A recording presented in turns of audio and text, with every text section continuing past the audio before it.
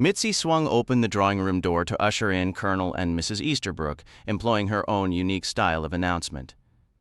"Colonel and Mrs. Easterbrook are here to see you," she stated in a conversational tone. The Colonel adopted a bluff, hearty manner to mask a hint of awkwardness. "Hope you don't mind us popping by," he declared. A soft, stifled laugh escaped from Julia. "Just happened to be in the neighborhood, you see. Quite a pleasant evening. I see you've already got your central heating running. We haven't fired ours up yet. Your chrysanthemums are absolutely stunning," Mrs. Easterbrook effused. "Such magnificent blooms." "They're actually rather thin and leggy," Julia remarked. Mrs. Easterbrook turned to Philippa Hames with an extra dose of warmth, aiming to convey her understanding that Philippa was far more than a simple farm worker. "How is the progress in Mrs. Lucas's garden?" she inquired. "Do you believe it will ever be properly restored? It was utterly neglected all through the war years, then only that dreadful old man Ash tended it, and he did little more than rake a few leaves and plant a row of cabbages." "It's responding to treatment," Philippa replied, "but it will require more time." Mitzi opened the door once more and announced, "The ladies from Boulders are here?" "Good evening," boomed Miss Hinchliffe, striding across the room and seizing Miss Blacklock's hand in her powerful grip. "I told Murgatroyd, let's just stop by Little Paddocks for a moment. I wanted to ask about the egg production from your ducks. The evenings certainly grow dark so quickly now, don't they?" Miss Murgatroyd said to Patrick in a somewhat flustered manner. "What beautiful chrysanthemums." "Leggy," Julia corrected. Patrick leaned toward her and whispered a chiding aside, "Why must you be so contrary?" "You have your central heating on," Miss Hinchliffe observed, her tone almost accusatory. "Rather early in the season. The house becomes terribly damp this time of year," Miss Blacklock explained. Patrick raised his eyebrows in a silent question. "Sherry now?" Miss Blacklock responded with a subtle shake of her head. "Not yet." She addressed Colonel Easterbrook. "Are you ordering any bulbs from Holland this season?" The door opened again to admit Mrs. Swettenham, who entered with a slightly guilty air, trailed by a sullen and visibly uncomfortable Edmund. "Here we are," Mrs. Swettenham chirped, her gaze sweeping the room with open curiosity. Then, suddenly feeling self-conscious, she hurried on. "I just thought I'd drop in to ask if you might be in need of a kitten, Miss Blacklock. Our cat is about to present us with the dubious offspring of a ginger tomcat," Edmund finished dryly. "The results, I fear, will be horrific. Consider yourself warned." "She is an excellent mouser," Mrs. Swettenham added quickly.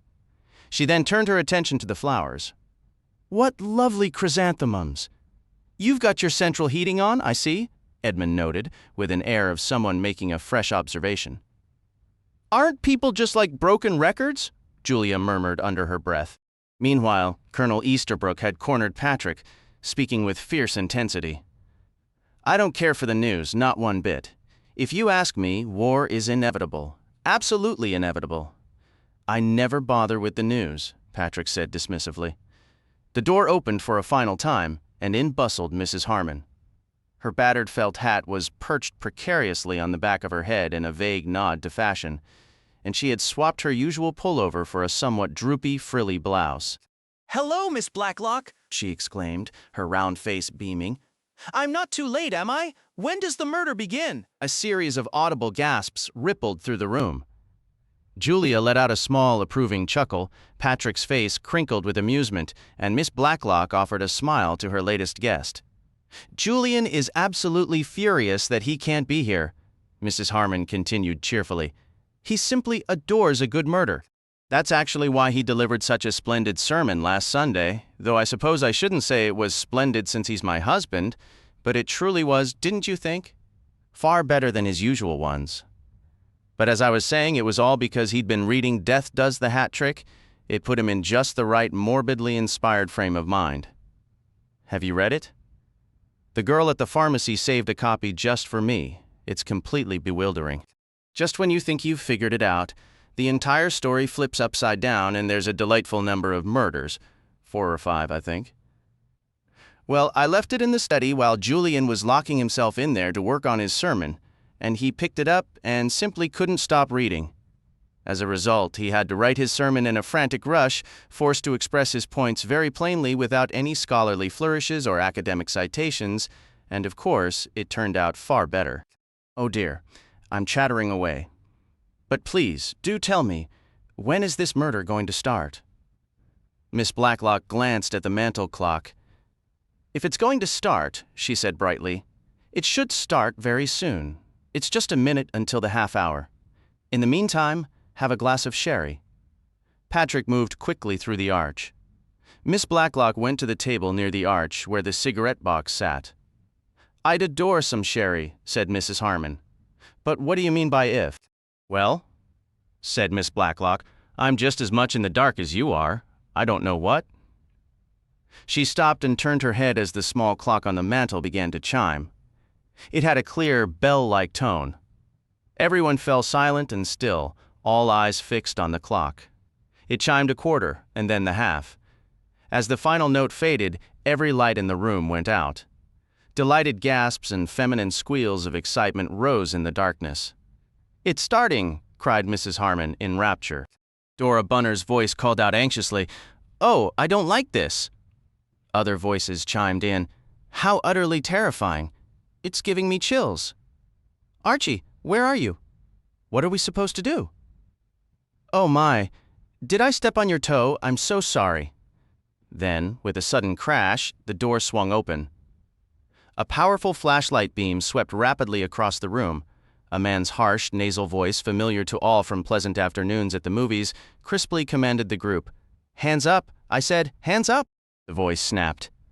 Eagerly, hands were raised high above heads. Isn't this marvelous? Whispered a woman's voice. I'm absolutely thrilled. And then, shockingly, a revolver fired. It fired twice. The sharp crack of 2 bullets shattered the room's playful mood. Abruptly, the game was no longer a game. Someone screamed. The figure in the doorway spun around suddenly, seemed to falter. A third shot rang out, then it collapsed and fell heavily to the floor. The flashlight dropped and went dark. Darkness enveloped the room once more, and softly, with a faint, almost Victorian sigh of protest, the drawing-room door, as was its habit when not held open, swung gently shut and latched with a decisive click. Inside the drawing-room, chaos erupted. Voices overlapped in the blackness. Lights, can't someone find the switch? Who has a lighter? Oh, I hate this, I really hate it. Those shots were real. He had an actual gun. Was that a burglar? Archie, I need to get out of here. Please, does anyone have a lighter? Then, almost simultaneously, 2 lighters clicked and flared, casting small, steady flames. Everyone blinked, peering at each other's startled faces in the dim light. Against the wall by the arch, Miss Blacklock stood with a hand pressed to her face. The light was too faint to show more than something dark trickling over her fingers. Colonel Easterbrook cleared his throat and took charge. Try the switches out, Swettenham, he directed. Edmund, near the door, obediently flipped the switch up and down. It's off at the main, or a fuse, said the colonel. Who is making that dreadful noise? A woman's voice had been screaming steadily from somewhere beyond the closed door. It rose now in pitch, accompanied by the sound of fists pounding on wood. Dora Bunner, who had been quietly sobbing, cried out, It's Mitzi, the cry echoed through the darkened house. Someone's killing Mitzi. Patrick's muttered response was barely audible. Wouldn't that be a blessing? We need candles, Miss Blacklock declared, her voice cutting through the panic. Patrick, would you? But Colonel Easterbrook was already moving, flinging the door open. He and Edmund stepped into the blackness of the hall, the small flames from their lighters throwing frantic, jumping shadows. They nearly tripped over a dark, crumpled shape on the floor. Appears to have knocked him out, the colonel grunted. Where is that infernal screaming coming from? Across the hall in the dining room, Edmund replied. The sound was unmistakable, a frantic pounding on wood, accompanied by hysterical shrieks. She's locked herself in. He stooped, fumbled for the key in the lock, turned it, and sprang back as Mitzi erupted from the room like a wild animal released from a cage. The dining room light, miraculously, was still on, framing her in the doorway. She was a portrait of pure, unhinged terror, her screams unabated. A bizarre, almost laughable detail cut through the horror. She had been polishing silver, and in each clenched fist she still clutched a chamois cloth and an enormous, gleaming fish server. "Be quiet, Mitzi," Miss Blacklock ordered, her tone brooking no argument. "Stop it this instant," Edmund commanded. When the screaming continued, he stepped forward and delivered a sharp, stinging slap across her cheek. Mitzi choked, gasped, and fell into a shocked, hiccuping silence. "Fetch candles from the kitchen cupboard," Miss Blacklock instructed. "Patrick, the fuse box is in the passage behind the scullery, correct? See what you can do." As Miss Blacklock moved into the spill of light from the dining room, Dora Bunner let out a strangled sob. Mitzi drew breath for another scream. "The blood! So much blood!" she wailed, her eyes wide with fresh horror. "You are shot, Miss Blacklock! You bleed to death!" "Don't be absurd," Miss Blacklock snapped, though a trickle of crimson was indeed tracing a path down her neck. "It's merely a graze, it barely touched my ear." "But Aunt Letty," Julia interjected, her voice tight. "Look at yourself. It was a gruesome sight." The pristine white of Miss Blacklock's blouse was now vividly splashed with red, her pearls were smeared, and her hand was stained. "Ears bleed profusely," she stated with bizarre practicality, a memory surfacing. "I recall fainting at the hairdresser as a girl. The man nicked my ear, and it looked as though he'd emptied a basin of blood. Now, we must have light." "I get the candles," Mitzi whispered, her bravado utterly gone. Julia accompanied her, and they returned with an odd assortment of candles jammed into saucers, the flames dancing nervously. "Now, let's see what we have here," said Colonel Easterbrook, his military bearing reasserting itself. "Hold the candles low, if you would, Edmund. Philippa, you take the other side." Philippa Hames stepped forward without a word, accepting 2 saucers with a steady hand. The colonel knelt beside the sprawled form. It was shrouded in a crude, homemade black cloak with a deep hood, a black mask obscuring the face, and the hands were covered in cheap black cotton gloves. The hood had fallen back to reveal a mess of fair hair. Easterbrook rolled the body over, his fingers seeking a pulse at the neck, then pressing against the chest. He drew his hand back sharply with a grimace of disgust, examining his sticky, reddened fingertips. "Shot himself," he announced. "Is it serious?" Miss Blacklock asked. "I'm afraid he's gone," the colonel replied quietly. "Could be suicide, or perhaps he tangled himself in that ridiculous cloak and the gun discharged when he fell. If I could only see properly." As if on cue, the lights blazed back to life with a sudden, almost theatrical flare. The stark electric glare stripped away any lingering sense of a dark adventure, replacing it with a cold, hard reality. The residents of Chipping Cleghorn, gathered in the hall of Little Paddocks, were now undeniably in the presence of violent death. The colonel's hand was stained. A fresh trickle of blood traced a path from Miss Blacklock's ear onto her collar. And at their feet lay the intruder, his body arranged in a grotesquely awkward sprawl. Patrick returned from the dining room, saying, "It was just the one fuse, it." His words died in his throat as he took in the scene. Colonel Easterbrook reached for the small black mask. "Best we see who we're dealing with," he said, though he added, "Not that I expect it's anyone from around here." He peeled the mask away. Everyone leaned in, a collective breath held. Mitzi hiccuped. The others were stone silent. "He's so young," murmured Mrs. Harmon, a thread of genuine pity in her voice. Then Dora Bunner cried out, her voice shrill with excited recognition. "Letty! Oh, Letty! It's that young man? The one who was staying at the spa hotel over in Madame Wells? The man who showed up asking for money to return to Switzerland? And you turned him down." I imagine the entire situation was merely a ruse, a way to case the house. Goodness, he could have very well killed you. A murder is announced. Chapter 4, The Royal Spa Hotel. George Rydesdale, Chief Constable of Middleshire, was a man of few words, of average height with intelligent eyes beneath somewhat heavy brows. He preferred listening to speaking. After a period of quiet attention, he would issue a concise directive in his calm, measured tone, and that directive would be carried out without question. He was listening now to Detective Inspector Dermot Craddock, who had been officially placed in charge of the investigation. Rydesdale had summoned him back from Liverpool the previous night, where Craddock had been pursuing inquiries on a separate matter. The chief constable held a high regard for Craddock. The inspector possessed not only intellect and creativity, but also a disciplined patience that Rydesdale valued even more: the ability to proceed methodically, to verify every detail, and to withhold final judgment until a case was thoroughly resolved. "The call was taken by Constable Legg, sir," Craddock reported.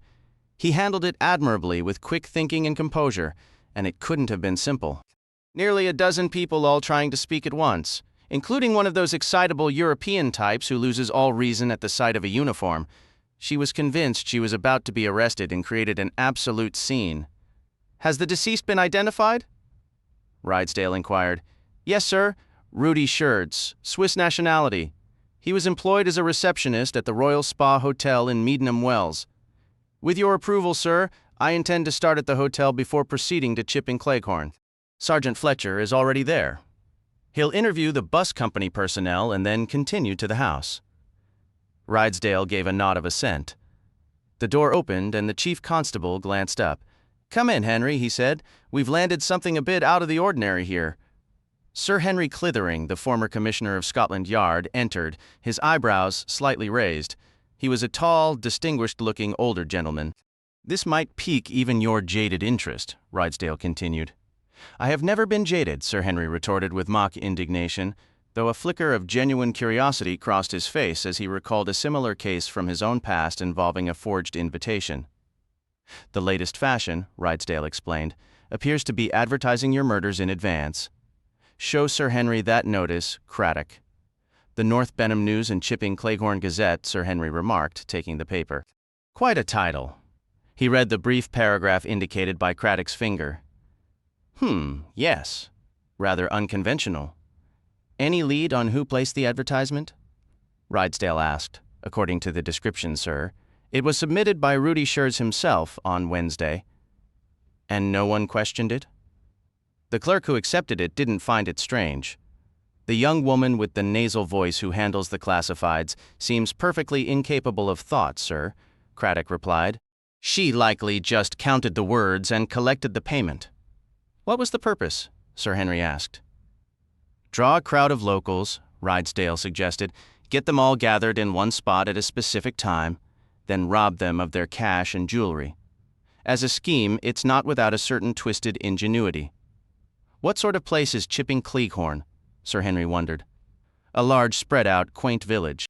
It has the usual shops: butcher, baker, grocer, a decent antique store, a couple of tea shops, very conscious of being picturesque, caters to touring motorists, also heavily residential.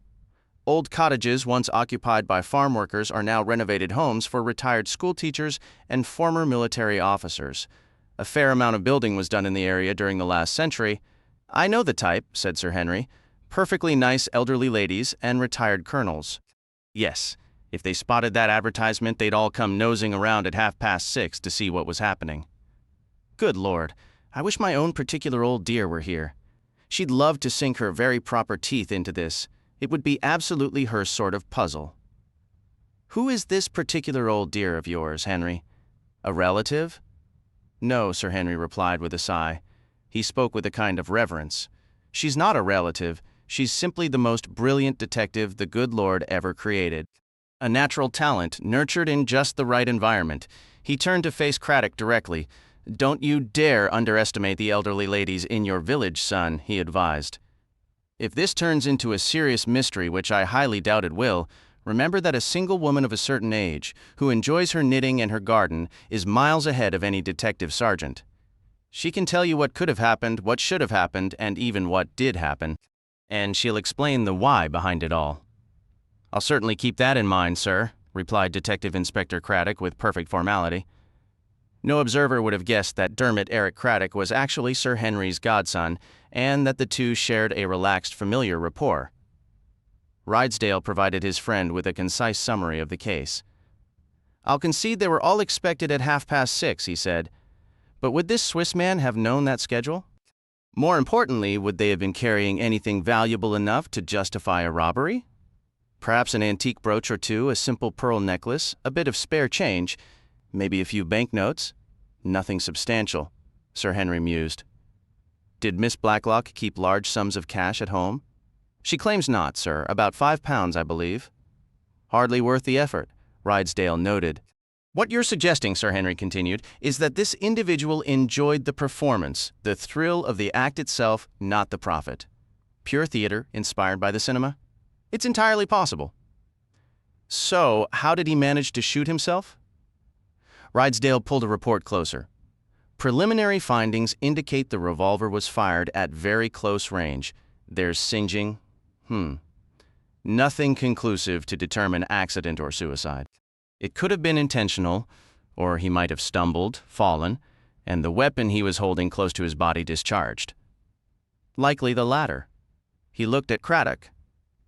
You'll need to question the witnesses meticulously, get them to state precisely what they observed. Detective Inspector Craddock said with a sigh. They'll all have seen something completely different. What has always fascinated me, Sir Henry remarked, is what people actually perceive during moments of high tension and shock. What they see is one thing, but even more intriguing is what they fail to see entirely. Where's the report on the firearm? Foreign manufacture, fairly common across Europe. Schertz did not possess a permit for it, and he failed to declare it upon entering the country. Not a model citizen, Sir Henry concluded, an unsatisfactory character all around. Well, Craddock, off you go to the Royal Spa Hotel and see what you can dig up on him there. At the Royal Spa Hotel, Inspector Craddock was ushered directly into the manager's office. The manager, Mr. Rowlandson, was a tall, ruddy man with a booming, congenial demeanor. He greeted the inspector with expansive warmth. Delighted to assist in any way we can, Inspector, he declared. This is truly a most astonishing affair. I never would have believed it. Never. Schertz seemed a perfectly ordinary, agreeable young fellow. Not at all what I'd picture for a criminal. How long was he employed here, Mr. Rowlandson? I was just checking that before you arrived. A little over 3 months. His references and permits were in order. And you found his work satisfactory? Craddock, without appearing to, noted the almost imperceptible hesitation before Rowlandson answered. Quite satisfactory. Craddock employed a technique he had found effective before. He gave a gentle, knowing shake of his head. Now, Mr. Rowlandson, that isn't entirely accurate, is it? Well, the manager seemed momentarily flustered. All right, there was something, but I can't put my finger on it. But you felt something was off. Yes, I did, but I have nothing concrete. I wouldn't want my hunches written down and used against me later. Craddock offered a reassuring smile. I understand completely. You have nothing to worry about. I need to get a sense of what this Shares fellow was actually like. What exactly did you suspect him of doing? Rowlandson hesitated before replying. There were a few issues with the billing, charges appearing on guest bills that shouldn't have been there. So you thought he was adding extra items, then pocketing the difference when the bills were settled? Essentially, yes. At the very least, it showed a serious lack of care on his part. A couple of times, the amounts were quite substantial. To be honest, I had our accountant go over his books, thinking he might be dishonest. But while the bookkeeping was sloppy and full of errors, all the actual money was accounted for. I concluded I must have been wrong about him. But if you hadn't been wrong, Craddock pressed, if Shares had been taking small amounts here and there, he could have covered his tracks by replacing the money, correct? Only if he had the cash to do it. People who steal those small sums, as you call them, usually need the money immediately and spend it just as fast. So if he needed to replace missing funds, he'd have to get that money from somewhere else, perhaps through a robbery or something similar. Exactly. I wonder if this was his first try at something like that. It very well could be. It was certainly not a professional job. Was there anyone else he might have gotten money from? Any romantic interests? There was a waitress in the grill room. Her name is Myrna Harris. I should speak with her. Myrna Harris was a striking girl with vibrant red hair and a sharp, upturned nose. She was visibly nervous and defensive, clearly resenting the police interview. I don't know anything about it, sir. Nothing at all, she insisted. If I'd had any idea what he was really like, I never would have gone out with Rudy. I assumed he was respectable since he worked at the front desk. That's only natural, isn't it? The hotel really should be more careful about who they hire, especially foreigners. You just never know with them. Do you think he was mixed up with one of those gangs you hear about? We believe he was working alone, Craddock told her. Really? And he seemed so quiet and proper. You'd never guess. Though now that I think about it, there were a few things that went missing. A diamond brooch and a gold locket, I think. But it never crossed my mind that Rudy could have been involved. I'm sure it didn't, Craddock said soothingly. Anyone could have been fooled. You knew him reasonably well? I wouldn't say well, but you were on friendly terms? We were friendly, yes, that's all it was, just friendly. Nothing serious. I'm always cautious with foreigners anyway. They can be charming, but you have to be careful. Like some of those Poles during the war, or even some Americans. They don't always mention they're married until it's too late. Rudy liked to boast, but I always took it with a grain of salt. Craddock latched on to that. He boasted, did he? That's very interesting, Miss Harris. You're being very helpful. What sort of things did he boast about? Oh, about how wealthy and important his family was back in Switzerland. But it didn't add up, him being so short of cash all the time. He always blamed the currency regulations, said he couldn't get his money transferred. That might be true, I suppose, but his things weren't fancy. His clothes, for instance, they weren't high quality. And I think a lot of his stories were just hot air. Tales about climbing in the Alps and rescuing people from glaciers. Why, he got dizzy just walking near the edge of Bolter's Gorge. Some alpine climber he was. You saw him regularly? Yes, well, yes, I did. He had lovely manners, and he really knew how to treat a girl. Always the best seats at the cinema. He even bought me flowers sometimes. He was such a graceful dancer. Truly lovely, she said. Did he ever talk to you about a Miss Blacklog? She comes in for lunch here occasionally, doesn't she? I believe she stayed overnight once. No, I don't recall Rudy ever bringing her up. I had no idea they were acquainted. What about Chipping Cleghorn? A flicker of caution seemed to pass through Myrna Harris's eyes, though he couldn't be certain. I don't think so. He might have asked once about bus schedules, what times they ran, but I can't remember if that was for Chipping Cleghorn or another village. It wasn't recently, in any case. He couldn't pry anything further from her. Rudy Schurz had acted completely normal. She hadn't seen him at all the previous evening. She stressed emphatically that she had absolutely no suspicion Rudy Schurz was involved in anything criminal, and Detective Inspector Craddock was inclined to believe her. It was probably the simple truth. Chapter 5. Miss Blacklog and Miss Bunner. Little paddocks matched Detective Inspector Craddock's mental image almost perfectly. He observed the ducks and chickens and what had once been a charming herbaceous border, now showing only a few stubborn Michaelmas daisies clinging to their last purple glory. The lawn and pathways bore signs of recent neglect, summing it up. Craddock thought to himself, probably not much budget for gardeners. Someone here loves flowers, though, has a good eye for design and color. The house could use a coat of paint, but then, so could most places these days. A pleasant little property overall. As Craddock's car pulled up to the front door, Sergeant Fletcher appeared from around the side of the house. Fletcher had the upright bearing of a soldier and possessed a remarkable ability to imbue the single syllable "sir" with a spectrum of meanings.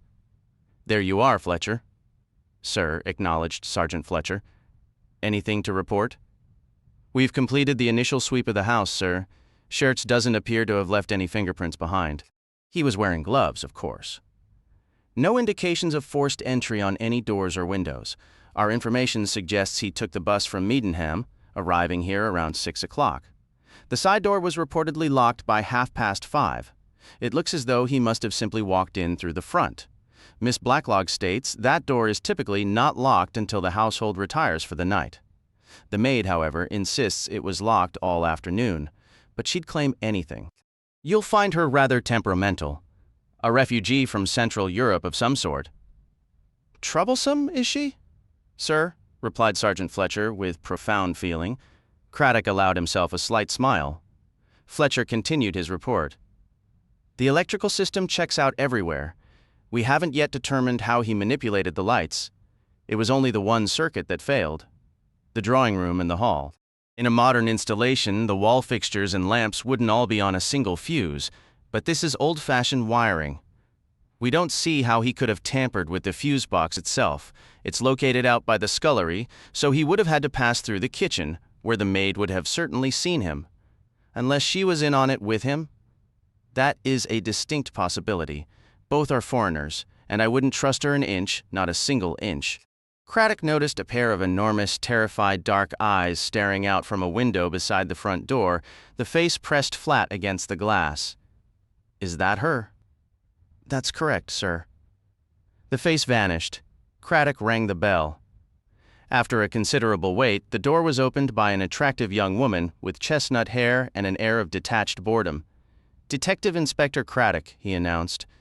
The young woman gave him a cool, appraising look from striking hazel eyes and said, "Come in.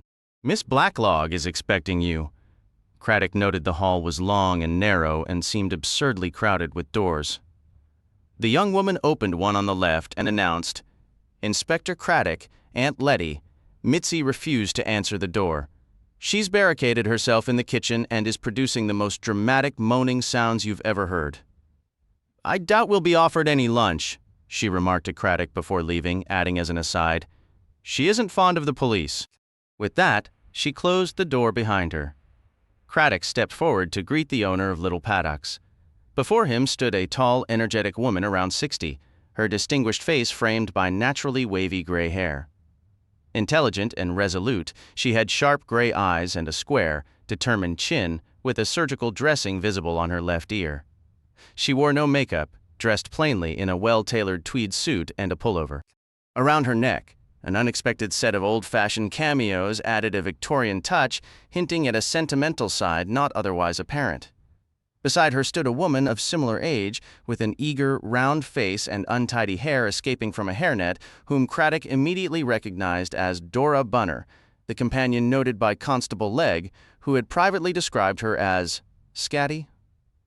"Good morning, Inspector Craddock," Miss Blacklock said in her pleasant, well-bred voice. "This is my friend, Miss Bunner, who assists me with the household.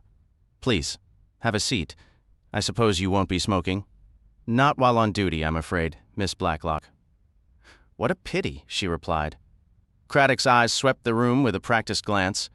It was a typical Victorian double drawing room, with 2 long windows here and a built-out bay window in the adjoining space. The furniture was arranged comfortably: chairs, a sofa, a central table holding a large bowl of fresh chrysanthemums, with another similar arrangement by the window. Everything felt fresh and pleasant, though somewhat conventional.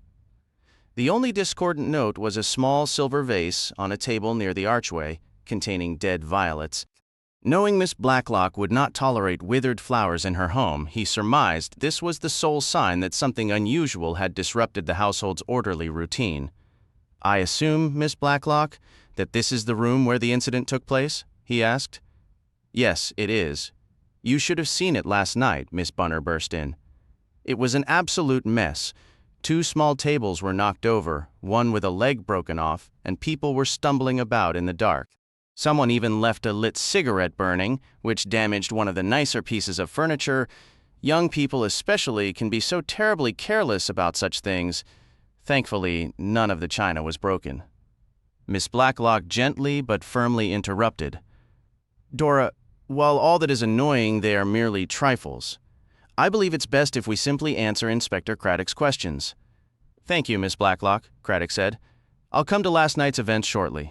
First, I'd like you to tell me when you first encountered the deceased man, Rudy Schertz." "Rudy Schertz?" Miss Blacklock looked slightly surprised. "Is that his name?" "For some reason, I thought, well, never mind. I first met him about 3 weeks ago, I believe, when I was in Meddenham Spa for a day of shopping. Miss Bunner and I were having lunch at the Royal Spa Hotel. As we were leaving, I heard my name called. It was this young man. He said, 'It is Miss Blacklock, isn't it?' and went on to explain that I might not remember him, but he was the son of the owner of the Hotel des Alpes in Montreux, where my sister and I had stayed for nearly a year during the war." "The Hotel des Alpes in Montreux," Craddock noted. "And did you remember him, Miss Blacklock?" "No, I did not," she admitted. "In truth, I had no recollection of ever seeing him before. Those young men at hotel reception desks often look quite alike." We had enjoyed a very pleasant stay in Montreux, and the proprietor had been exceedingly helpful, so I tried to be as polite as possible. I said I hoped he was enjoying his time in England, and he replied that yes, his father had sent him over for 6 months to learn the hotel business. It all felt perfectly ordinary at the time, Letty Blacklock remarked. And the next time you saw him? Inspector Craddock asked. That would have been about 10 days ago. He appeared here quite unexpectedly. I was startled, I must admit. He apologized for disturbing me, but claimed I was the only acquaintance he had in the country. He said he desperately needed funds to get back to Switzerland because his mother was critically ill. But Letty didn't give him a penny, Dora Bunner interjected, her voice hushed with excitement. It was a thoroughly suspicious tale, Miss Blacklock stated firmly. I decided then and there he was definitely not to be trusted. That story about needing money for Switzerland was nonsense. His father could have easily wired for arrangements to be made right here. These hotel managers all have connections? I suspected he'd been involved in some sort of financial misconduct. She paused, her tone turning dry. In case you think I'm being unfeeling, I served as secretary to a prominent financier for many years. You learn to be cautious about pleas for money? I've heard every hard luck story imaginable, she added thoughtfully. The only thing that truly surprised me was how easily he gave up. He left immediately without another word of argument. It was almost as if he never expected to receive the money in the first place. Looking back now, Craddock pressed, do you believe his visit was merely a pretext to case the house? Miss Blacklock nodded emphatically. That is precisely what I now believe. As I showed him out, he made a few comments about the rooms. He said, you have a very pleasant dining room, which of course it isn't. It's a dreadfully dark little space, just as an excuse to peer inside. Then he stepped forward quickly and unfastened the front door himself, saying, allow me. I now think he wanted to examine the lock. In truth, like most people around here, we never locked the front door until after dark. Anyone could have simply walked in. And the side door? I understand there's a door that leads to the garden. Yes. I went out through it not long before the guests arrived to secure the ducks for the night. Was it locked when you went out? Miss Blacklock frowned in concentration. I can't recall for certain. I believe it was. I definitely locked it when I came back inside. That would have been around 6:15. Approximately, yes. And the front door, that isn't usually locked until later, so Schertz could have entered quite easily through the front. Or he could have slipped in while you were out with the ducks. He'd already scouted the layout and had likely noted possible hiding places, cupboards and so forth. Yes, that all seems reasonably clear. I'm sorry, but it isn't clear at all, Miss Blacklock countered, a hint of exasperation in her voice. Why on earth would anyone go to such elaborate trouble to burgle this house and stage that ridiculous holdup? Do you keep much cash in the house, Miss Blacklock? Perhaps £5 in that desk over there, and maybe £1 or 2 in my purse. Jewelry, a couple of rings, some brooches, and the cameos I'm wearing. You must agree with me, Inspector. The entire idea is absurd. It wasn't a burglary at all, Miss Bunner cried out. I've been telling you, Letty, all along. It was revenge. Because you refused him that money. He deliberately aimed at you. Twice. I see, said Craddock. Let's move to last night, then. What happened exactly, Miss Blacklock? Tell me in your own words as closely as you can remember. Miss Blacklock reflected for a moment.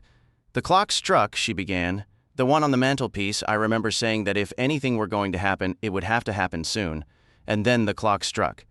We all listened without speaking. It chimes, you know. It chimed the 2 quarters, and then quite suddenly, all the lights went out. Which lights were on at the time? The wall sconces in this room and the adjoining one. The standard lamp and the 2 small reading lamps were not lit. Was there a flash first, or any noise when the lights failed?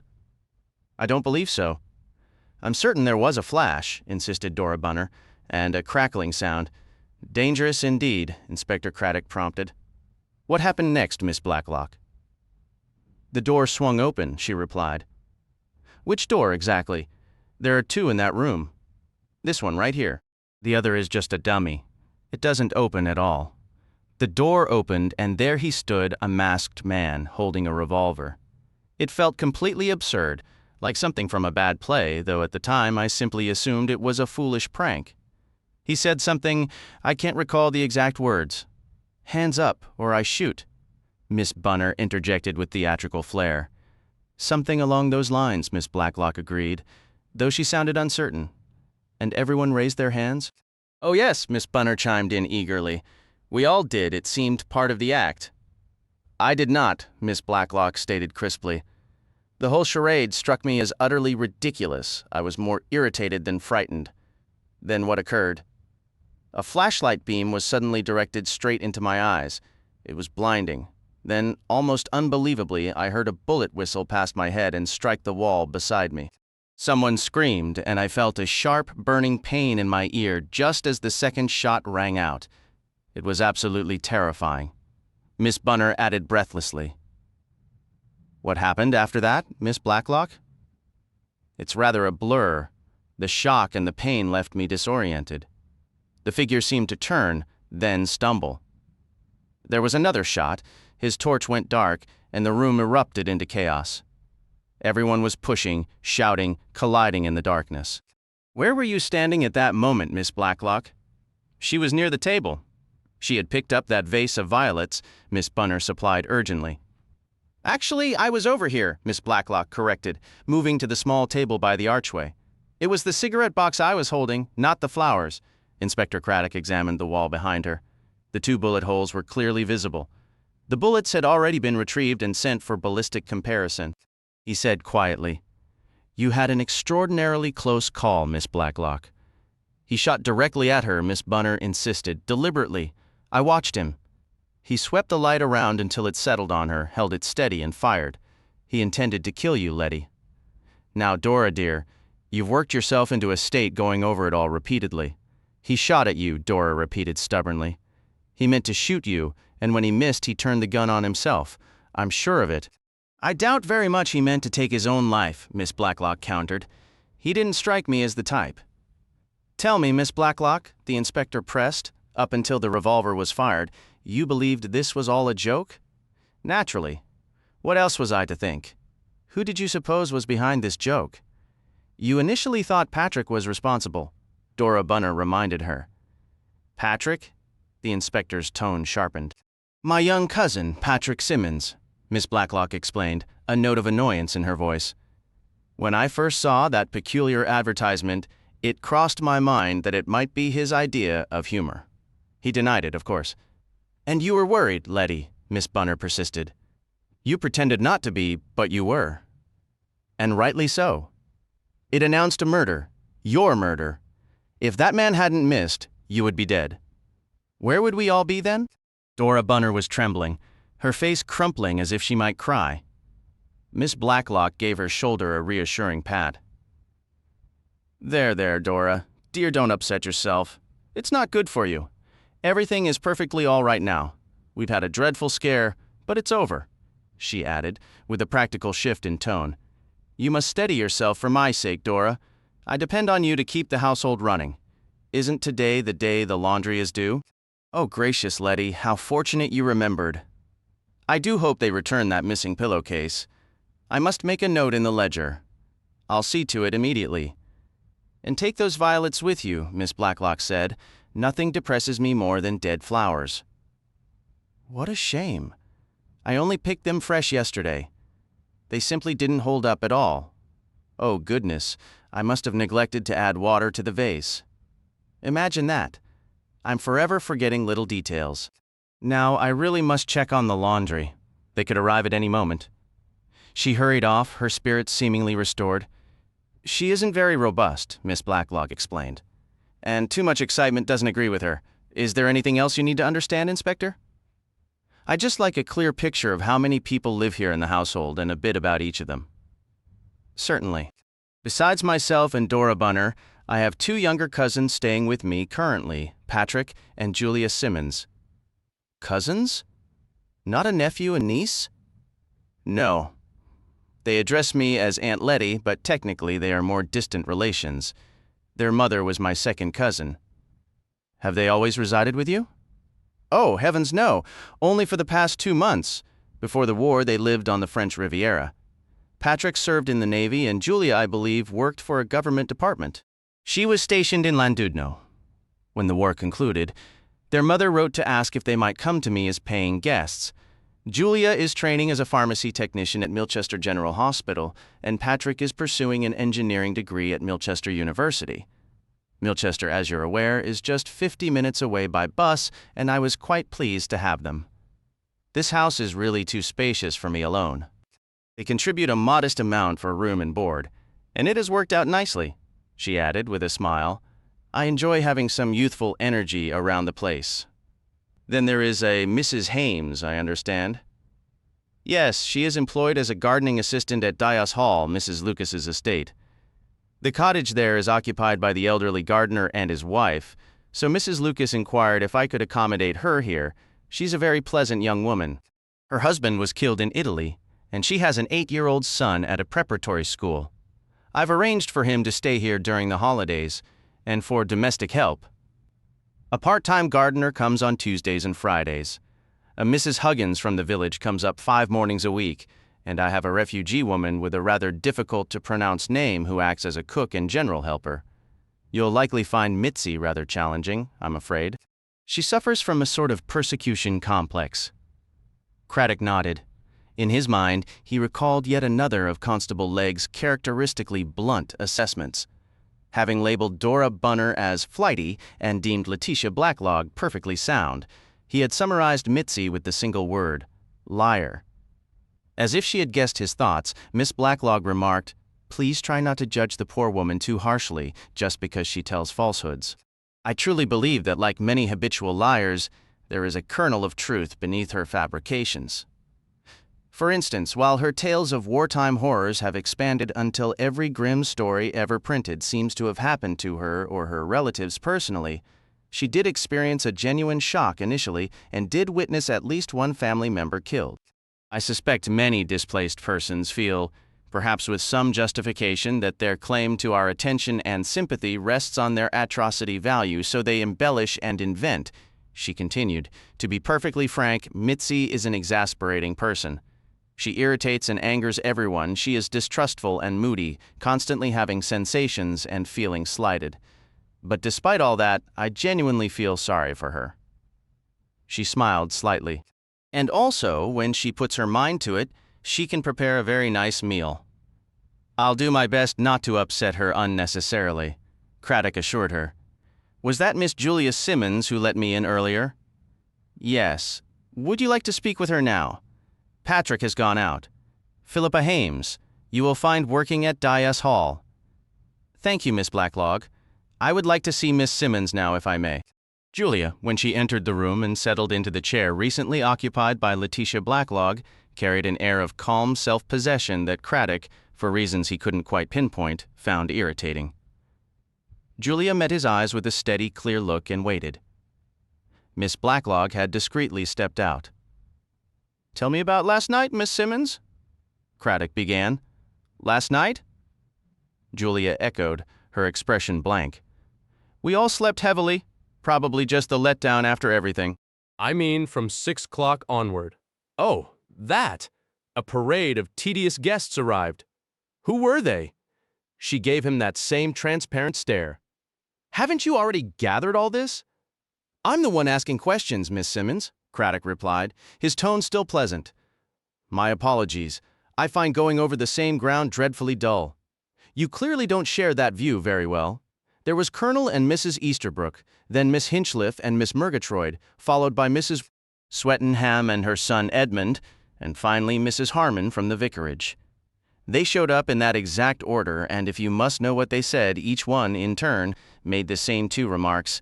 'I see you've got the heat on, and aren't those chrysanthemums splendid?'" Craddock pressed his lips together. Her imitation was spot on. Mrs. Harmon was the exception. She's rather a dear. She bustled in with her hat crooked and a shoelace undone and blurted right out, asking when the murder was scheduled. It flustered everyone, since they'd all been pretending this was a casual visit. Aunt Letty answered in that dry way of hers that it was due to occur quite shortly. Then the clock struck, and the moment it finished, the lights died. The door flew open, and a masked figure growled something like, "Hands up, everybody." It felt exactly like a cheap thriller, utterly absurd. Then he fired 2 shots at Aunt Letty, and suddenly it wasn't absurd at all. Where was everyone when this happened? When the lights went? Just scattered around the room, you know? Mrs. Harmon was on the sofa. Hinch, that's Miss Hinchliff, had planted herself in a sturdy stance by the fireplace. Were you all in this room, or the farther one? Mostly here, I believe. Patrick had slipped into the other room to fetch the sherry. I think Colonel Easterbrook followed him, but I can't be sure. We were, well, just standing about, as I said. And where were you? I think I was near the window. Aunt Letty had moved toward the cigarettes. On that table by the arch? Yes. Then the lights cut out and the bad movie began. The man had a strong flashlight. What did he do with it? He shone it right on us, blindingly bright. It just made you squint. I need you to think very carefully, Miss Simmons. Did he hold the torch still, or did he sweep it around?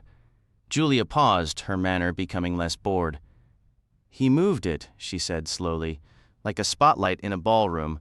It hit my eyes, then traveled across the room, and then the shots came, 2 of them.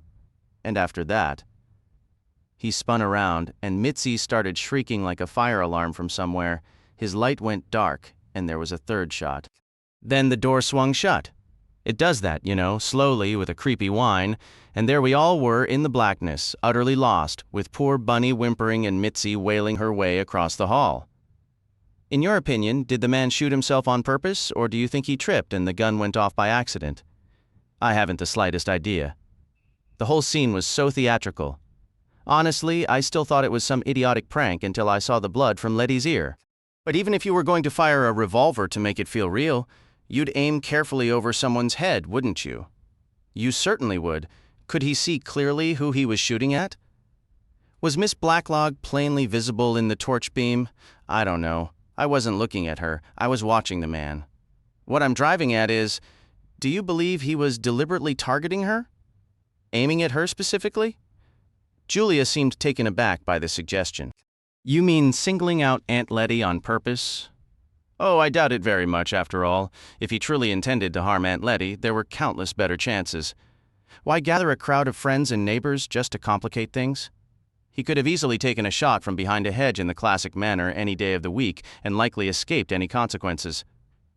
That, Craddock reflected, was a thorough dismissal of Dora Bunner's idea of a planned assault on Letitia Blacklock. He sighed and said, "Thank you, Miss Simmons. I suppose I should go speak with Mitzi now." "Watch out for her nails," Julia warned. "She's a real handful." In the kitchen, Craddock found Mitzi with Fletcher at his side. She was rolling out dough and glanced up suspiciously as they entered. Her dark hair fell across her eyes and her expression was sour. The bright purple sweater and vivid green skirt she wore did nothing for her pale skin. "Why are you in my kitchen, Mr. Policeman?" "You are police, yes?" "Always there is persecution. Ah, I should be used to it by now. They say England is different, but no, it is just the same. You come to torture me, to force me to talk, but I will say nothing. You will pull out my fingernails, burn me with matches, yes, and worse. But I will not speak, you hear? I will say nothing at all. You will send me to a camp, and I will not even care." Craddock studied her, considering the best approach. Finally, he sighed and said, "All right then. Go get your hat and coat." "What did you say?" Mitzi looked startled. "Get your hat and coat and come along. I didn't bring my nail-pulling tools or the rest of the equipment with me. We keep all that down at the station. Got the handcuffs ready, Fletcher?" "Sir," Sergeant Fletcher replied with clear appreciation. "But I do not want to come," Mitzi shrieked, backing away. "Then you'll answer polite questions, politely. If you prefer, you can have a lawyer present." "A lawyer? I do not want a lawyer. I do not like lawyers." She set the rolling pin down, wiped her hands on a cloth, and sat heavily. "What do you want to know?" she asked sullenly. "I want your version of what happened here last night." "You already know what happened? I want to hear it from you. I tried to leave. Did she tell you that? When I saw that notice in the paper about a murder, I wanted to go. She would not let me. She is very hard. No sympathy at all. She made me stay. But I knew what would happen. I knew I would be killed." "Well, you weren't killed, were you?" "No," Mitzi admitted grudgingly. "Go on then. Tell me what happened." "I was nervous." "Oh, I was so nervous all evening. I heard things, people moving around. Once I thought someone was in the hall, moving quietly, but it was only that Mrs. Hames coming in through the side door. She said it was to keep the front steps clean, as if she cares.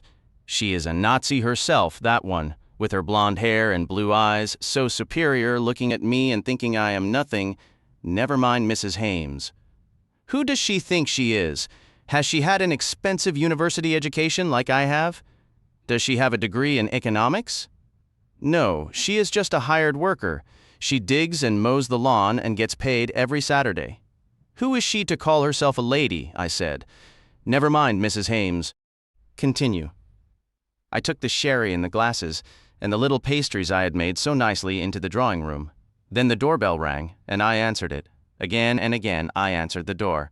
It was humiliating, but I did it. Afterward, I went back to the pantry and began to polish the silver. I thought it would be very handy, because if someone came to kill me, I had the big carving knife right there, all sharp and ready. Very prudent of you? And then, suddenly, I heard gunshots. I think to myself, this is it, it's happening now. I dashed through the dining room, but the other door won't budge. I pause, listening, and then another shot rings out, followed by a heavy thud from the hall. I try the door handle, but it's locked from the outside. I'm trapped in there like a cornered animal.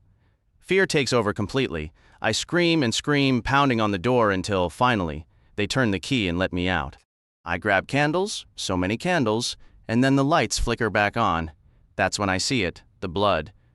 Oh dear God, the blood! It isn't the first time I've seen such a sight.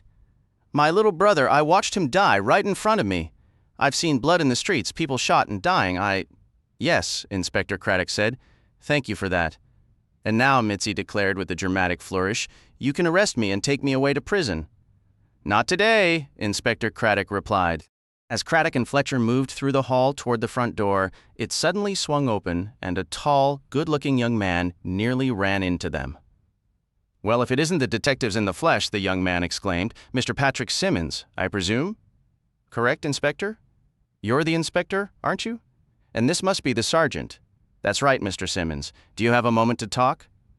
I'm completely innocent, Inspector. I swear it. Let's not waste time with theatrics, Mr. Simmons. I have several other people to speak with today. What's this room here? Can we step inside? It's the study, though nobody actually studies in it. I heard you were away studying? Craddock inquired. I found I couldn't focus on my mathematics coursework, so I decided to come home for a while.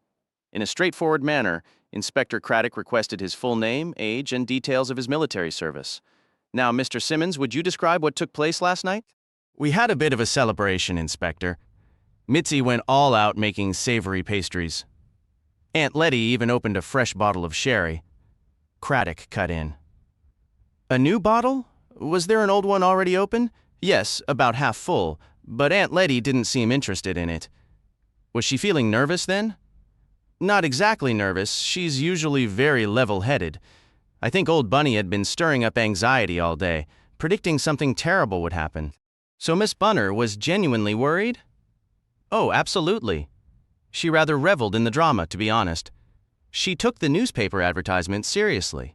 It terrified her, sent her into a real panic. Miss Blacklock initially seemed to think you might have had a hand in that advertisement. Any idea why? I get blamed for everything around here, don't I? You didn't have anything to do with it, did you, Mr. Simmons? Me? Not a chance. But it sounds like the sort of prank you might enjoy pulling. Who told you that? Just because I once made an apple pie bed for Bunny, or sent Mitzi a postcard claiming the Gestapo was after her. Just walk me through what happened last night. I had just stepped into the small drawing room to get the drinks when, suddenly, the lights went out.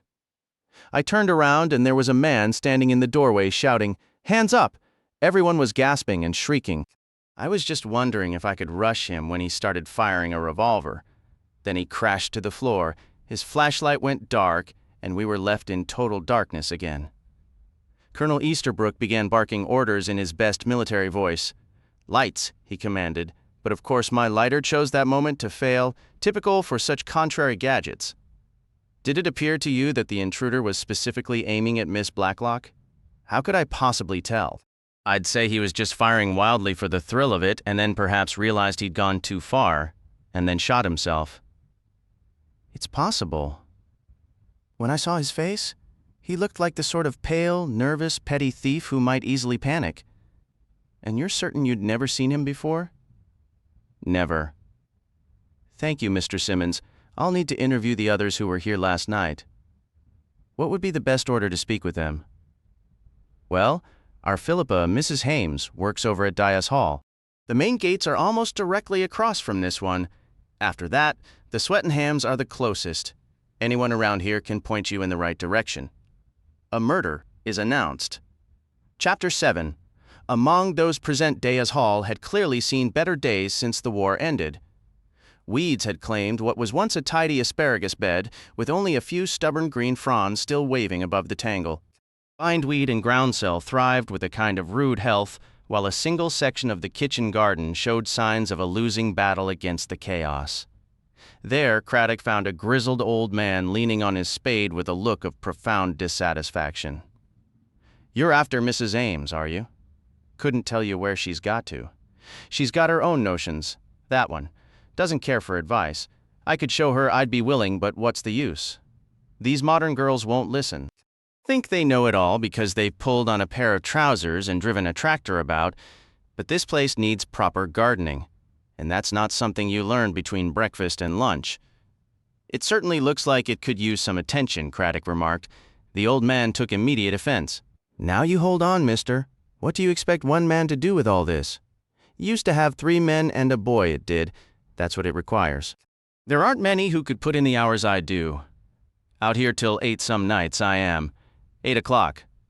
Working by lamplight, I suppose. Not this time of year, naturally. I'm talking about the summer evenings. You'd best go and hunt for Mrs. Hames yourself." A flicker of curiosity crossed the gardener's weathered face. "What's your business with her? You're police, aren't you? She in some trouble? Or is this about that carry-on at Little Paddock's?" Men in masks with a gun holding a whole room hostage. That sort of nonsense wouldn't have happened before the war. It's deserters. That's what it is. Desperate characters roaming about. Why doesn't the army round 'em up? "Couldn't say," replied Craddock. "I imagine the robbery has given everyone plenty to talk about." "Talk? It's all anyone goes on about. What's the world coming to?" That's what Ned Barker said. He blames the picture shows. But Tom Riley, he says it's on account of letting all these foreigners run wild, and mark his words, he says that hot-tempered girl who cooks for Miss Blacklock is mixed up in it. She's a communist or worse, he says, and we don't want her sort around here. Then Marlene, who works behind the bar, mind you, she's convinced there must be something valuable hidden up at the house. "Not that you'd think it," she says, "seeing as Miss Blacklock dresses plain as porridge, except for those great ropes of fake pearls." Then she starts in, "What if them pearls are real?" And Florrie, that's old Bellamy's girl, she just laughs. "Costume jewelry," she calls it. Costume jewelry. That's just a fancy new name for glass beads. My wife was a lady's maid, so I know. Used to be called Roman pearls or Parisian diamonds, but it's all just paste. I suppose that's what young Miss Simmons wears, too, those gold ivy leaves and little dog pins. You hardly see real gold anymore. Even wedding rings are made of that dull platinum now. Seems cheap to me, even if it costs a fortune. The old man, Ash, paused to catch his breath before plunging back in. Jim Huggins piped up then, saying, "Miss Blacklock doesn't keep much cash in the house, that's for certain.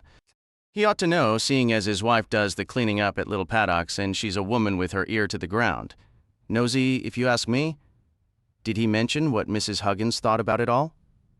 "Oh, she's sure that Mitzi is involved up to her neck. That's her theory anyway. She has a terrible temper and puts on such airs. Just the other morning, she called Mrs. Huggins a working woman right to her face." Craddock paused, methodically sorting through the old gardener's comments in his mind. They offered a clear snapshot of local opinion in Chipping Cleghorn, but he doubted any of it would aid his investigation. As he turned to leave, the gardener called out, somewhat reluctantly, "You might try the apple orchard. She's better than I am these days for fetching the apples down." Sure enough, Craddock found Philippa Hames among the apple trees. His first glimpse was of a pair of capable legs in breeches sliding smoothly down a trunk. A moment later, Philippa stood before him, her face flushed, fair hair tousled by the branches, looking at him with a start. She'd make a decent Rosalind. Craddock thought automatically, being something of a Shakespeare enthusiast who had once played jocks with notable success in a police charity production. Almost immediately, he reconsidered. Philippa Hames was too reserved for Rosalind. Her fairness and composure were distinctly modern English, well-bred, unflappable, and lacking any glimmer of playful mischief. "Good morning, Mrs. Hames. Apologies for startling you. I'm Detective Inspector Craddock with the Middleshire Police. I'd like a word." "About last night?" "Yes." "Will it take long?" "Where should we?" She glanced around. Uncertain, Craddock gestured toward a fallen log. "A bit informal," he said amiably, "but I won't keep you from your work longer than necessary." "Thank you. This is just for the record." "What time did you return from work yesterday?" "Around 5:30. I'd stayed behind an extra 20 minutes to finish watering in the greenhouse." "Which door did you use?" "The side door. It's quicker from the drive. You cut past the duck pen and the hen house. It saves going around to the front and keeps the porch clean. I'm often quite muddy." "Do you always come in that way?" "Yes." "Was the door unlocked?" "Yes." "In summer, it's usually open. This time of year it's shut but not locked. We all use it regularly. I locked it when I came in. Is that your usual habit?" "I've made a point of it for the past week. It gets dark so early now. Miss Blacklock goes out later to shut in the poultry, but she often uses the kitchen door." "And you're certain you locked it this time?" "Absolutely certain." "Very well. What did you do after you came inside?" "I took off my muddy boots, went upstairs for a bath, and changed. When I came down, I found what felt like an impromptu party going on. I hadn't known anything about that peculiar advertisement until then. Now, please describe exactly what happened during the holdup." "Well, the lights went out suddenly." "Where were you at that moment?" "By the mantelpiece. I was looking for my lighter, which I thought I'd left there. When the lights died, everyone giggled. Then the door burst open.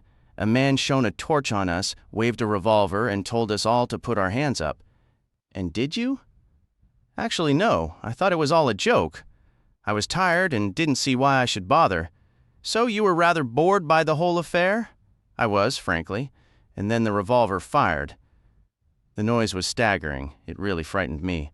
The torch swung wildly, fell, and went out, and then Mitzi started screaming. It sounded like a stuck pig. "Did you find the torch beam particularly blinding?" "Not especially. It was quite powerful, though. The flashlight beam caught Miss Bunner for an instant, and she looked positively spectral, pale and wide-eyed, her mouth agape in a perfect mask of shock." "Did the man move the light?" "Oh, yes. He swept it all around the room, as if searching for someone specific?" "Not really. I wouldn't say so." "And then what happened, Mrs. Hames?" Philippa Hames frowned slightly, recalling the chaos. Everything became a dreadful jumble after that. Edmund Swettenham and Patrick Simmons flicked on their lighters and went out into the hall, with the rest of us trailing behind. Someone opened the dining room door, the lights there were still working, and Edmund gave Mitzi a sharp slap across the face, which snapped her out of her hysterics. Things calmed down a bit after that. "You saw the deceased, yes? Was he familiar to you? Had you ever encountered him before?" "Never. Do you have any sense of whether his death was an accident or if he intended to take his own life?" "I really couldn't say." "You didn't see him during his earlier visit to the house?" "No. I understand that was mid-morning, and I wouldn't have been here. I'm out all day." "Thank you, Mrs. Hames. One last thing. Do you own any valuable jewelry, rings, bracelets, anything of that sort?" Philippa shook her head. "Just my engagement ring and a couple of brooches. And to your knowledge, was there anything of particular worth in the house?" "No, there's some decent silver, but nothing extraordinary." "Thank you, Mrs. Hames." A murder is announced. As Inspector Craddock made his way back through the kitchen garden, he nearly collided with a formidable, corseted woman whose face was flushed with indignation. "Good morning," she declared sharply. "And what might you be doing here?" "Mrs. Lucas? I'm Detective Inspector Craddock." "Oh, I see. My apologies. I don't care for strangers trespassing in my garden and distracting the help, but I suppose you have your job to do." "Quite right." "Might I ask if we should brace for another disgraceful episode like last night's at Miss Blacklock's? Is some gang on the prowl?" We are confident, Mrs. Lucas, that no gang was involved. There are far too many burglaries these days. The police have grown altogether too lax. Craddock offered no reply. I assume you've been interrogating Philippa Hames. I needed her eyewitness account. I suppose it was too much to wait until 1 o'clock. It would only be fair to question her on her own time, not during mine. I'm under pressure to return to headquarters. Not that one expects consideration anymore, or a proper day's work for that matter. Show up late, putter about for half an hour, then break for coffee at 10. The moment a drop of rain falls, all work ceases. When you finally need the lawn mowed, the mower is mysteriously broken and they always slip away 5 or 10 minutes early. Mrs. Hames mentioned she left here at 5:20 yesterday rather than 5 o'clock. Oh, I'm sure she did. To give her credit, Mrs. Hames is reasonably diligent, though there have been days I've come out here and found her utterly vanished. She is a lady by background, of course, and one feels obliged to assist these poor young war widows. Not that it isn't terribly inconvenient, those endless school holidays. The arrangement is she gets additional time off then. I suggested there are perfectly splendid camps nowadays where children can be sent. They have a marvelous time and enjoy it far more than trailing after their parents. They need hardly come home at all during the summer. But Mrs. Hames wasn't persuaded by that idea. Stubborn as a mule, that one. Just the time of year when I need the tennis court mowed and lined nearly every day. Old Ash always gets the markings crooked. But my convenience is never taken into account. I presume Mrs. Hames accepts a lower wage than is typical. Naturally. What else could she possibly expect? Nothing at all, I'm sure, said Craddock, his tone dry as dust. He couldn't help but notice a freshly planted bed of dahlias, their vibrant heads nodding in the breeze, a touch of beauty entirely lost on the woman before him. Good morning, Mrs. Lucas. A murder is announced. Part 3. It was absolutely dreadful, Mrs. Swettenham declared with a peculiar cheerfulness. Truly, utterly dreadful. My feeling is that the Gazette office should be far more selective about the advertisements they print. When I first read it, I thought it seemed very strange. I mentioned that, didn't I, Edmund? Inspector Craddock leaned forward. Can you recall precisely what you were doing when the lights failed, Mrs. Swettenham? Oh, that question takes me back. It reminds me of my old nanny's riddle. Where was Moses when the light went out? The answer, naturally, was, in the dark. And so were we, all of us just standing around wondering what on earth would occur next. Then came that electric thrill when everything plunged into absolute blackness. The door creaked open, a shadowy figure appeared with a revolver, that blazing torch beam hit us, and a threatening voice demanded, "Your money or your life?" I confess I've never been so entertained. Of course, a moment later, the whole affair turned genuinely horrifying. Real bullets whizzing right past our ears. It must have felt exactly like those commando raids during the war. Where in the room were you positioned at that moment, Mrs. Swettenham? Standing or sitting? Let me think. Where was I? Who was I speaking with, Edmund? I haven't the faintest idea, Mother. Was I asking Miss Hinchliff about adding cod liver oil to the hen's feed for the winter? Or was it Mrs. Harmon? No, she had only just come in. I believe I was telling Colonel Easterbrook that housing an atomic research station right here in England seemed terribly risky. In my opinion, it ought to be on some remote island, in case the radioactivity ever escapes containment. The specific position is what matters. Do you remember if you were seated or on your feet?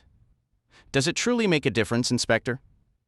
I was somewhere near the window or perhaps the fireplace because I distinctly remember being close to the clock when it chimed. Such a suspenseful moment, waiting to see if something dramatic was about to unfold. You described the torchlight as blinding. Was it aimed directly at you?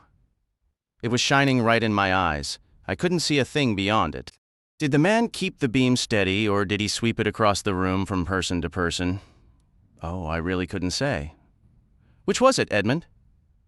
It moved quite slowly over everyone, Edmund replied. I suppose he was checking what we were all doing to prevent anyone from trying to rush him. And your own location at the time, Mr. Swettenham? I had been conversing with Julia Simmons. We were both standing in the center of the main room. Was everyone gathered in that room, or was someone in the adjoining one? I believe Philippa Hames had gone in there. She was over by the far mantelpiece, seemingly searching for something she'd dropped, a hairpin, perhaps. Do you have any opinion on whether the third shot was a suicide or an accident? None whatsoever. The man seemed to spin around very abruptly and then just collapsed, but it was all terribly confused. You must understand, visibility was practically zero.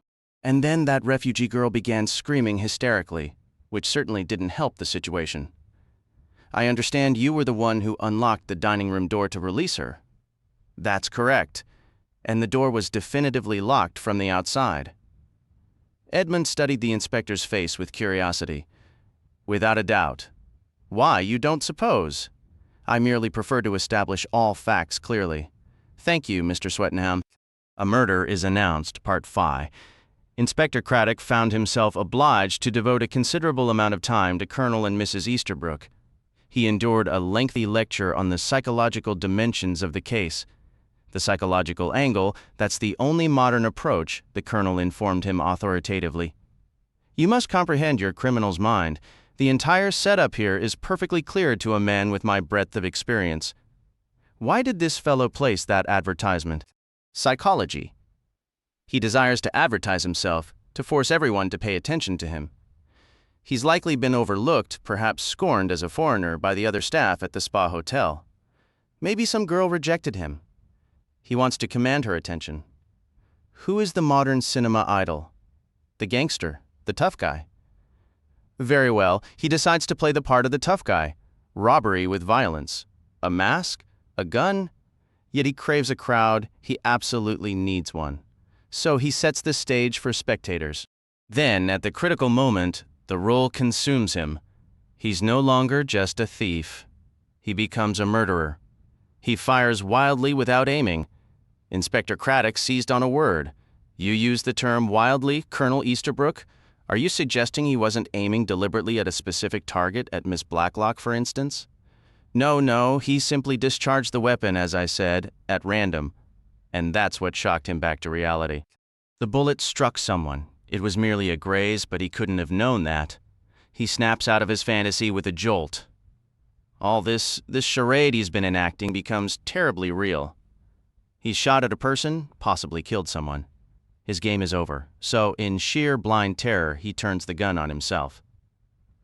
Colonel Easterbrook paused, cleared his throat with evident satisfaction, and declared, "Clear as day. That's what it is, clear as day." "It's truly remarkable," said Mrs. Easterbrook, her voice glowing with admiration. "How you can piece together exactly what occurred, Archie?" Inspector Craddock also found it remarkable, though his appreciation was somewhat cooler. "Could you specify precisely where you were standing in the room, Colonel, when the shooting happened?" "My wife and I were over by a central table with a floral arrangement. I clutched your arm, remember, Archie, when it started?" Mrs. Easterbrook interjected. "I was absolutely terrified. I simply had to hold on to you." "Poor dear," said the Colonel indulgently. The inspector located Miss Hinchliffe down by a pig pen. "Fine animals, pigs," remarked Miss Hinchliffe, scratching a creased pink back. "Putting on weight nicely, isn't he? Should make for excellent bacon around the holidays. Now, what did you need me for?" "I told your officers last night I haven't the foggiest notion who the man was. Never spotted him lurking about the area or anything of the sort. Our Mrs. Mop insists he was from one of the large hotels over in Medenham Wells. Honestly, if he wanted a decent haul, why not target someone there? Would have been far more profitable." That point was irrefutable. Craddock moved on with his questions. "Where were you positioned when the event occurred?" "Event? Takes me back to my civil defense days. Saw some real events then, I can tell you. You want to know where I was when the firing started?" "Yes." "Propped against the fireplace, desperately hoping someone would offer me a drink soon," Miss Hinchliffe replied without hesitation. An unexpected memory flashed through her mind then, a sudden sharp recollection of the smell of gunpowder mixing with the scent of chrysanthemums on the table, a bizarre sensory detail that made the whole scene feel even more surreal. "In your opinion, were the shots fired indiscriminately, or were they carefully aimed at one individual?" You mean aimed at Letty Blacklock? How on earth should I know? It's terribly difficult to untangle what you actually perceived once everything is finished. All I recall is the lights went out, that torch started spinning around blinding everybody, then the shots rang out. My immediate thought was, if that idiotic young Patrick Simmons is clowning around with a loaded pistol, someone is going to get hurt. You assumed it was Patrick Simmons? Well, it seemed the logical guess. Edmund Swettenham is the cerebral type, writes books. Doesn't go in for rough antics. Old Colonel Easterbrook wouldn't find that sort of thing amusing. But Patrick? He's a reckless sort. I owe him an apology for the assumption, though. Did your friend share that suspicion? Murgatroyd? You'd best ask her yourself. Not that you'll get a coherent story. She's down in the orchard. I can shout for her if you like. Miss Hinchliff raised her formidable voice in a powerful roar. Hey, Murgatroyd! Coming! Came a faint, fluting reply. Step on it, police, bellowed Miss Hinchliff. Miss Murgatroyd arrived at a brisk jog, quite out of breath. Her skirt hem was drooping, and strands of hair were escaping from a failing hairnet. Her round, cheerful face was alight with excitement. Is this Scotland Yard? She panted. I had no idea. Otherwise, I'd have stayed right at home. We haven't brought in Scotland Yard, Miss Murgatroyd. I'm Inspector Craddock from Milchester. Oh, that's a relief, Miss Murgatroyd replied, her thoughts seeming elsewhere. Have you discovered any leads? He wants to know where you were when it all happened, Murgatroyd, Miss Hinchliff cut in, giving Craddock a knowing glance. Oh my goodness, Miss Murgatroyd gasped. Naturally. I should have been ready. Alibis, of course. Let me think, I was just with everyone, wasn't I? You certainly weren't with me, Miss Hinchliff stated. Oh dear, Hinch, wasn't I? No, of course not. I'd been looking at the chrysanthemums. Rather disappointing blooms, honestly. And then the whole commotion started, though I didn't truly grasp it was happening. I never imagined it was a real gun. It was all so confusing in the dark and that awful screaming. I completely misunderstood, you see. I thought she was the one being killed, the refugee girl, I pictured her throat being slit somewhere across the hall. I had no idea it was him. In fact, I didn't even realize a man was involved. It was just a voice, really, saying, Hands up, please. Stick 'em up. Miss Hinchliff corrected sharply, and there wasn't a hint of please in it. It's dreadful to admit, but until that girl began screaming, I was actually having a bit of fun, though the darkness was terribly inconvenient, and I took a knock on my corn. Absolute agony. Is there anything else you need from me, Inspector? No, Inspector Craddock replied, studying Miss Murgatroyd thoughtfully. I don't believe there is. Her companion let out a short, dry laugh. He's got your measure, Murgatroyd. I assure you, Hinch, said Miss Murgatroyd, I am entirely willing to offer any assistance I can. That's not what he's after, Miss Hinchliff said. She turned to the inspector. If you're working your way around the neighborhood, you'll probably head to the vicarage next. You might learn something there. Mrs. Harmon appears as scatterbrained as they come, but I've sometimes thought there's a sharp mind behind it. She's got a certain insight, at any rate. As they watched Inspector Craddock and Sergeant Fletcher walk away, Amy Murgatroyd whispered breathlessly, Oh, Hinch, was I terribly foolish? I get so flustered. Not at all, Miss Hinchliff said with a smile. All things considered, I'd say you handled it rather well. Inspector Craddock felt an immediate liking for the big, worn-out room. It held a comforting resemblance to his own family home in the countryside. Faded fabrics, comfortable old chairs, books and flowers scattered about, and a spaniel curled in its basket. Mrs. Harmon, with her distracted manner, slightly untidy appearance, and earnest expression, struck him as genuinely kind. Yet she confessed right away, I'm afraid I won't be much help. I shut my eyes tight. I can't stand being blinded. Then the shots rang out, and I squeezed them shut even harder, and I kept thinking, oh, how I wished it had been a quiet murder. I really don't care for loud noises. So you didn't witness anything? The inspector said, offering a sympathetic smile. But you heard the events? Oh yes, there was plenty to hear. Doors banging, people saying ridiculous things, gasps, and old Mitzi wailing like a train whistle, and poor Bunny letting out a squeal like a caught rabbit. Everyone was jostling and tripping over each other. Anyway, when it seemed the banging had stopped, I finally opened my eyes. Everyone was already out in the hall by then, holding candles. Then the lights flickered back on, and suddenly everything felt normal again. Well, not truly normal, but we were ourselves, not just strangers in the dark. People in the dark become entirely different, don't you think? I believe I understand what you mean, Mrs. Harmon. Mrs. Harmon gave him a grateful smile. And there he was, she continued. A rather shifty-looking foreign man, all flushed and shocked, lying there dead with a revolver beside him. It didn't seem to add up somehow. It didn't add up for the inspector either. The entire affair left him deeply unsettled. Craddock placed the typed summaries of the interviews on the chief constable's desk.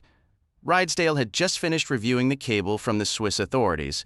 So he had a record after all, Rydesdale remarked. Exactly as we suspected. Indeed, sir. Jewelry fraud, falsified records, bad checks. The man was clearly dishonest. In minor schemes, yes, sir. Precisely, and minor schemes often pave the way for larger ones. I'm not entirely convinced, sir. The chief constable glanced up. Something troubling you, Craddock? There is, sir. Why, the narrative appears straightforward, or does it? Let's review what these witnesses told you. He pulled the report closer and skimmed it quickly. The usual contradictions, people never recall moments of panic the same way, yet the core sequence seems clear. I understand, sir, but it feels off. It's the wrong shape if you follow my meaning. Then examine the established facts. Rudy Schertz boarded the 5:20 bus from Maidenham to Chipping Cleghorn, arriving at 6. The conductor and 2 passengers confirmed this. From the stop, he walked toward Little Paddocks. He entered the house without significant trouble, likely through the front door. He threatened the gathering with a revolver, fired 2 shots, one grazing Miss Blacklock, then died from a 3rd shot. Whether that final shot was an accident or intentional, we lack the evidence to determine. His motives are, I concede, profoundly unclear. But motive isn't always our burden to solve. A coroner's jury may rule suicide or accidental death. Either way, for our purposes, the case is closed. We can write finis.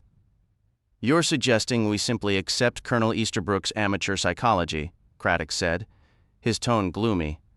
Rydesdale offered a faint smile. The colonel has likely seen his share of life.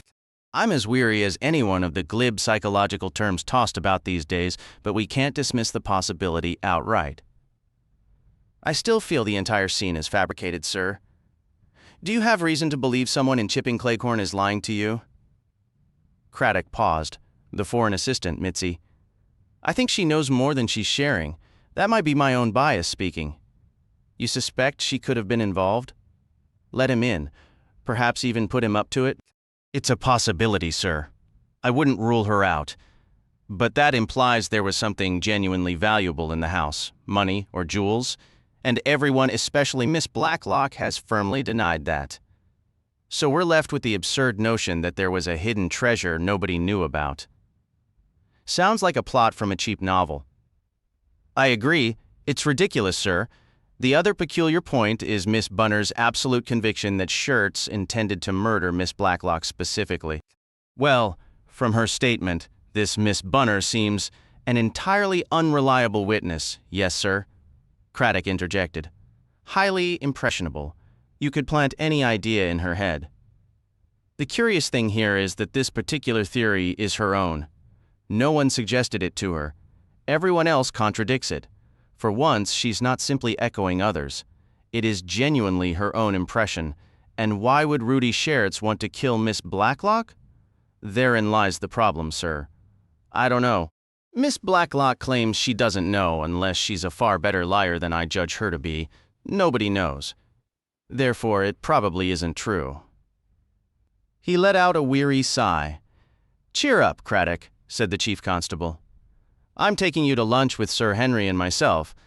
The best meal the Royal Spa Hotel in Meadenham Wells can muster. Thank you, sir, Craddock replied, a note of surprise in his voice.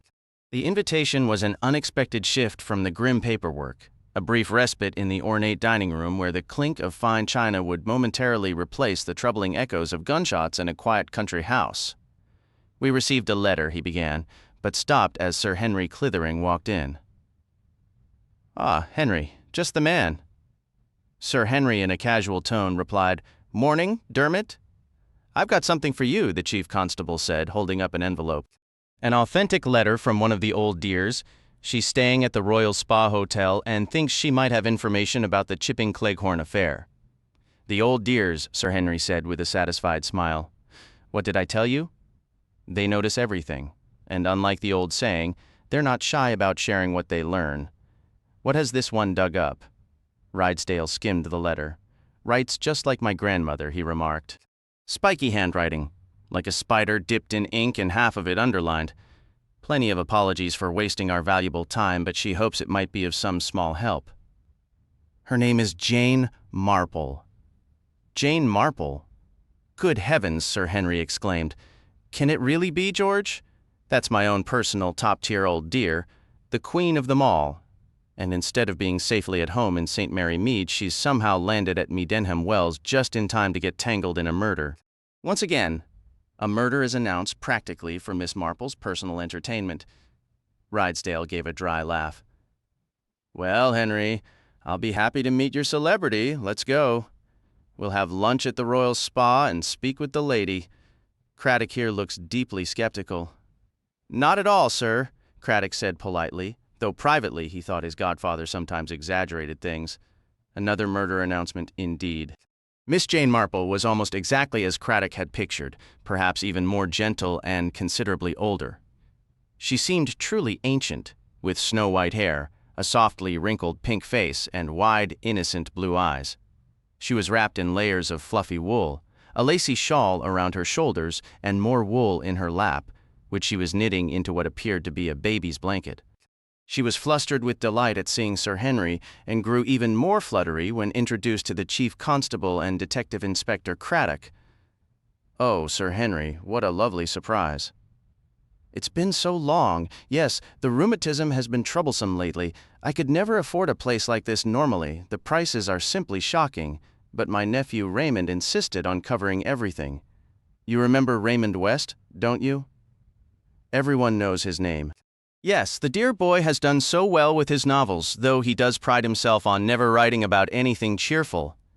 And his wife is becoming quite a famous artist, mostly paintings of wilting flowers and broken combs on windowsills. I never like to say, but I still prefer the old masters. Oh, listen to me chatter. And the Chief Constable himself. I never expected. I do hope I'm not taking up your time? Completely batty, Craddock thought to himself, unimpressed. Let's use the manager's sitting room, Rydesdale suggested. We can talk more comfortably there.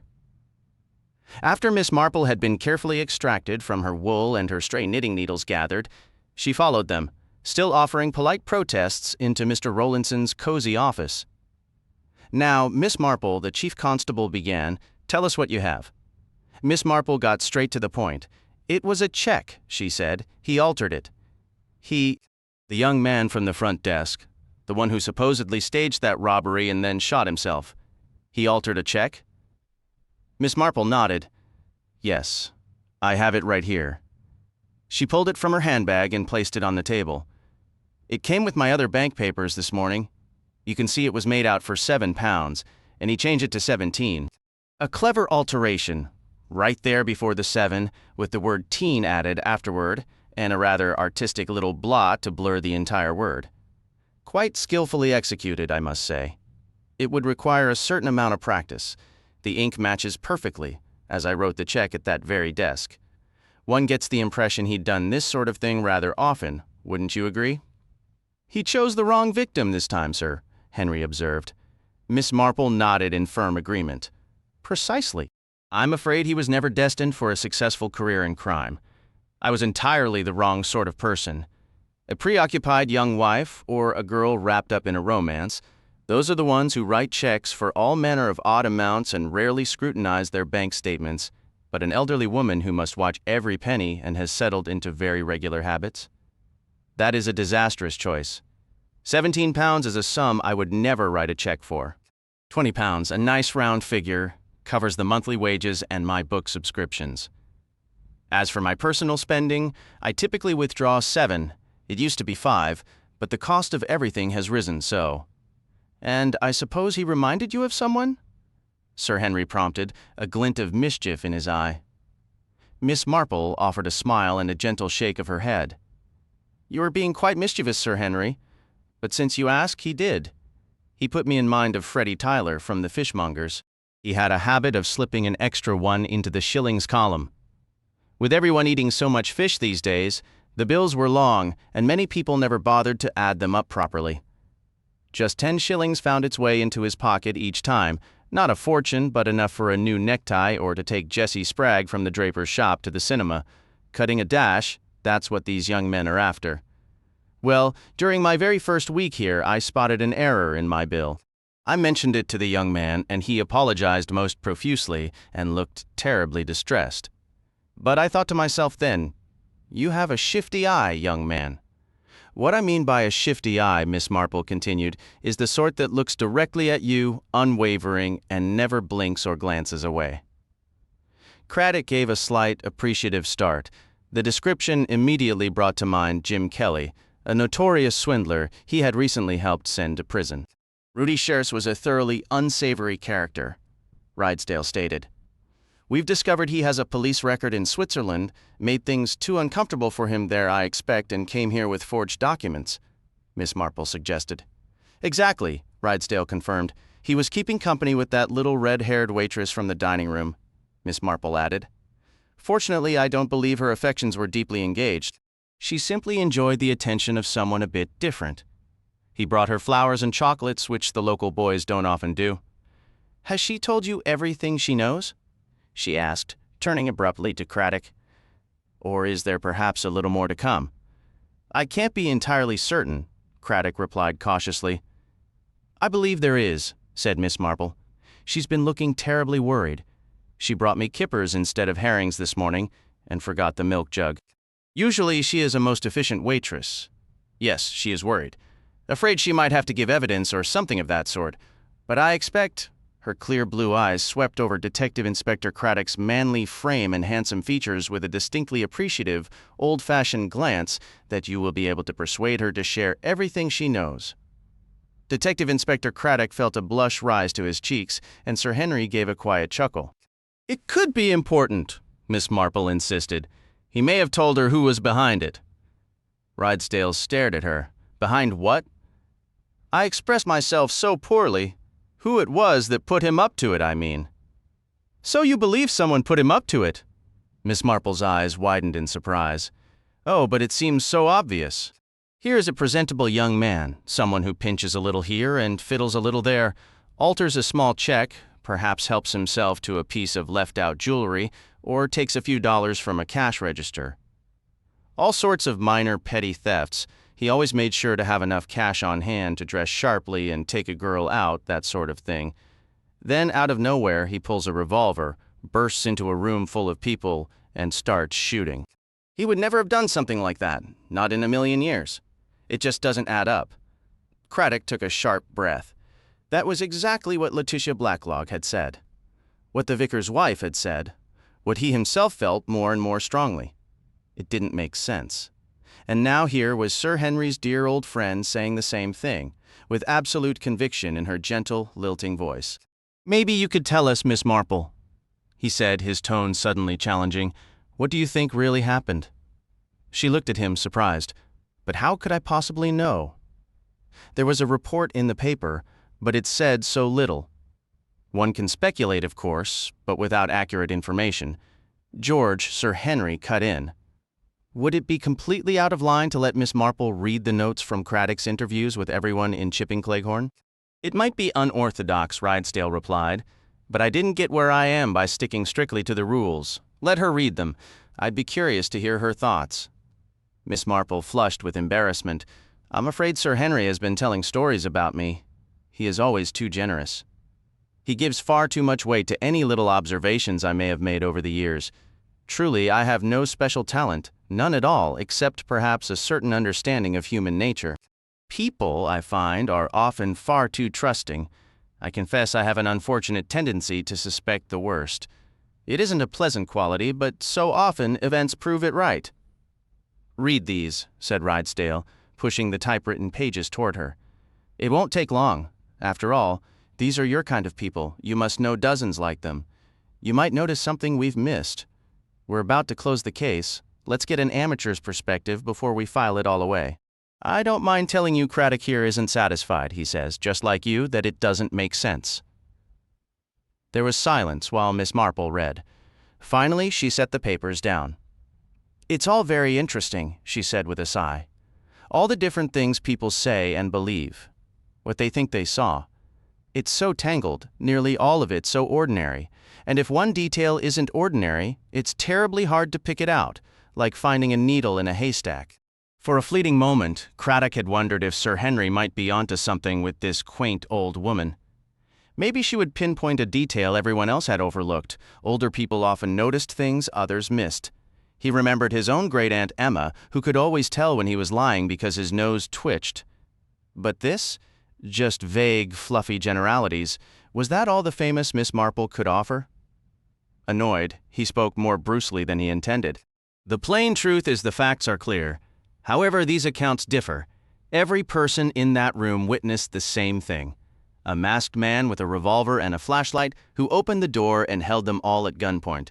Whether they remember him saying "stick 'em up" or "your money" or "your life" or whatever hold-up phrase comes to their mind, they all saw him. But surely, Miss Marple said softly, they couldn't actually have seen anything at all. Craddock held his breath. She understood. She was sharp, after all. He had been testing her with that speech, and she hadn't taken the bait. It didn't change what happened, but she had realized, just as he had, that none of those people could have truly seen the masked man who supposedly held them up. "If I've got it straight," Miss Marple said, a rosy flush coloring her cheeks, her eyes bright and delighted as a child's, there was no light in the hallway outside, nor on the upstairs landing either? That's correct, Craddock confirmed. So if someone stood in that doorway and shone a powerful flashlight into the room, all anyone would see is the beam itself, isn't that right? Exactly. They couldn't see a thing beyond it. I tested the idea myself. Which means, Miss Marple continued, when several people claim they saw a masked figure and so forth, they're actually, without realizing it, describing what they saw later, after the lights came back on. It all fits together rather neatly, doesn't it? If we assume Rudy Shares was what I believe is called the fall guy. Rydesdale stared at her in such astonishment that her cheeks grew even pinker. "I may have the term wrong," she murmured apologetically. "I'm not terribly adept with American slang, and I understand it evolves quite rapidly. I picked it up from one of Mr. Dashiell Hammett's novels. My nephew Raymond informs me he is considered the pinnacle of what's termed the hard-boiled school of fiction. A fall guy, as I understand it, refers to someone who takes the blame for a crime actually committed by another. This Rudy Shares strikes me as precisely that type. Rather gullible, you know, but brimming with greed and likely very easily persuaded." Rydesdale offered a tolerant smile. "Are you suggesting someone talked him into going out and taking random shots at a room full of people? That seems a rather large demand." "I believe he was told it was a prank," Miss Marple explained. "He was paid for it, of course, paid to place the newspaper notice, to scout the property beforehand, and then, on the night in question, he was to go there, put on a mask and a dark cloak, throw open the door, wave the flashlight about, and shout, 'Hands up,' and fire a gun?" No, Miss Marple corrected gently. "He never had a gun at all. But everyone insists," Rydesdale began, then stopped himself. "Precisely," Miss Marple said. "Nobody could possibly have seen a revolver, even if he had been holding one. And I don't think he was. I believe that after he shouted 'hands up,' someone moved quietly behind him in the dark and fired those 2 shots over his shoulder. It must have terrified him. As he spun around, that other person shot him and then let the revolver fall beside his body." The 3 men looked at her. Sir Henry said quietly, "It's a plausible theory. But who is this mysterious person who approached in the darkness?" asked the chief constable. Miss Marple gave a slight cough. "You'll have to discover from Miss Blacklock who might wish her dead?" Good for old Dora Bunner, Craddock thought. Instinct over intellect every single time. "So you believe it was a deliberate attempt on Miss Blacklock's life?" Rydesdale pressed. "It certainly has that appearance," Miss Marple conceded. "Though there are 1 or 2 puzzling aspects, what I was really pondering was whether there might be a quicker path to the truth. No doubt whoever arranged this with Rudy Shares instructed him to keep quiet, and perhaps he did. But if he spoke to anyone, it would likely have been that young woman, Myrna Harris. And he might, just might, have let slip some hint about the sort of person who proposed the whole scheme." "I'll speak with her immediately," said Craddock, rising. Miss Marple nodded. "Yes, do, Inspector. I'll feel much easier once you have. Because once she's told you whatever she knows, she'll be in far less danger." "Safer?" Yes, I take your meaning. He left the room. The chief constable said, with a mixture of doubt and tact, "Well, Miss Marple, you've certainly given us plenty to consider." "I'm ever so sorry about it, really I am," Myrna Harris said. "It's awfully decent of you not to be cross. But you see, my mum is the sort who fusses endlessly over everything. It certainly seemed like I had been, as they say, an accomplice before the crime. The phrase came so easily to her lips. I was terrified you wouldn't believe me when I insisted I thought it was all just a silly prank." Inspector Craddock repeated the calming assurances that had finally persuaded Myrna to talk. "I'll tell you everything, but please, for my mother's sake, keep my name out of it if you can. It began when Rudy canceled our plans. We were supposed to go to the movies, and when he backed out, I was quite short with him. I don't appreciate being ditched, especially by someone from out of town. He claimed it wasn't his fault, and I told him that was a hard story to swallow. Then he admitted he had a bit of a scheme lined up for that night, something that would pay, and he asked how I'd like a new wristwatch. Naturally, I asked what kind of scheme. He told me to keep it quiet, but there was supposed to be a gathering somewhere, and he was going to fake a robbery. He even showed me the advertisement he'd placed, and I had to laugh. He was dismissive about the whole thing, calling it childish nonsense, just the sort of amateur dramatics the English loved, he said. Well, I gave him a piece of my mind for that comment, and we had a bit of a spat before making up. But you see, sir, when I read the news and realized it wasn't a joke at all, that Rudy had actually shot someone and then himself, I was paralyzed. I feared if I admitted I knew beforehand, it would look like I was involved. When he told me, I truly believed it was all in fun. I would have sworn on it. I didn't even know he owned a gun. He never mentioned bringing a revolver. After offering more comfort, Craddock pressed the key question. Who did he say arranged this party? But there, he hit a wall. He never gave a name. I suppose no one did, really. It was just his own idea. He didn't mention anyone? Not even a he or she? Nothing. He just said it was going to be a riot. I'll laugh myself sick seeing their faces. That's what he told me. He didn't get much time for laughter, Craddock reflected grimly. It's merely a hypothesis, Rydesdale said as they drove back to Meadenham. No evidence to back it up. We could dismiss it as an overactive imagination and be done. I'd prefer not to, sir. It seems highly unlikely. A mysterious figure appearing from the shadows behind our Swiss acquaintance. Where did he come from? Who was he? Where had he been hiding? He could have entered through the side door, Craddock suggested, just as Schertz did, or he added thoughtfully, he could have come from the kitchen. You mean she could have come from the kitchen? Yes, sir. It's a possibility. I've never been easy about that girl. She strikes me as a nasty piece of work. All that screaming and carrying on, it could have been an act. She might have manipulated that young man, let him in at the precise moment, set the whole scene, shot him, dashed back to the dining room, snatched up her polishing cloth and silver, and launched into her hysterics. Against that, we have the statement from Edmund Swettenham that the key was in the lock on the outside of the door and that he turned it to free her. Is there another door to that part of the house? Yes, there's a door under the stairs leading to the back staircase and kitchen, but the handle came off weeks ago and hasn't been fixed. You can't open it. That part of the story checks out. The spindle and handles were on a shelf in the hall, covered in dust. Of course, a professional would know how to manage such a door. Look into the girl's background. The chief constable glanced at his subordinate. Check her documentation, but honestly, this entire theory feels rather academic to me. Inspector Craddock met his superior's gaze. I understand, sir. If you believe the investigation should conclude, I'll comply. However, I would value the opportunity to pursue a few remaining lines of inquiry for a short while longer. To his slight surprise, the chief constable gave a quiet nod of approval. Stay with it, then. There's the matter of the firearm, Craddock continued. If our hypothesis is correct, that weapon did not belong to Rudy Schertz. Thus far, no one has been able to confirm he ever possessed a revolver. It's a German model. True, sir, but the country is awash with Continental firearms brought back by servicemen and tourists.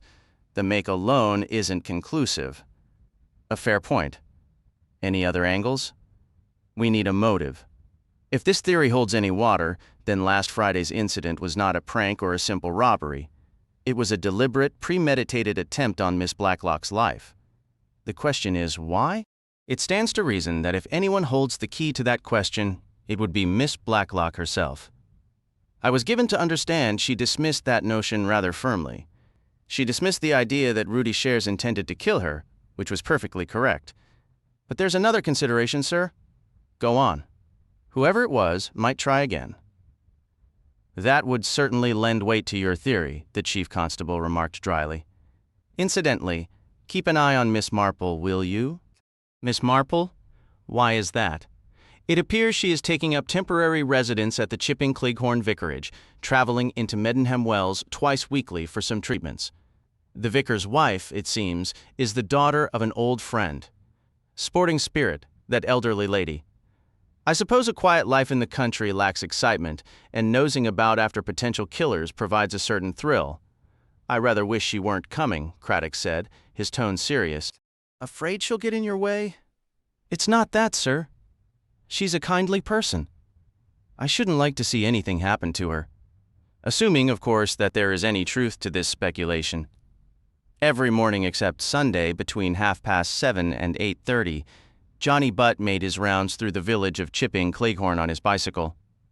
He whistled tunelessly through his teeth, stopping at each house to push the ordered morning papers through the letter slot. Colonel and Mrs. Easterbrook received the Times and the Daily Graphic. Mrs. Swettenham took the Times and the Daily Worker. The cottage shared by Miss Hinchliff and Miss Murgatroyd received the Daily Telegraph and the News Chronicle. For Miss Blacklock, it was the Telegraph, the Times, and the Daily Mail. And every Friday, to nearly every household in the village, he also delivered a copy of the North Benham News and Chipping Cleghorn Gazette, referred to locally simply as the Gazette. On these mornings, after a quick scan of the national headlines in their daily paper, Crisis Abroad, United Nations assemblies, sensational crime stories, or industrial disputes, most residents of Chipping Cleghorn turned eagerly to the Gazette to immerse themselves in local affairs. A brief look at the correspondence column, where the simmering rivalries and deeply held grievances of village life were aired publicly, usually sufficed. Then 9 out of 10 readers would turn directly to the personal announcements. Here, a jumble of notices was gathered. Items for sale or wanted, desperate pleas for domestic help, numerous advertisements concerning dogs, announcements about poultry and gardening supplies, and various other snippets of keen interest to the inhabitants of their small community. It was in this section, amidst the mundane, that the truly startling could sometimes appear. That Friday, October 29th, proved to be just like any other. Mrs. Swettenham brushed a few soft gray curls from her temple and unfolded the Times. Her eyes scanned the front page with little interest, thinking, not for the first time, that if there was any real news to be had, the paper had done a masterful job of hiding it behind impeccable prose. She dutifully glanced over the announcements of births, marriages, and deaths, lingering as always on the last before setting the broadsheet aside with a sigh of relief. Eagerly, she picked up the local Chipping Cleghorn Gazette and was immediately absorbed in the personal column. Her son Edmund wandered in just then. "Good morning, dear," she said, not looking up. "The Smedleys are finally parting with their Daimler." "A 1935 model, goodness. That's practically an antique, isn't it?" Edmund merely grunted in reply. He poured himself a cup of coffee, helped himself to 2 kippers from the chafing dish, and sat down. Propping his copy of the Daily Worker against the toast rack, he began to read. Mrs. Swettenham, meanwhile, continued her commentary. "Bull Mastiff puppies," she read aloud. "However do people afford to feed such enormous creatures now? I simply can't imagine. Oh, and Selina Lawrence is advertising for a cook again. I could save her the trouble. Placing an ad these days is utterly pointless unless you include an address. Servants insist on knowing where they're going. A respectable neighborhood is half the battle, false teeth. Why is there always such a demand? Best prices paid, beautiful bulbs, our special selection. Those sound reasonably priced, I must say. Here's a girl seeking an interesting post would travel. Well, wouldn't we all? Dachshunds." She paused, her nose wrinkling slightly. "I've never really taken to them. It's not because they're German, we're quite past all that nonsense. I just don't find them appealing." "Yes, Mrs. Finch?" The door had opened to reveal the formidable head and shoulders of their housekeeper, adorned with a rather worn velvet beret. "Good morning, madam," said Mrs. Finch. "Shall I clear?" "Not just yet, we haven't quite finished," Mrs. Swettenham replied, her tone suddenly ingratiating. She shot a glance at Edmund and his newspaper. Mrs. Finch sniffed audibly, her expression one of profound disapproval, and withdrew. "I've only just sat down," Edmund protested, just as his mother said, "I do wish you wouldn't read that dreadful paper, Edmund. Mrs. Finch finds it deeply offensive." "What my political views have to do with Mrs. Finch is utterly beyond me." "And it isn't," his mother continued undeterred, "as though you were some sort of laborer. You don't do any real work." "That is patently untrue," Edmund retorted, his indignation rising. "I am writing a book which requires considerable intellectual labor." "I meant proper work," Mrs. Swettenham clarified with a dismissive wave. "And Mrs. Finch matters a great deal. If she takes a dislike to us and leaves, who on earth would we get to replace her? We'd be utterly stranded." "You could always advertise in the Gazette," Edmund suggested, a mischievous grin spreading across his face. "I've just explained why that's useless. Oh, it's a tragedy, unless one has a devoted old nanny tucked away in the family, someone who will simply march into the kitchen and take over. One is completely sunk." "Well, why don't we have one?" "A shocking lack of foresight on your part, Mother." "What were you thinking?"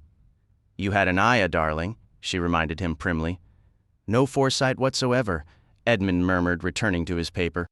His mother was already submerged again in the personal notices. Second-hand motor mower for sale. Now, I wonder, good heavens, what an outrageous price. More deductions. Is there no end to them? Do write or communicate desperate woggles. What perfectly absurd nicknames people choose. Cocker spaniels. Do you remember our darling Susie, Edmund? She was practically human. Understood every single word you said to her. Sheraton sideboard for sale. Genuine family antique. Mrs. Lucas Deas Hall. What a barefaced liar that woman is. Sheraton, indeed. Mrs. Swettenham gave another delicate sniff and read on. All a mistake, darling. Undying love. Friday, as usual. J, a lover's quarrel, I suppose.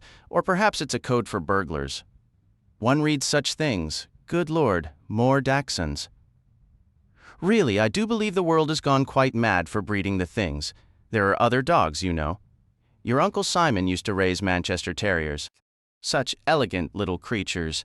I do prefer a dog with proper legs. A lady traveling overseas is selling her navy blue two-piece suit. No size or price listed. An engagement is announced. No, a murder. What? Good heavens. Edmund, you must hear this. A murder is announced and will occur on Friday, October 29th at Little Paddocks at 6:30 in the evening. Friends, kindly accept this as the sole notification. How utterly bizarre. Edmund. What is it? Edmund glanced up from his paper. Friday, October 29th. Why, that's today. Let me look. Her son took the newspaper from her. But what on earth does it mean? Mrs. Swettenham inquired with keen interest. Edmund Swettenham rubbed his chin thoughtfully. Some kind of party, I imagine. The murder mystery game, that sort of affair. Oh, said Mrs. Swettenham, sounding uncertain. It seems a very peculiar way to go about it, simply placing it in the classifieds like that. Not at all like Letitia Blacklock, who always struck me as such a practical person. Probably organized by those lively young people staying with her. It's dreadfully short notice, today, of all days. Do you suppose we're simply expected to show up? It states, friends, please accept this, the only intimation, her son noted. Well, I find these modern casual methods of issuing invitations quite irritating, Mrs. Swettenham declared firmly. Very well, Mother, you don't have to attend. No, Mrs. Swettenham agreed. A silence fell between them. Do you truly want that last piece of toast, Edmund? I should think my getting proper sustenance matters more than allowing that sour old woman to clear the table a minute earlier. Hush, dear, she'll hear you, Edmund. What exactly happens at one of these murder games? I'm not entirely sure. They pin notes on you or something similar. No, I believe you draw lots from a bowl. Someone is the victim. Another is the detective. Then they switch off the lights, someone taps your shoulder, and you're meant to scream, collapse, and pretend you're dead. It sounds rather thrilling, actually. More likely a dreadful bore. I'm not going. Don't be absurd, Edmund, said Mrs. Swettenham with finality. I'm going, and you are coming with me. That is settled. A murder is announced. Chapter 9. About the door. I apologize for disturbing you again, Miss Blacklock. It's quite all right. I assume since the inquest was postponed for a week, you are hoping to uncover further evidence? Detective Inspector Craddock nodded. To start with, Miss Blacklock, Rudy Schertz was not the son of the owner of the Hotel des Alpes in Montreux. He appears to have begun his career as an orderly in a burn hospital. A number of patients there noticed small pieces of jewelry going missing. Under a different alias, he worked as a waiter at a modest winter resort. His specialty there involved creating duplicate restaurant checks, with extra items on one bill that didn't appear on the other. The difference naturally went into his own pocket. After that, he was employed at a Zurich department store. Their losses from shoplifting were notably higher during his tenure. It seems probable the shoplifting wasn't solely the work of customers. He was a collector of misplaced valuables, in other words, said Miss Blacklock wryly. So I was correct in believing I had never seen him before. You were entirely correct. No doubt someone pointed you out to him at the Royal Spa Hotel, and he pretended to recognize you. The Swiss police had begun to make his own country rather uncomfortable for him, so he came here with an excellent set of forged documents and took a position at the Royal Spa. A rather promising hunting ground, Miss Blacklock observed dryly. It's terribly expensive, and very wealthy people stay there. I expect some are rather inattentive about their accounts. Yes, said Craddock. The prospects for a profitable haul were good. Miss Blacklock was frowning. I understand all that, she said. But why come to Chipping Cleghorn? What could he possibly believe we have here that would be better than the affluent Royal Spa Hotel? You maintain your statement that there is nothing of particular value in this house. Of course there isn't, I would certainly know. I can assure you, Inspector, we don't have some undiscovered masterpiece by Rembrandt or anything of that sort hidden away here. Then it would appear, wouldn't it, that your friend Miss Bunner was correct? He came here with the intention of harming you. There. Letty, I told you so. Oh, don't be ridiculous, Bunny. But is it ridiculous? Craddock asked. I believe you see that it's the truth? Miss Blacklock stared at him intently. Let's be perfectly clear. You genuinely think this young man traveled out here, after first arranging, via a newspaper notice, for half the village to show up at that exact moment, buzzing with curiosity. But he might not have intended that to happen, Miss Bunner interjected eagerly. It could have been a kind of dreadful warning meant for you, Letty. That's how I interpreted it immediately.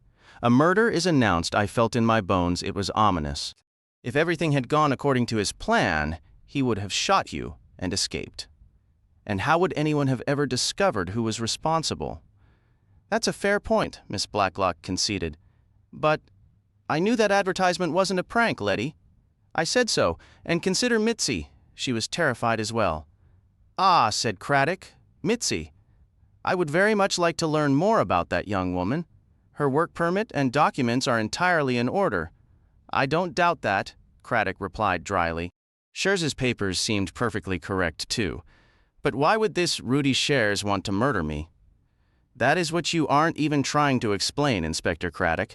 There may have been someone behind Scherz, Craddock said slowly. Have you considered that possibility? He used the words figuratively, though it occurred to him that if Miss Marple's theory was right, the statement would be literally true as well. Regardless, the words made little impact on Miss Blacklock, who remained skeptical. The central question remains the same, she stated. Why on earth would anyone wish to murder me? It's the answer to that question I need you to provide, Miss Blacklock. Well, I cannot. That's final. I have no enemies. To the best of my knowledge, I've always maintained perfectly cordial relations with everyone around here. I am not in possession of any damaging secrets about anyone. The entire notion is preposterous. And if what you're implying is that Mitzi is involved in this, that is equally absurd. As Miss Bunner just told you, she was absolutely terrified when she saw that notice in the Gazette. She actually wanted to pack her bags and leave the house immediately. That could have been a clever maneuver on her part. She may have known you would insist she stay. Of course, if your mind is already made up, you'll find a way to explain everything. But I assure you, if Mitzi had taken some irrational dislike to me, She might possibly try to poison my supper, but I am quite certain she would not engage in all this elaborate theatrical nonsense. The whole idea is ludicrous. I believe you police have developed an anti-foreigner complex. Mitzi may tell lies, but she is not a cold-blooded killer. Go and badger her if you must. But after she storms off in a huff or locks herself in her room sobbing, I have half a mind to make you cook dinner yourself. Mrs. Harmon is bringing an elderly lady who is visiting her over for tea this afternoon, and I had hoped Mitzi would bake some petits fours, but I suppose you will upset her entirely. Can't you possibly go and suspect somebody else? Craddock made his way to the kitchen. He asked Mitzi the same questions he had posed before and received identical answers. Yes, she had locked the front door shortly after 4 o'clock. No, she did not always do so, but that afternoon she had been nervous because of that dreadful advertisement. It was pointless to lock the side door because Miss Blacklock and Miss Bunner went out that way to secure the duck pen and feed the chickens, and Mrs. Hames usually entered from there after work. Mrs. Hames states she locked the door when she came in at 5:30. Ah, and you believe her? Oh yes, you believe her. Do you think we should not believe her? What does it matter what I think? You won't believe a word I say. Try us. Do you think Mrs. Hames locked that door? I think she was very careful not to lock it. What are you implying? Craddock pressed. That young man didn't act alone. He knew exactly where to go, and he knew a door would be left open for him. Oh, so conveniently open. What exactly are you suggesting? What's the point? You won't listen. You see a poor refugee girl and assume I lie? But a fair-haired English lady? Oh no, she would never lie. She's so British, so honest, so you believe her instead of me. But I could tell you things. Yes, I certainly could. She slammed a saucepan onto the stove. Craddock debated whether this was just a torrent of resentment or something more. We consider everything we're told, he said evenly. I won't tell you anything now. Why should I? You're all the same. You look down on refugees. If I told you that a week ago, after that young man came asking Miss Blacklock for money, and she sent him away, as you say, with a flea in his ear, if I said I then heard him talking with Mrs. Hames out in the summer house, you'd just accuse me of inventing it. Which you probably are, Craddock thought, but aloud he said, you couldn't possibly have heard a conversation from the summer house. Ah, but you're wrong, Mitzi cried triumphantly. I went out to pick nettles. They make a lovely vegetable, you know. They'd never believe it, but I cook them and don't tell a soul. And I heard them talking in there. He said, but where can I hide? And she answered, I'll show you then, she said. At 6:15, I thought to myself, so that's how you are, my fine lady. After work, you sneak out to meet a man. You'll bring him right into the house. I figured Miss Blacklock wouldn't like that one bit. She'd send you packing. I decided to watch and listen, and then I'd tell her everything. But now I see I was mistaken. It wasn't a romance she was planning with him, it was robbery and murder. And you'll just say I made it all up, wicked Mitzi, you'll say. Let's lock her up, Craddock considered. She might be fabricating the whole story, but then again, she might not. He chose his words carefully. You're certain it was Rudy Shirts she was speaking with? Of course I'm certain. I saw him leave and walk from the driveway straight to the summer house. And then, Mitzi added defiantly, I went out to see if there were any nice, tender young nettles. The inspector wondered briefly if there would even be tender young nettles in October. He understood she'd needed a quick excuse for what was clearly just snooping. Did you hear anything beyond what you've told me? Mitzi looked offended. That Miss Bunner, the one with the long nose, she started calling and calling for me. Mitzi! Mitzi! So I had to go.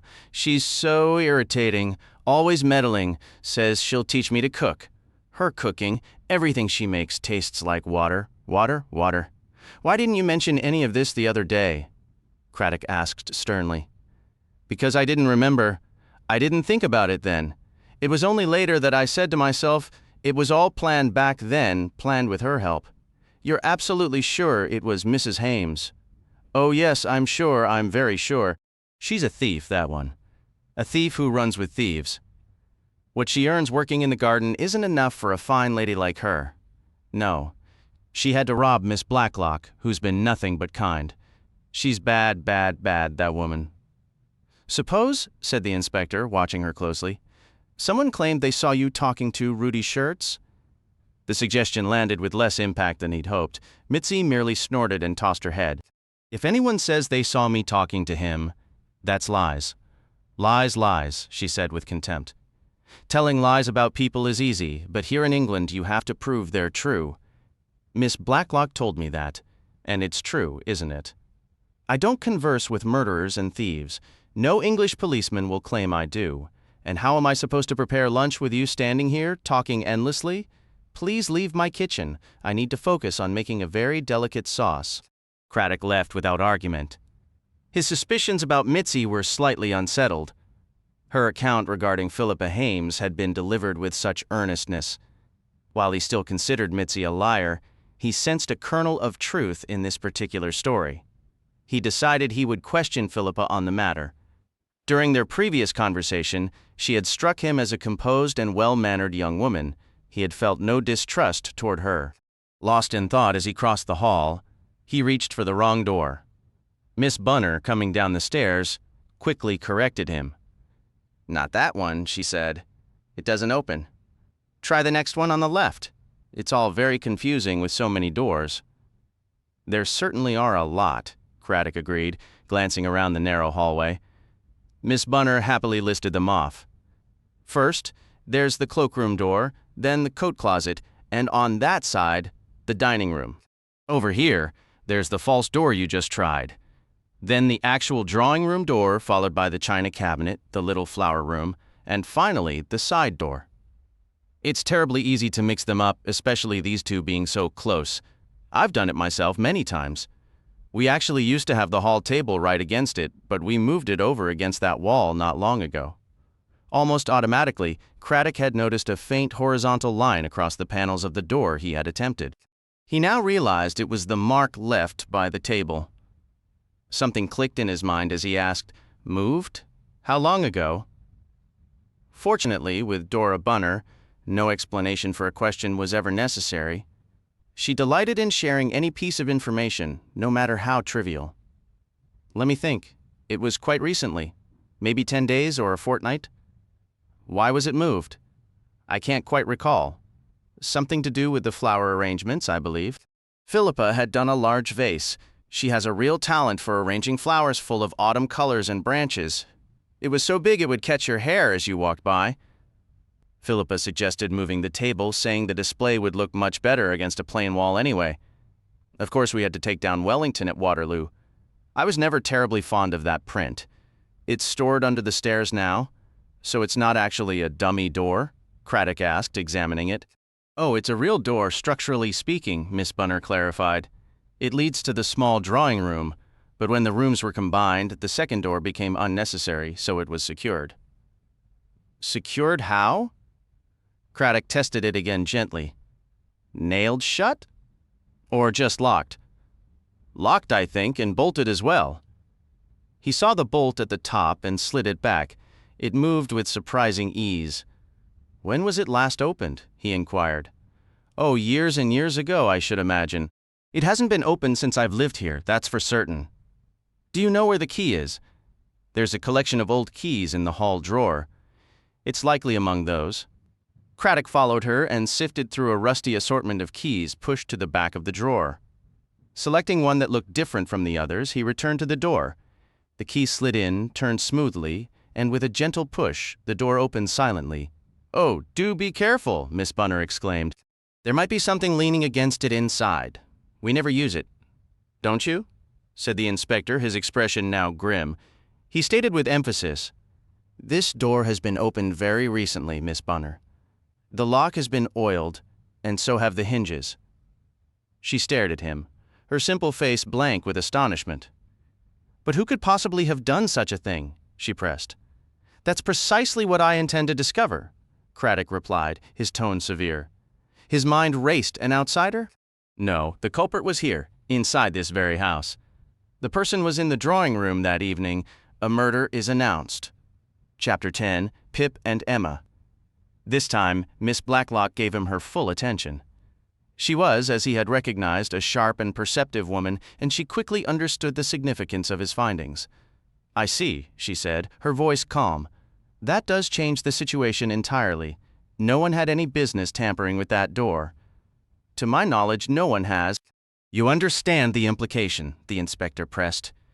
When the lights failed, anyone in this room that night could have slipped out through that door, crept up behind Rudy's shirts, and taken a shot at you. Without anyone seeing or hearing a thing, without a trace. Remember the chaos when the lights went out, people were moving, calling out, stumbling into one another, and afterward all anyone could see was that blinding flashlight beam. Miss Blacklock considered this slowly. And you truly believe one of those people, one of my perfectly ordinary neighbors, slipped out and tried to kill me? Me? But in heaven's name, why? I have a strong feeling you might know the answer to that, Miss Blacklock. But I don't, Inspector. I can promise you I have no idea. Then let's begin with the basics. Who inherits your money if you were to die? Miss Blacklock answered with a hint of reluctance. Patrick and Julia. I've left the furniture in this house and a modest annuity to Bunny. Truthfully, there isn't much to leave. I held German and Italian securities that became worthless, and between taxes and the lower returns on investments these days, I assure you I'm not worth murdering. I converted most of my capital into an annuity about a year ago. Yet you still have an income, Miss Blacklock, and your nephew and niece would stand to gain from it. And so you think Patrick and Julia would plot to murder me? I simply cannot accept that. They aren't in desperate financial straits or anything of the sort. Can you be certain of that? No, I suppose I only have their word for it. But I absolutely refuse to suspect them. Perhaps someday I might be worth murdering, but not at present. What do you mean by that? Someday you might be worth murdering. Inspector Craddock seized on the statement. Only that one day, possibly quite soon, I could become a very wealthy woman. Now that is interesting. Would you explain? Certainly. You may not be aware, but for over 20 years I was the personal secretary and close associate of Randall Godler. Craddock was intrigued. Randall Godler had been a titan in the financial world, famous for his bold investments and the dramatic flair that surrounded his public persona. He had died, if Craddock recalled correctly, around 1937 or 1938. He's a bit before your time, I expect, said Miss Blacklock. But you've likely heard of him. Oh, yes, he was a millionaire, wasn't he? Several times over, though his fortunes rose and fell, he was always risking most of his gains on some new venture. She spoke with a spark of animation, her eyes brightening at the memory.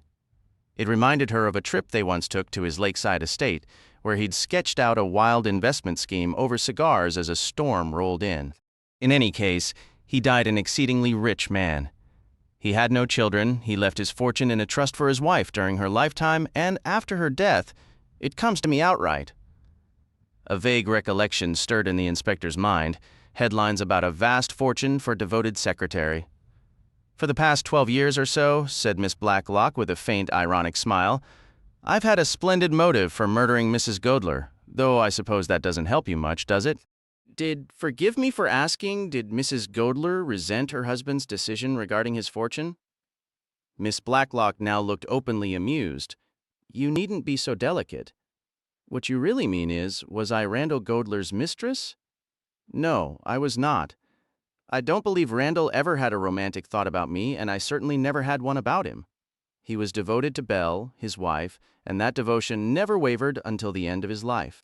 I suspect it was a deep sense of gratitude that ultimately led him to draft his will as he did.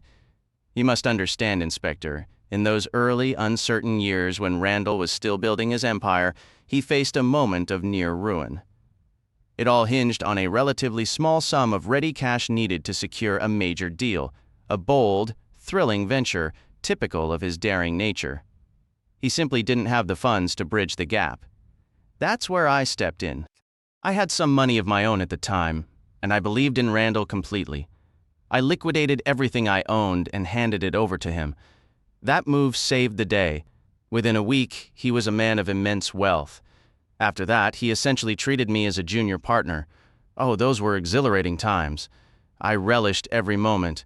Then my father passed, and my only sister became a permanent invalid. I had to abandon it all to care for her. Randall died a few years later. I had already accumulated a comfortable sum from our partnership, so I never expected anything further from his estate. I was deeply moved and, yes, proud to discover his provision. If Belle were to pass before me, and she was always one of those fragile people everyone assumes won't live long, I would inherit his entire fortune. I think the poor man simply didn't know who else to leave it to. Belle is a darling and was genuinely pleased about the arrangement. She's a truly kind soul living up in Scotland now. I haven't seen her in years. We only exchanged letters at Christmas. You see, I took my sister to a sanatorium in Switzerland just before the war. She succumbed to tuberculosis there. She fell quiet for a moment before continuing. I only returned to England a little over a year ago. You mentioned you might become a wealthy woman very soon. How soon exactly? I received a letter from the nurse attending Belle Godler. She's fading quickly, it could be a matter of weeks, she added with a note of melancholy. The money hardly matters to me now. My needs are modest and I have enough.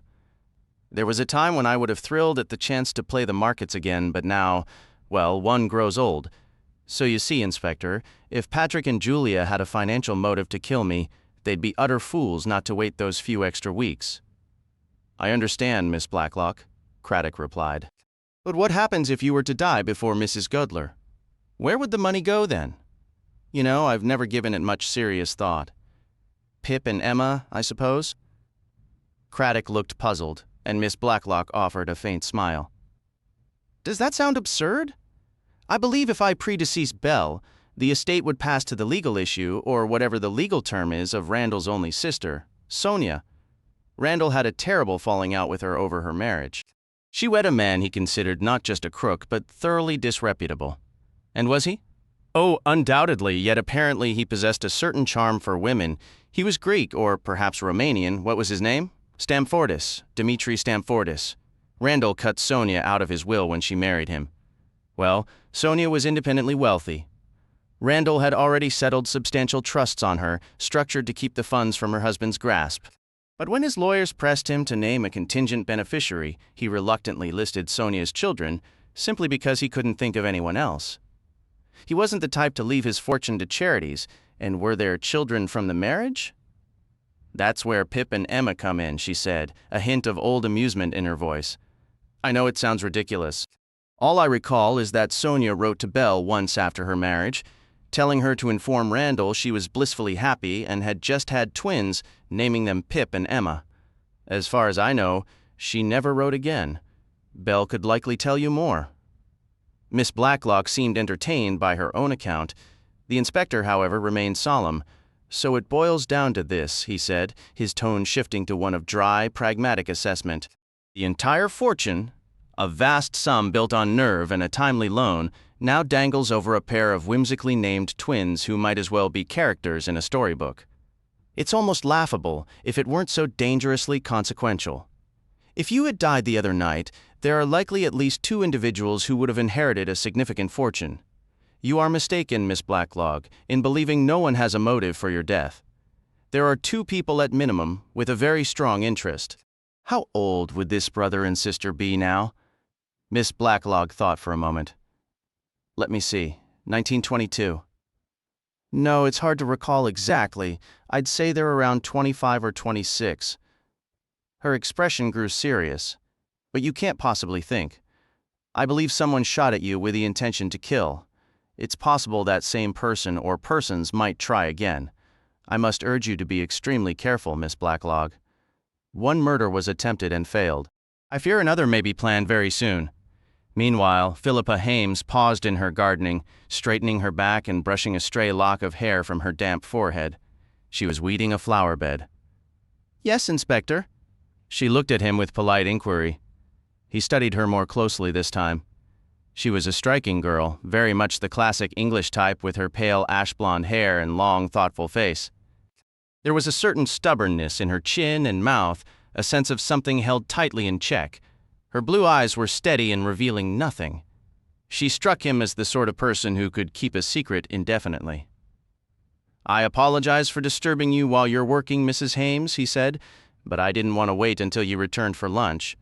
I also thought it might be easier to speak here, away from little paddocks. Yes, Inspector. Her voice held little emotion and even less interest. Yet he thought he detected a faint note of caution, or was he imagining it? A statement was made to me this morning concerning you. Philippa's eyebrows lifted almost imperceptibly.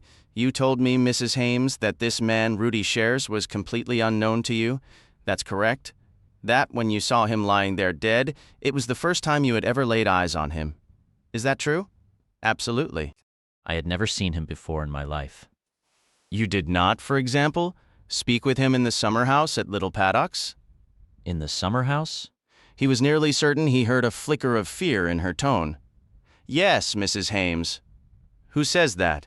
I have been told that you had a conversation with Rudy Shares, that he asked you where he could hide, and that you offered to show him. A specific time was mentioned, 6:15. That would be roughly the time Shares would have arrived from the bus stop on the evening of the robbery. There was a brief silence. Then Philippa gave a short, derisive laugh. She looked genuinely amused. I don't know who told you that, though I can guess. It's a very silly, clumsy story, spiteful, of course. For some reason, Mitzi dislikes me even more than she dislikes everyone else. You deny it? Of course it isn't true. I never met or saw Rudy Shares, and I wasn't anywhere near the house that morning. I was over here, working. Inspector Craddock asked very softly, Which morning? There was a slight pause. Her eyelids fluttered. Every morning. I'm here every morning. I don't leave until 1 o'clock, she added with scorn. It's no use listening to anything Mitzi says. She lies constantly. Later, as he walked away with Sergeant Fletcher, Craddock remarked, And there we have it. 2 women whose stories directly contradict each other. Which one do I believe? Everyone seems to agree that foreign girl tells tall tales, said Fletcher. In my experience with outsiders, lying often comes more naturally than telling the truth. It seems clear she has a grudge against Mrs. Hames. So, if you were in my position, you'd believe Mrs. Hames? Unless you have any evidence to suggest otherwise, sir. And Craddock did not. Not truly. Only the memory of a pair of unnervingly steady blue eyes and the smooth delivery of her words that morning. To the best of his recollection, he had never specified whether the meeting in the summer house occurred in the morning or the afternoon. Still, Miss Blacklock, or at the very least Miss Bunner, might have mentioned the visit from that young foreigner who came pleading for train fare back to Switzerland. Philippa Hames could have easily assumed the conversation was meant to have happened on that particular morning.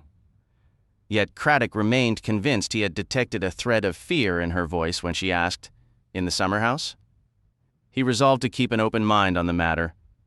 The vicarage garden was exceptionally pleasant. One of those unexpected bursts of autumn warmth had settled over England. Inspector Craddock could never recall whether it was called St. Martin's Summer or St. Luke's Summer, but he knew it was delightful, and also strangely draining. He lounged in a deck chair provided by the ever-energetic Bunch, who was just off to a mother's meeting. Beside him, wrapped in shawls and a large rug, Miss Marple sat knitting.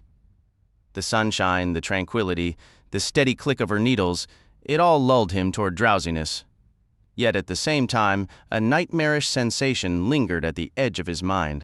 It felt like one of those familiar dreams where a subtle undercurrent of menace slowly builds, twisting comfort into dread, he said abruptly. You really shouldn't be here? Miss Marple's needles paused. Her calm, china blue eyes considered him thoughtfully. I understand what you're saying. You are a very conscientious young man. But it's perfectly all right. Bunch's father, he was the vicar of our parish, a fine scholar, and her mother, a woman of genuine spiritual strength, are very old friends of mine. It's the most natural thing in the world that when I'm near Meadenham I should pop over and stay with Bunch for a bit. Perhaps, Craddock conceded, but please don't go prying. I have a feeling, a real one, that it isn't safe. Miss Marple offered a faint smile. I'm afraid we old ladies are rather prone to prying. It would seem far more odd and much more conspicuous if I didn't, chatting about mutual friends from different parts of the world, asking if they remember so-and-so and who was it that married Lady Somebody's daughter? All that helps, doesn't it? Helps? The inspector felt rather slow. Helps to determine whether people are who they claim to be, Miss Marple clarified. She continued. Because that's what troubles you, isn't it? And that is precisely how the world has changed since the war. Take this village, Chipping Cleghorn. It's quite like my own St. Mary Mead. 15 years ago, everyone knew exactly who everyone else was. The Bantrys at the big house, the Hartnells, the Price Ridleys, the Weatherbys, their fathers and mothers, their grandparents, their aunts and uncles, had all lived here before them. If newcomers arrived, they brought letters of introduction, or they'd served in the same regiment or on the same ship as someone already here. If someone entirely new, a genuine stranger, appeared, well, they stood out. Everyone wondered about them and wouldn't rest until they learned the whole story. She gave a gentle nod. But it isn't like that anymore. Every village and small country town is filled with people who have simply arrived and settled, with no local ties to speak of. The grand houses have been sold off, the cottages renovated and changed hands. People just come, and all you know about them is what they choose to tell you. They arrive, you see, from every corner of the globe carrying only their own stories, which may or may not be true. The village had become a curious patchwork of transplants and transplants. There were those from India, Hong Kong, and China, alongside others who had settled in from France or Italy, having lived in inexpensive flats or on picturesque islands. Then there were the ones with a bit of money seeking a quiet retirement. The lines had blurred completely. You couldn't tell who was who anymore. A person might collect antique bronzes from Varanasi and casually drop words like tiffin or chota hazri into conversation, or perhaps they owned statues from Taormina and reminisced about the English church there, sounding for all the world like a Miss Murgatroyd or a Miss Hinchcliffe.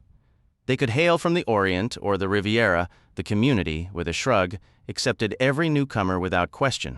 Gone were the days when a first visit required a proper letter of introduction from a mutual friend, singing the praises of a childhood companion. And that Craddock reflected grimly was the very root of his problem. He simply didn't know. They were all just faces and personalities, validated by nothing more substantial than ration books and identity cards, documents that were printed but lacked photographs or fingerprints. You could practically get an ID for the asking. This erosion of formal checks was quietly unraveling the subtle, familiar bonds that once held a rural community together. In a city, nobody knows their neighbor. In the country nowadays, it was much the same, though you might cling to the comforting illusion that you did. Thanks to the evidence of a tampered lock, Craddock knew with certainty that one person in the sitting room at Little Paddock's was not the good neighbor they pretended to be.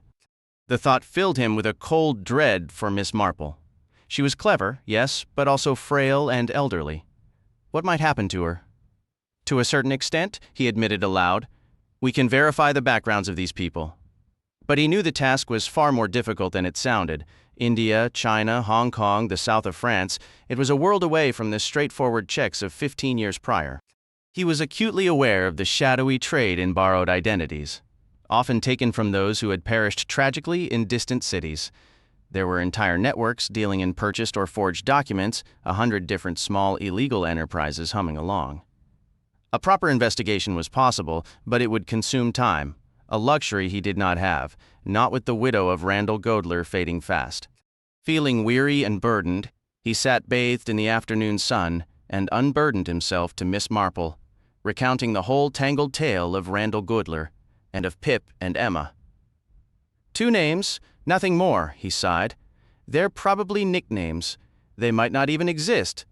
They could be perfectly respectable citizens living somewhere on the continent. Or one of them, or both, could be right here in Chipping Cleghorn this very minute. Who were they? He pictured them as being around 25. The nephew and niece, or perhaps cousins. How long had it been since their aunt had actually laid eyes on them? He desperately wanted to know. I could try to find out, Miss Marple offered, her voice soft but steady. For heaven's sake, don't, Miss Marple, Craddock implored. It will be quite simple, Inspector, I assure you, and no one will take any notice, as it won't be an official inquiry. If something is amiss, it's far better not to alert anyone, don't you agree, Pip and Emma? The names had become an obsession, looping in his mind. He imagined a handsome, clever young man and a beautiful girl with chillingly cool eyes. I might learn something concrete in the next 2 days, he said, a new resolve hardening his tone. I'm leaving for Scotland. If she is strong enough to speak, Mrs. Godler may finally give me a clue about Pip and Emma. A murder is announced. Chapter 11. Miss Marple comes to tea. If Letitia Blacklock seemed somewhat distracted when Mrs. Harmon arrived for tea, bringing along a guest who was staying with her, the guest herself, Miss Marple, was none the wiser, this being their first meeting. The elderly lady was charming in a gentle, gossiping sort of way. She almost immediately revealed her constant preoccupation with the threat of burglars. "They can get in anywhere these days, my dear," she confided to her hostess with earnest concern. "Absolutely anywhere, with all these new American techniques. For my own part, I put my faith in a very old-fashioned remedy, a sturdy cabin hook and eye. They may pick locks and slide back bolts, but a simple brass hook and eye will baffle them every time. Have you ever considered trying one?" "I'm afraid we're not terribly diligent about bolts and bars here," Miss Blacklock replied with a cheerful laugh. "There's hardly anything worth stealing here, I'm afraid." Miss Marple suggested, "A chain on the front door would be wise. That way, your maid could open it just a crack to see the caller without anyone forcing their way inside." "I imagine our Middle European maid, Mitzi, would adore that bit of drama," came the reply. "That robbery you endured must have been utterly terrifying," Miss Marple continued. "Bunch has been telling me all about it." "I was absolutely petrified," Bunch confessed. "It was a most alarming ordeal," admitted Miss Blacklock. "It seems nothing short of providence that the man stumbled and shot himself. These criminals are so terribly aggressive now. However did he get in? I'm embarrassed to say we rarely lock our doors."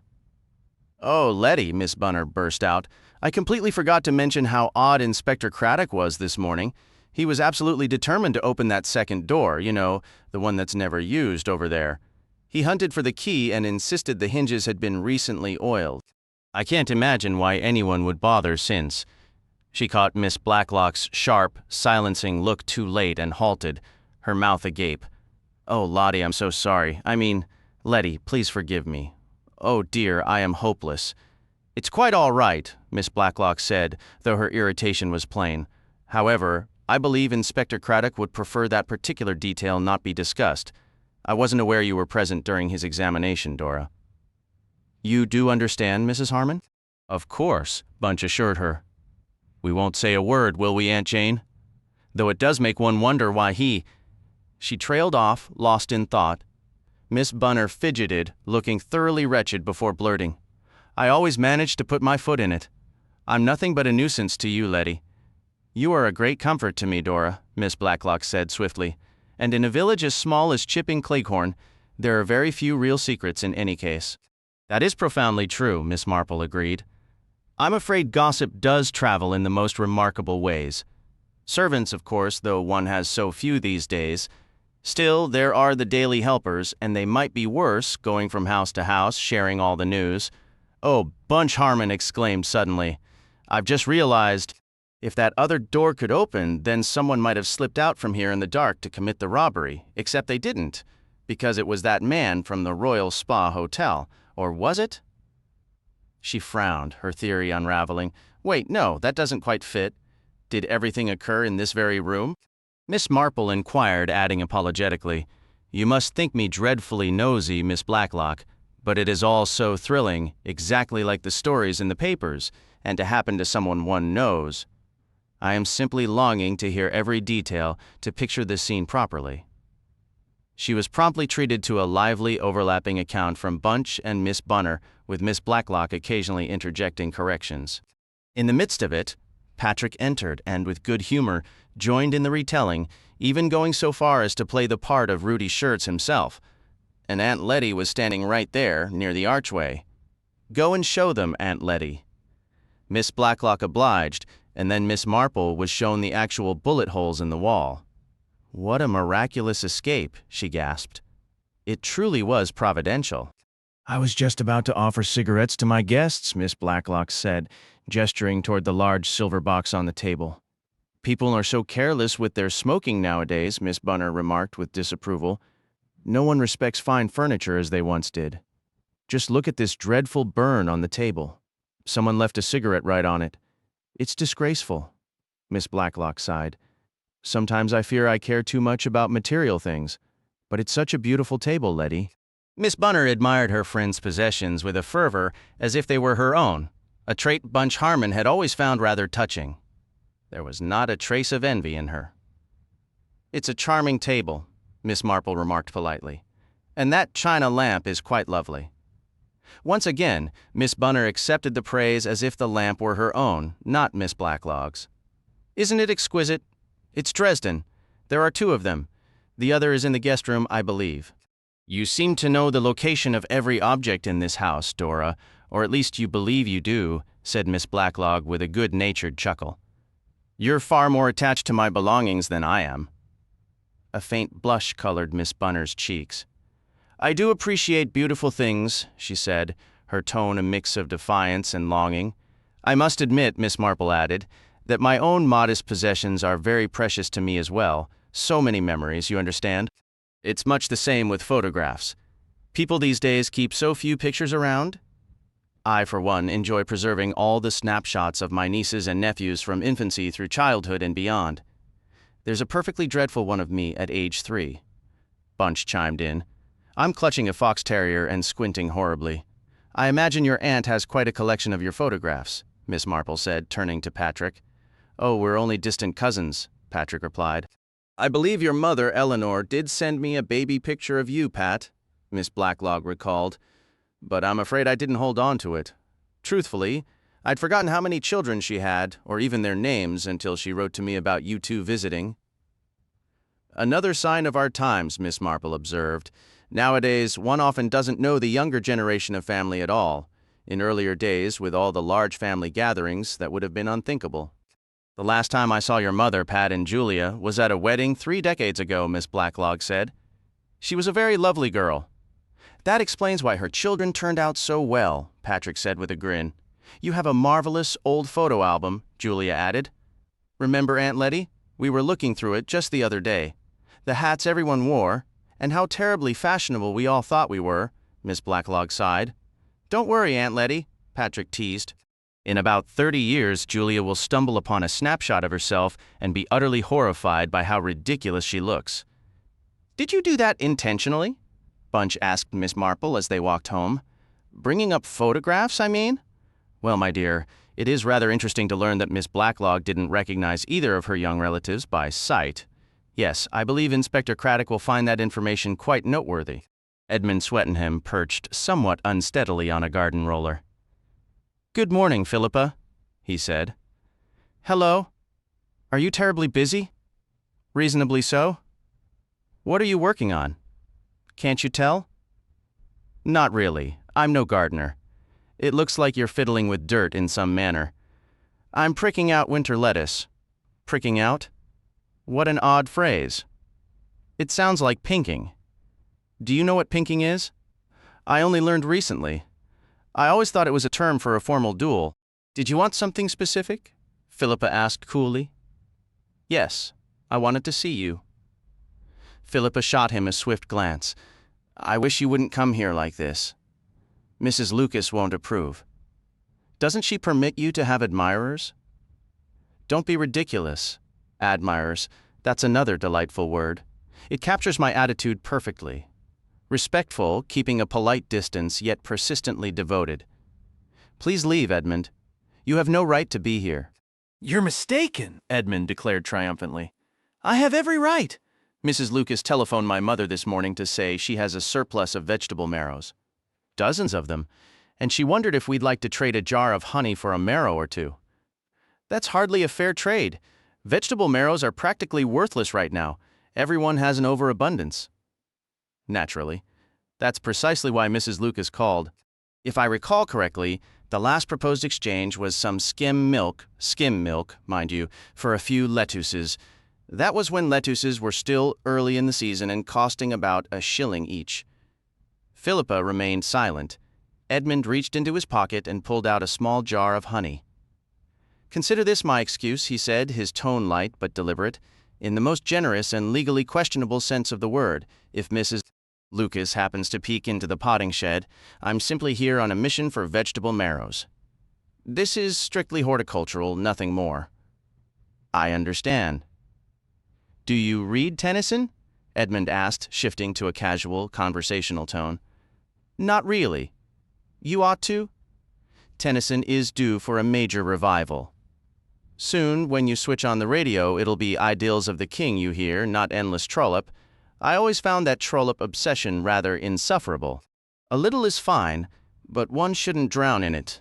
Speaking of Tennyson, have you ever read Maud, ages ago?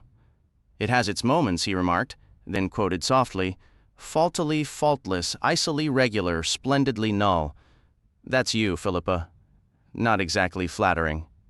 No, it wasn't intended to be. I suppose Maud got under that poet's skin, just as you've gotten under mine. Don't be ridiculous, Edmund. Oh, for heaven's sake, Philippa, why are you the way you are? What's happening behind that perfectly composed face? What do you think about? What do you feel? Are you happy, or sad, or scared, or what? There has to be something, Philippa replied calmly. What I feel is my own concern. It's mine as well. I want you to talk. I want to know what goes on in that quiet mind of yours. I have a right to know. I truly do. I never intended to fall for you. I just wanted to sit quietly and finish my book. A nice, clever book about how wretched the world is. It's terribly easy to be clever about everyone's misery. And it's all just a habit, really? Yes, I've become convinced of that lately, especially after reading a biography of Burne-Jones. Philippa had stopped her gardening. She was watching him with a confused frown. What does Burne-Jones have to do with anything? Everything. When you read about the pre-Raphaelites, you realize how much of life is just fashion. They were all tremendously hearty and jolly, always laughing and joking as if everything was marvelous. That was the style then, too. They weren't actually any happier or more cheerful than we are, and we aren't any more miserable than they were. It's all trends, I tell you. After the last war, everyone was obsessed with sex. Now it's all about frustration. None of it really matters. But why are we talking about this? I meant to talk about us. I just lost my nerve and veered off course. Because you won't meet me halfway? What do you want from me? To talk. To tell me things. Is it your husband?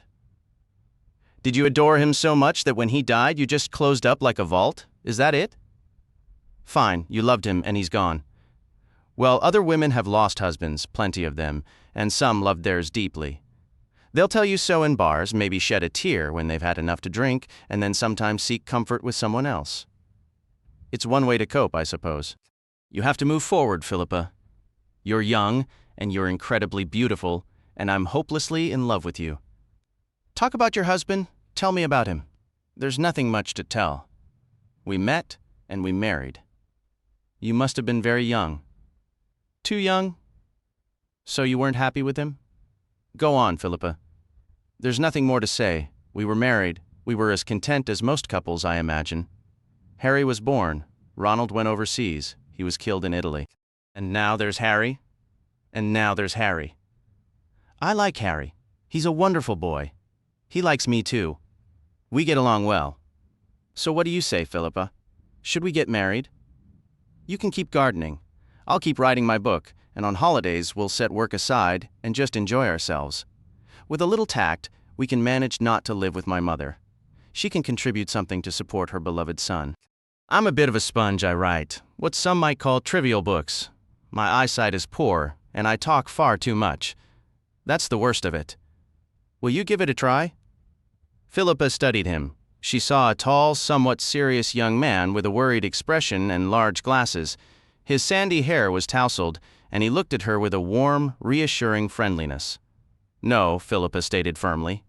Absolutely no? Absolutely no? Why not? You don't know a thing about me? Is that the only reason?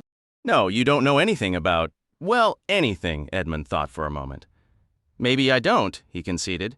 But honestly, who does? Philippa, my darling? He stopped abruptly as a sharp, persistent yapping sound grew rapidly closer.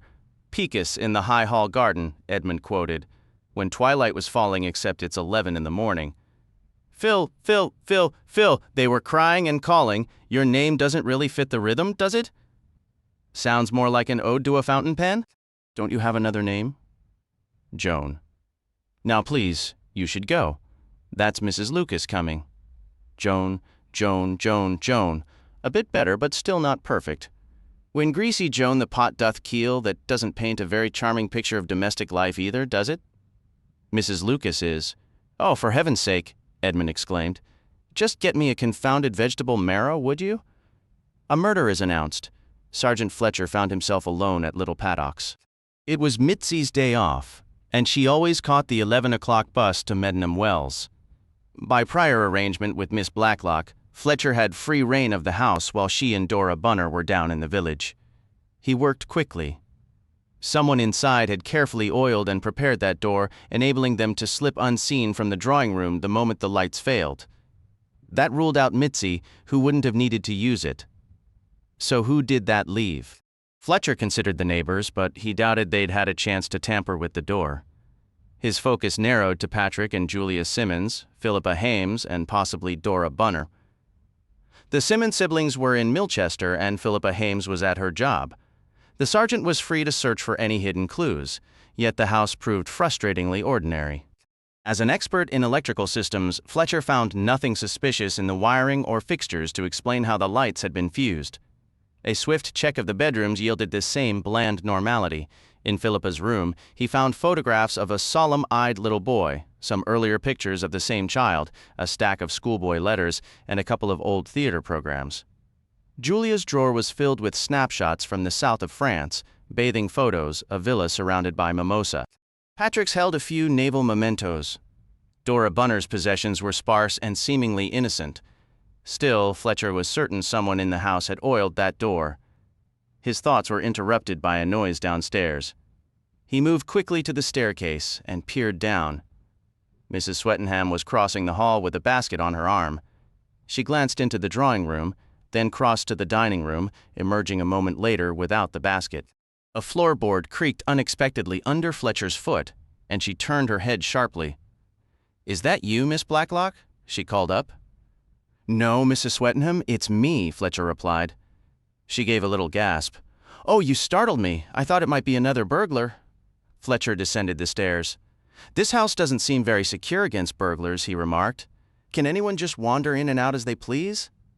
"I only brought over some of my quinces," Mrs. Swettenham explained. "Miss Blacklock wants to make quince jelly, and she doesn't have a quince tree here. I left them in the dining room." Then she smiled, catching his meaning. "Oh, I see. You're wondering how I got in. I just came through the side door. We all pop in and out of each other's houses around here, Sergeant. Nobody bothers to lock a door until after dark. It would be terribly inconvenient otherwise, don't you think, if you brought something over and couldn't get in to leave it? It's not like the old days when you rang a bell and a servant always answered." Mrs. Swettenham sighed, a hint of nostalgia in her voice. "In India, I recall," she said with a sigh, "we kept 18 servants, 18, mind you. That didn't even include the nanny. It was simply the way things were. Back home when I was young, we always had 3, though Mother felt it was dreadfully poor not to afford a kitchen maid. I must admit, life feels quite peculiar now, Sergeant, though I know one shouldn't complain. It's far worse for the miners, always catching that parrot fever, or is it psittacosis? They end up leaving the mines and trying to be gardeners, though they can't tell a weed from spinach." She moved lightly toward the door, adding, "I mustn't keep you. You're likely very busy. Nothing more is going to occur, is it?" "Why would it, Mrs. Swettenham?" "I only wondered, seeing you here. I thought perhaps it was a gang? You will tell Miss Blacklock about the quinces, won't you?" After Mrs. Swettenham left, Fletcher felt as if he'd been given a sudden, unanticipated jolt. He had been operating under the mistaken assumption that only someone inside the house could have oiled the door. Now he realized his error. An outsider merely needed to wait until Mitzi had taken the bus away, and both Letitia Blacklock and Dora Bunner were out. Such an opportunity would have been perfectly simple. That meant he couldn't eliminate anyone who had been in the drawing room that evening. "Murgatroyd?" "Yes, Hinch? I've been turning a few things over in my mind." "Have you really, Hinch?" "Indeed." The old brain's been whirring. "You know, Murgatroyd, the entire situation the other night was decidedly odd." "Odd. Precisely. Now, tuck your hair back and take this trowel. Let's pretend it's a revolver." "Oh dear," said Miss Murgatroyd, apprehensively. "Very well. It won't bite you. Come along to the kitchen door. You'll play the burglar. Stand right here. You're about to enter the kitchen and hold up a room full of fools. Take the flashlight. Switch it on. But it's broad daylight. Use your imagination, Murgatroyd. Switch it on. Miss Murgatroyd did so rather awkwardly, shifting the trowel under her arm in the process. "Now then," instructed Miss Hinchliffe, "off you go. Remember when you played Hermia in A Midsummer Night's Dream for the Women's Institute act? Give it everything you've got? Your line is 'stick 'em up' and don't ruin it by adding 'please'." Obediently, Miss Murgatroyd raised the flashlight, brandished the trowel, and advanced on the kitchen door. She transferred the torch to her right hand, quickly turned the handle, and stepped forward, shifting the light back to her left.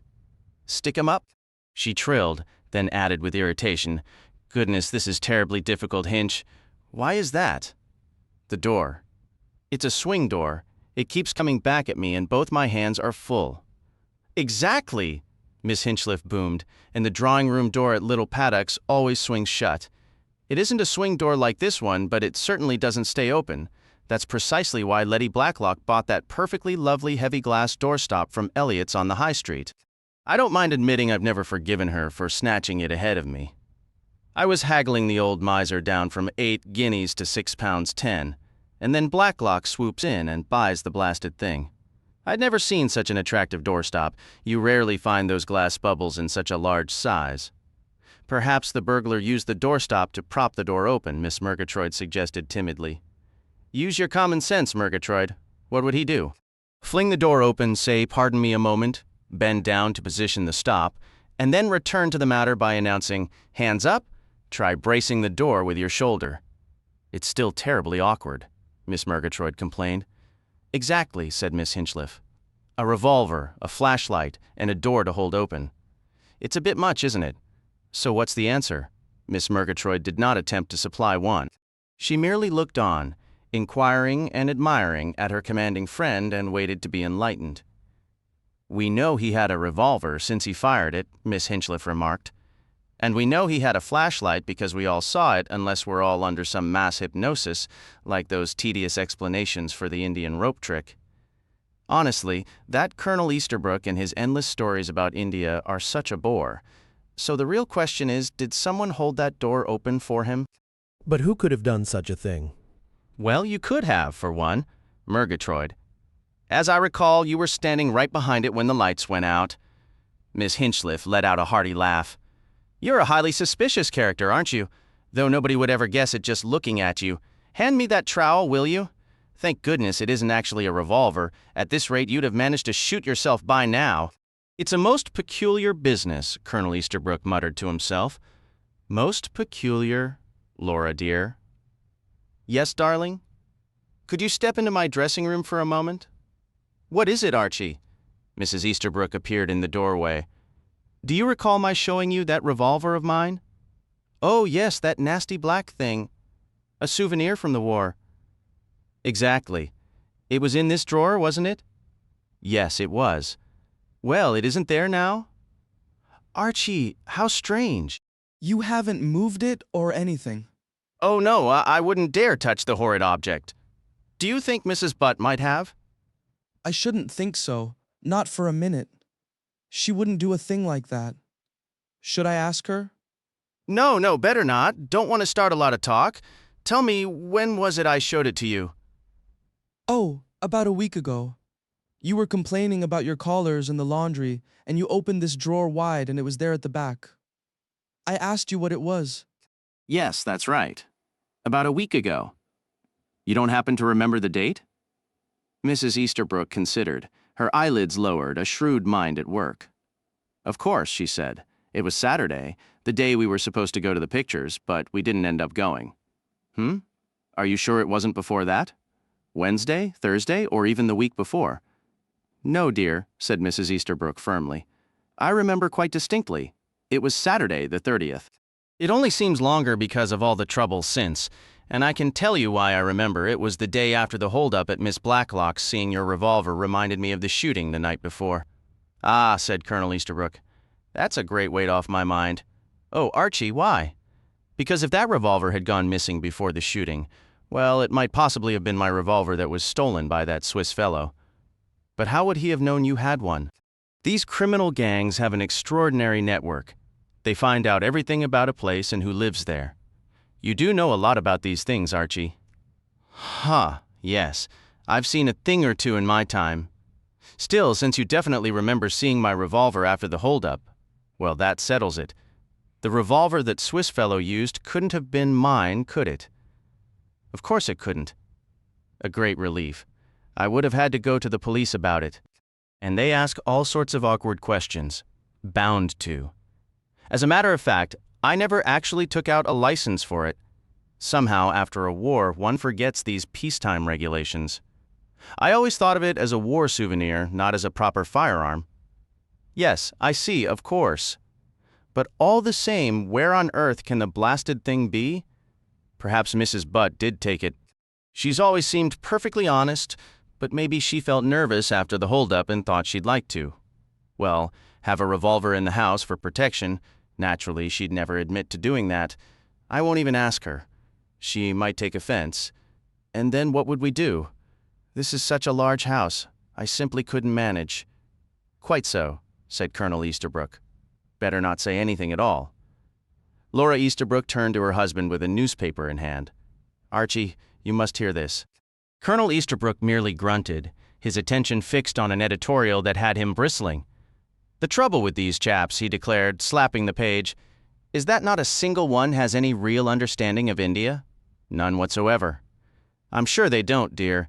If they did, they wouldn't publish such absolute nonsense. Of course not. Now, Archie, please listen. A murder is announced and will take place on Friday, October 29th at Little Paddocks at 6:30 p.m. Friends, please accept this. The only intimation. She finished with a flourish awaiting his reaction. The colonel glanced over, his expression one of mild tolerance. One of those murder games? He said dismissively. Well, is that all it is? Mind you, he conceded, warming slightly to the topic, it can be quite entertaining if it's properly managed. It requires solid organization by someone who knows what they're about. You draw lots, you see. One person is secretly the murderer. The lights go out, the murderer selects a victim who must count to 20 before crying out. Then your appointed detective takes over, questioning everyone about their whereabouts, trying to catch the culprit in a lie. It's a capital game, provided the detective has some grasp of investigative procedure. Like you, Archie. You had all those fascinating cases to oversee in your district. Colonel Easterbrook smiled, a touch of vanity in the gesture as he smoothed his mustache. Yes, Laura, he agreed. I dare say I could offer them a pointer or two. He sat a little straighter in his chair. Miss Blacklock really should have consulted me for the arrangements. The colonel gave a dismissive snort. Oh, well, she has that young fellow staying with her. Probably his notion. A nephew or some such. Odd way to issue an invitation, putting it in the paper. It was in the personal column. We might easily have missed it. But I suppose it is an invitation, Archie? A strange sort of one. I can tell you this much, they can count me out of it. Oh, Archie, Mrs. Easterbrook's voice rose in a plaintive cry. It's terribly short notice. For all they know, I could have a prior engagement. But you don't, do you, darling? She pressed, her tone softening into persuasion. And I do think, Archie, that you really should attend, simply to assist poor Miss Blacklock. I'm certain she's relying on you to ensure the event is a success. With your knowledge of police work, the whole affair might flounder without you. One must be neighborly, after all. Mrs. Easterbrook tilted her artfully blonde head and widened her blue eyes appealingly. Well, Laura, if you're going to put it that way. Colonel Easterbrook gave his gray mustache another important twist, looking down indulgently at his much younger wife. If you put it that way, Laura, he repeated. I truly believe it is your duty, Archie, Mrs. Easterbrook stated with solemn conviction. Miss Marple emerged from the vicarage gate and proceeded down the narrow lane toward the main street of Chipping Cleghorn. Walking at a respectable pace with the aid of the Reverend Julian Harmon's sturdy ashplant stick, she passed the Red Cow Inn and the butcher's shop. Pausing briefly before the window of Miss Elliot's antique shop, cunningly positioned next to the Bluebird tea rooms to catch the eye of motorists after their tea and dubiously homemade saffron-colored cakes, she surveyed the carefully curated display. Mr. Elliot catered to all tastes within that bow-fronted window. 2 pieces of Waterford glass sat upon an impeccable wine cooler. A walnut bureau assembled from various bits boldly proclaimed itself a genuine bargain. On a central table lay an assortment of inexpensive brass door knockers and whimsical ceramic pixies, alongside a few chipped Dresden figurines, a couple of forlorn bead necklaces, a mug announcing a present from Tunbridge Wells, and an assortment of Victorian silver trifles. It was, she thought, a perfect microcosm of the village itself, a mixture of the genuine, the cobbled together, and the quietly sad Miss Marple fixed her gaze intently on the window display, while Mr. Elliot, a portly and elderly gentleman who resembled a well-fed spider, peered from the recesses of his shop to evaluate this new potential customer. He had just concluded that the allure of the Tunbridge Wells gift might overwhelm the visitor staying at the vicarage, since, naturally, Mr. Elliot was as well informed as everyone else about her identity, when Miss Marple caught sight of Miss Dora Bunner stepping into the Bluebird Cafe from the corner of her eye. Instantly, she decided that a warm cup of coffee was precisely what she needed to ward off the chill. Several other ladies were already there, sweetening their morning errands with a brief respite. As Miss Marple entered the cafe, blinking slightly to adjust to the dim interior and hesitating with practiced grace, she heard Dora Bunner's voice beside her. "Oh, good morning, Miss Marple. Please join me here. I'm quite alone." "Thank you," Miss Marple replied, settling gratefully into one of the Bluebird's rather stiff, blue-painted armchairs. "It's such a biting wind today," she remarked. "And with my rheumatism, I simply can't walk very quickly." "Oh, I understand completely," Miss Bunner said with sympathy. "I suffered from sciatica one year. It was truly agonizing most of the time." The two ladies launched into an eager discussion about rheumatism, sciatica, and neuritis, comparing remedies and commiserating over their ailments. A bored-looking waitress in a pink uniform adorned with bluebirds took their order for coffee and pastries with a noticeable yawn and an air of weary tolerance. "The cakes here are actually quite good," Miss Bunner confided in a hushed tone. "I was so taken with that lovely young woman we met after leaving Miss Blacklock's the other day," Miss Marple ventured. "I believe she mentioned gardening work, or perhaps she works on a farm." "Hames? Was that her name?" "Oh yes, Philippa Hames. We refer to her as our lodger," Miss Bunner said with a chuckle at her own joke. "She's such a nice, quiet girl. A real lady, you know. I wonder if I might have known her family." "I was acquainted with a Colonel Hames who served in the Indian Cavalry. Perhaps her father?" "She's actually Mrs. Hames, a widow. Her husband was killed in Italy, I believe, though it could have been his father you knew." "Perhaps there might be a little romance blossoming," Miss Marple suggested with a playful twinkle. "With that tall young man? With Patrick?" "Oh, I don't think." "No, I meant the young man who wears spectacles. I've noticed him around." "Oh, you must mean Edmund Swettenham." "Shh, that's his mother, Mrs. Swettenham, over in the corner. I really couldn't say if he admires her.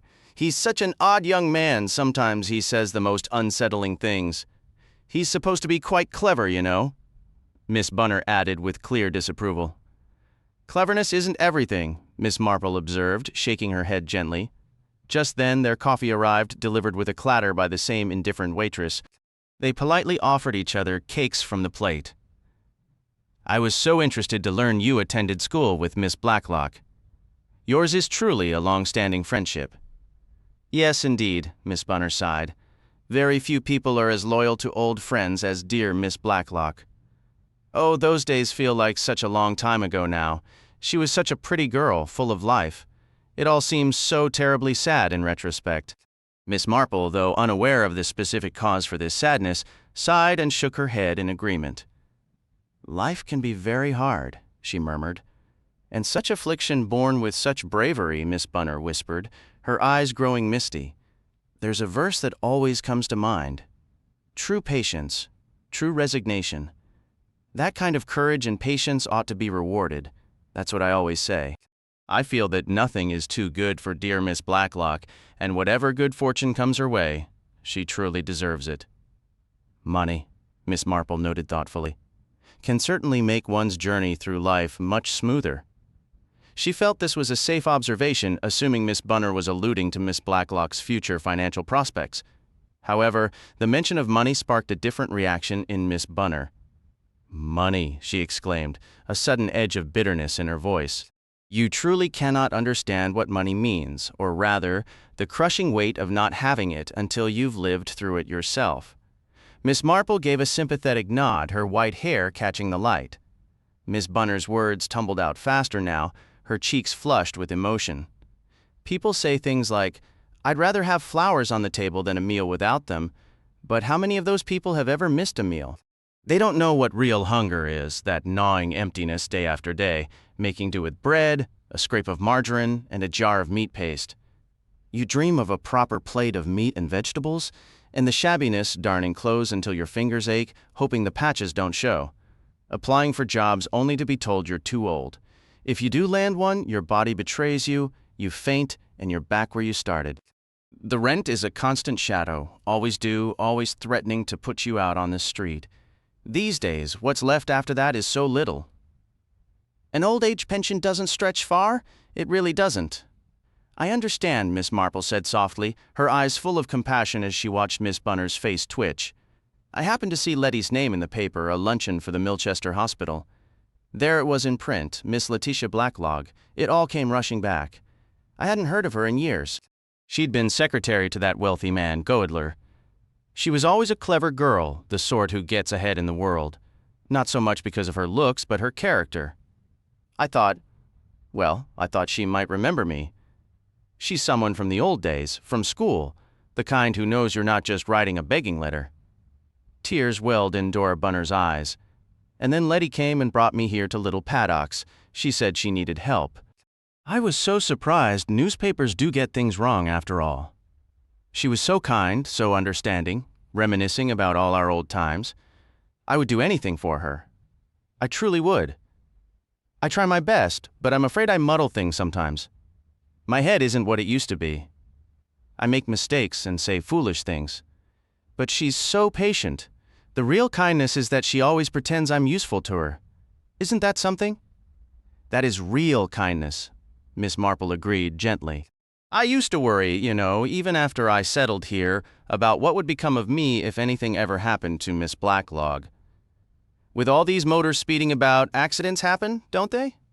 I never spoke of it, but she must have guessed. One day, out of the blue, she told me she'd left me a small annuity in her will, and even more precious to me, all her beautiful furniture. I was completely overcome. She said no one else would cherish it as I would, and that's true. I can't stand to see a lovely piece of china chipped or a wet glass leaving a ring on a table. I do look after her things. Some people are terribly careless or worse. I'm not as simple as I may seem, Miss Bunner added with straightforward honesty. I can see when Letty is being taken advantage of. Certain people, I won't name names, but they do exploit her. Dear Miss Blacklog is perhaps a touch too trusting. That can be a mistake, Miss Marple observed, shaking her head. Yes, it is. You and I, Miss Marple, we know how the world works. Dear Miss Blacklog. She trailed off, shaking her head again. Miss Marple reflected that, as a former secretary to a major financier, Letty Blacklog likely knew the world quite well. But what Dora Bunner probably meant was that those who have always been comfortable can never truly fathom the deeper, darker currents of human desperation. That Patrick! Exclaimed Miss Bunner with such abrupt sharpness that Miss Marple gave a little start. Twice, that I know of, he's managed to get money from her. Always some story about being short of cash or tangled up in debts. She's much too kind-hearted about it. When I tried to reason with her, all she said was, "He's young, Dora. Young people need to enjoy themselves?"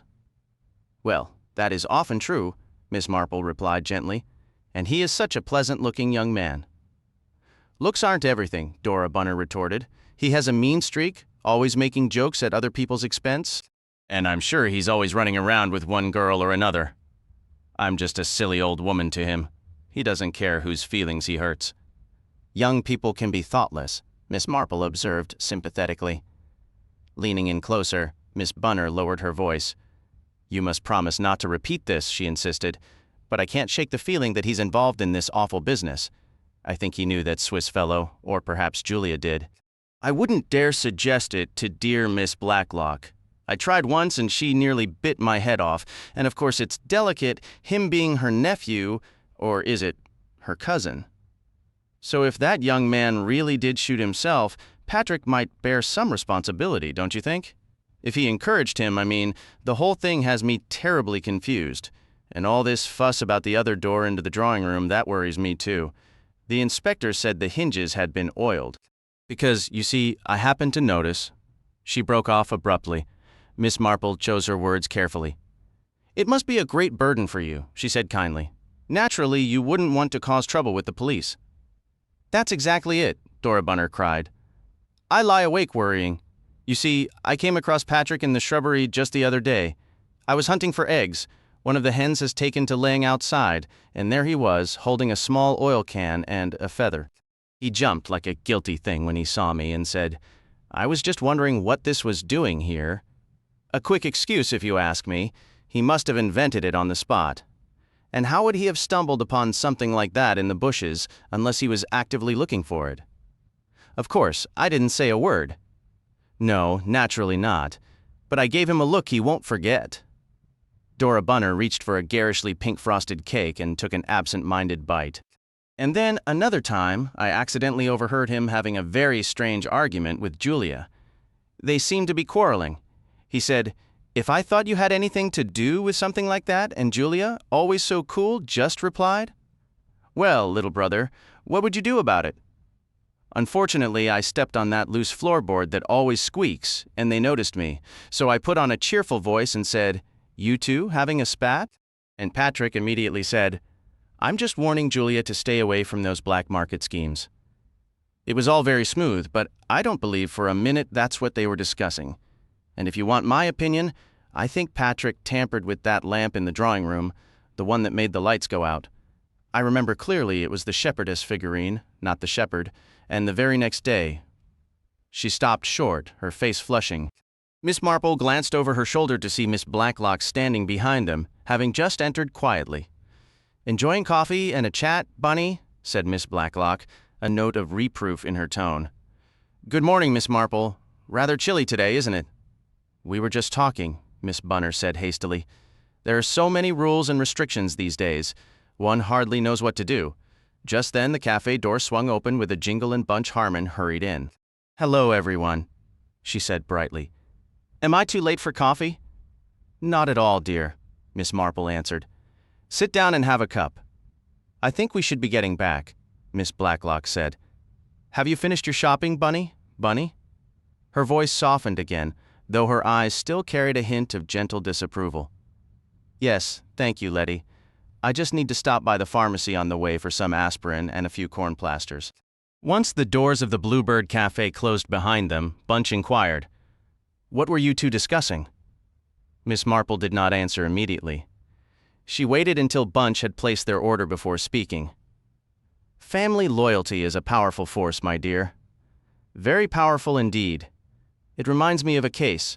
I can't recall the specifics now, where a husband was accused of poisoning his wife's wine. At the trial, the daughter testified she had drunk from her mother's glass, which completely dismantled the case against her father.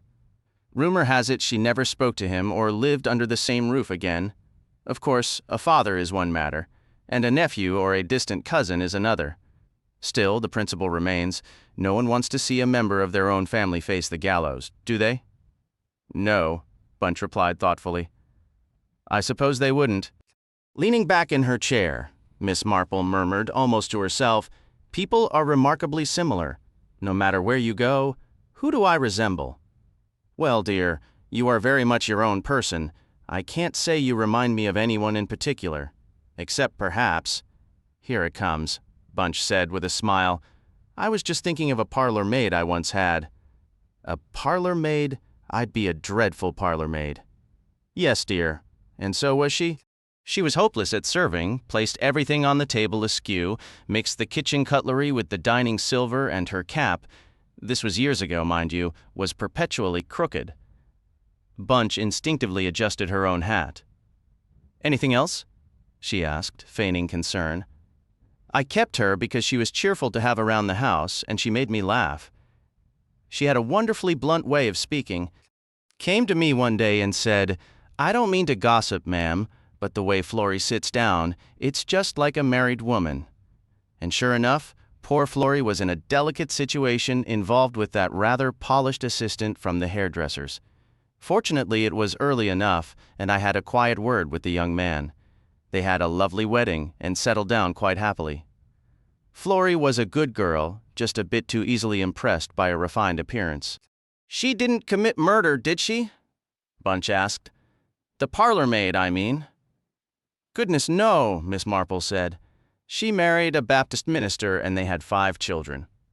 "Just like me," Bunch remarked, "though I've only managed Edward and Susan so far." After a moment, she added, "Who are you thinking about now, Aunt Jane?" "Quite a few people, dear, quite a few," Miss Marple said vaguely. "Mostly from St. Mary Mead. I was reflecting on Nurse Ellerton, an apparently excellent and kind woman. She cared for an elderly lady and seemed genuinely devoted. Then that lady passed, and another came, and she died as well. Morphine was involved. It all came to light eventually. The shocking part was that the nurse truly couldn't comprehend she had done anything wrong. She argued they didn't have long to live anyway, and one suffered terribly from cancer. So it was a mercy killing? No, dear. They had signed their assets over to her.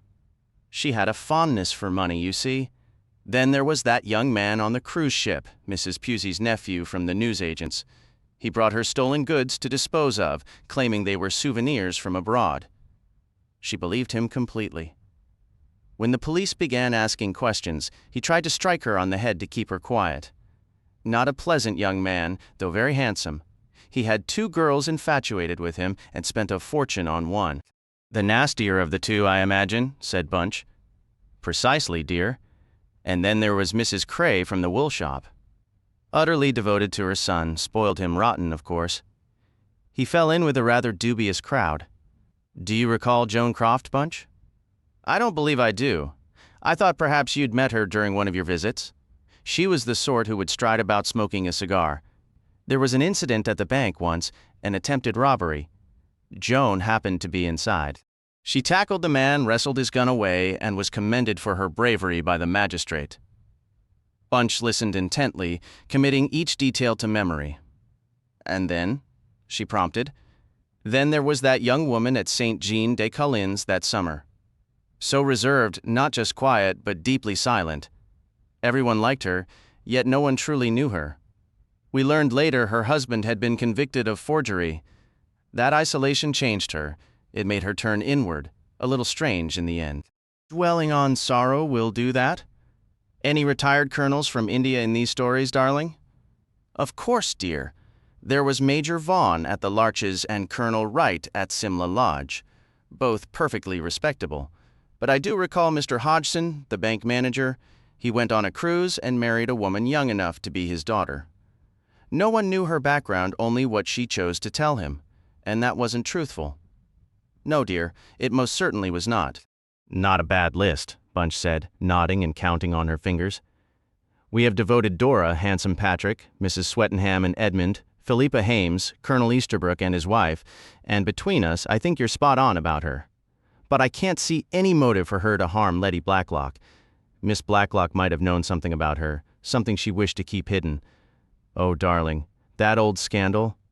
That's ancient history, surely. It might not be. You see, Bunch, you aren't the sort who worries over much about what others think." "I understand," Bunch said, a flash of insight crossing her face.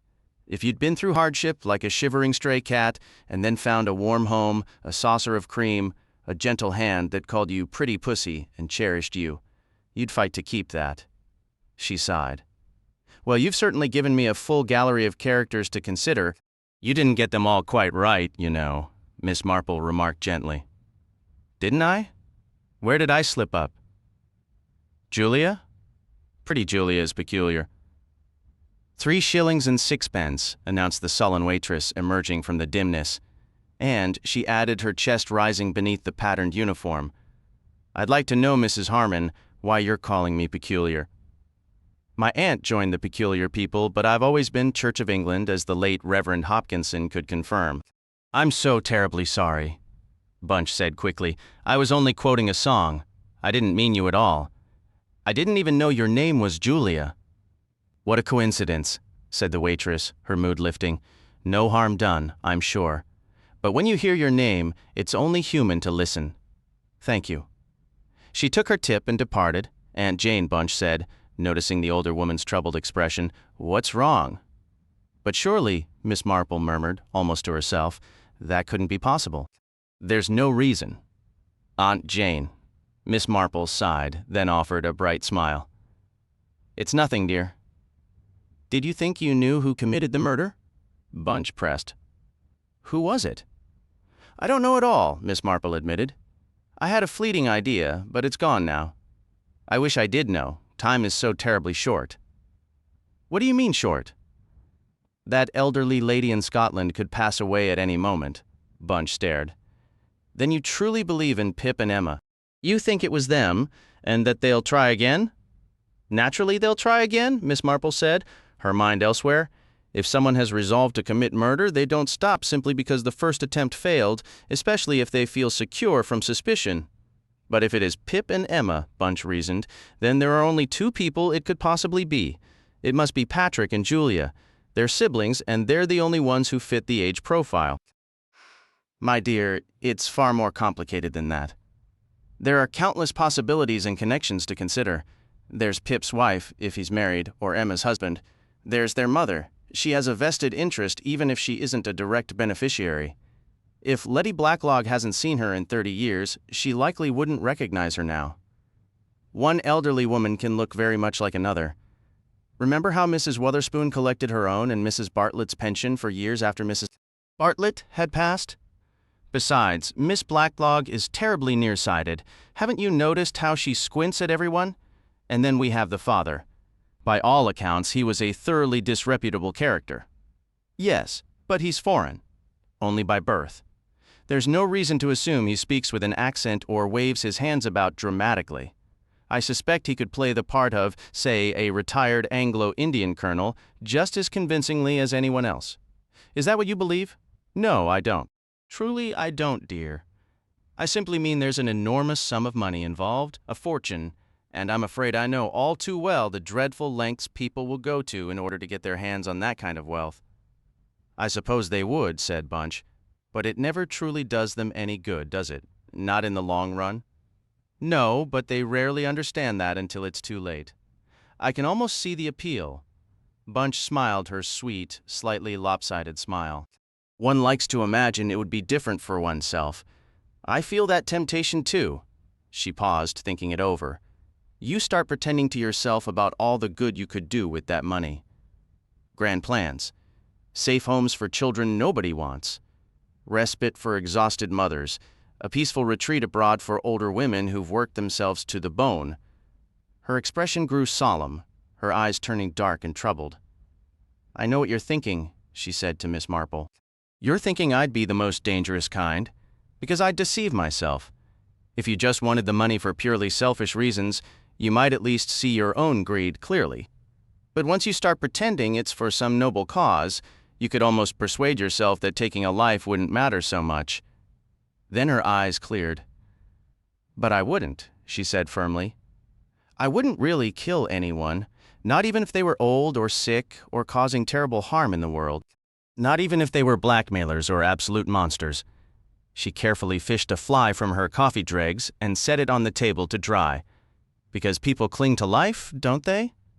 So do flies. Even if you're old and aching and can only just manage to crawl into a patch of sun. Julian says those people often fight for life even harder than the young and healthy do. It's more difficult for them to let go. The struggle is fiercer. I love living myself, and not just the happy times or enjoying things or having fun. I mean the raw feeling of being alive, waking up and sensing all through me that I'm here, ticking along. She blew gently on the fly. It waved its legs and flew off a bit unsteadily. Cheer up, darling Aunt Jane, said Bunch. I could never bring myself to kill anybody. After a long night on the train, Inspector Craddock stepped onto the platform of a small Highland station. For a moment it struck him as odd that the wealthy Mrs. Godler, an invalid, with her choice of a fashionable London townhouse, an estate in Hampshire, and a villa on the French Riviera, would choose this isolated Scottish home as her residence. Surely she was cut off here from friends and any sort of diversion. It must be a lonely existence, or was she too ill to notice or care about her surroundings? A car was waiting for him, a big, old-fashioned Daimler driven by an elderly chauffeur. It was a bright morning, and the inspector enjoyed the 20-mile drive, though he wondered again at this preference for solitude. A casual remark to the chauffeur offered a partial explanation. It was her family home from her girlhood, the man said in a soft burr. Aye, she's the last of the line. Craddock felt the years melt away as the old stone keep came into view. An elderly butler welcomed him, and after freshening up, he was led to a room where a roaring fire crackled and a full breakfast awaited. Once he had eaten, a tall, capable woman in a nurse's uniform entered and introduced herself as Sister McClelland. Mrs. Godler is ready for you, Mr. Craddock. She's been looking forward to this visit all morning. I'll be careful not to overtire her, Craddock assured her. A word of caution, the nurse replied. Mrs. Godler will seem perfectly lucid at first. She'll converse easily, even cheerfully. Then, quite suddenly, her strength will give out. When that happens, please leave immediately and call for me. She is maintained largely on morphine and drifts in and out of sleep. To prepare for your conversation, I've administered a strong stimulant. Once it wears off, she will slip back into a drowsy state. I understand completely, Craddock said. Might I ask about her current condition? Frankly, Mr. Craddock, she is in her final weeks. By any ordinary measure, she should have passed years ago. What has sustained her is a sheer, stubborn delight in being alive. It may sound strange for someone who has been a confirmed invalid for decades and hasn't left this house in 15 years, but it's the truth. Mrs. Godler was never robust, yet her will to live has been extraordinary. Sister McClelland smiled warmly. You'll also find her wonderfully charming. Craddock was shown into a spacious bedroom, warmed by another hearty fire. In a large canopied bed lay an elderly lady. Though only a few years older than Letitia Blacklock, her frailty made her seem from another generation altogether. Her white hair was neatly styled, and a soft blue shawl was draped around her shoulders.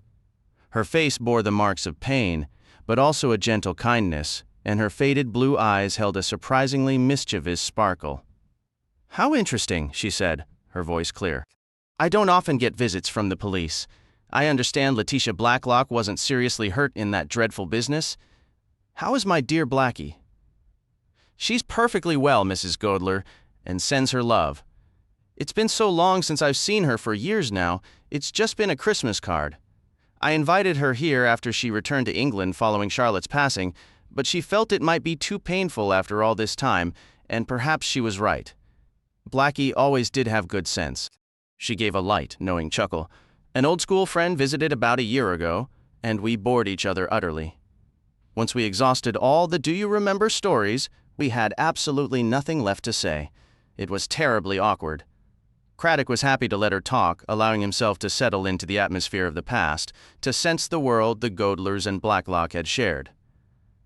I imagine, Belle said perceptively, you want to ask about the money? Randall left everything to go to Blackie after I was gone. The truth is, Randall never imagined I would outlive him.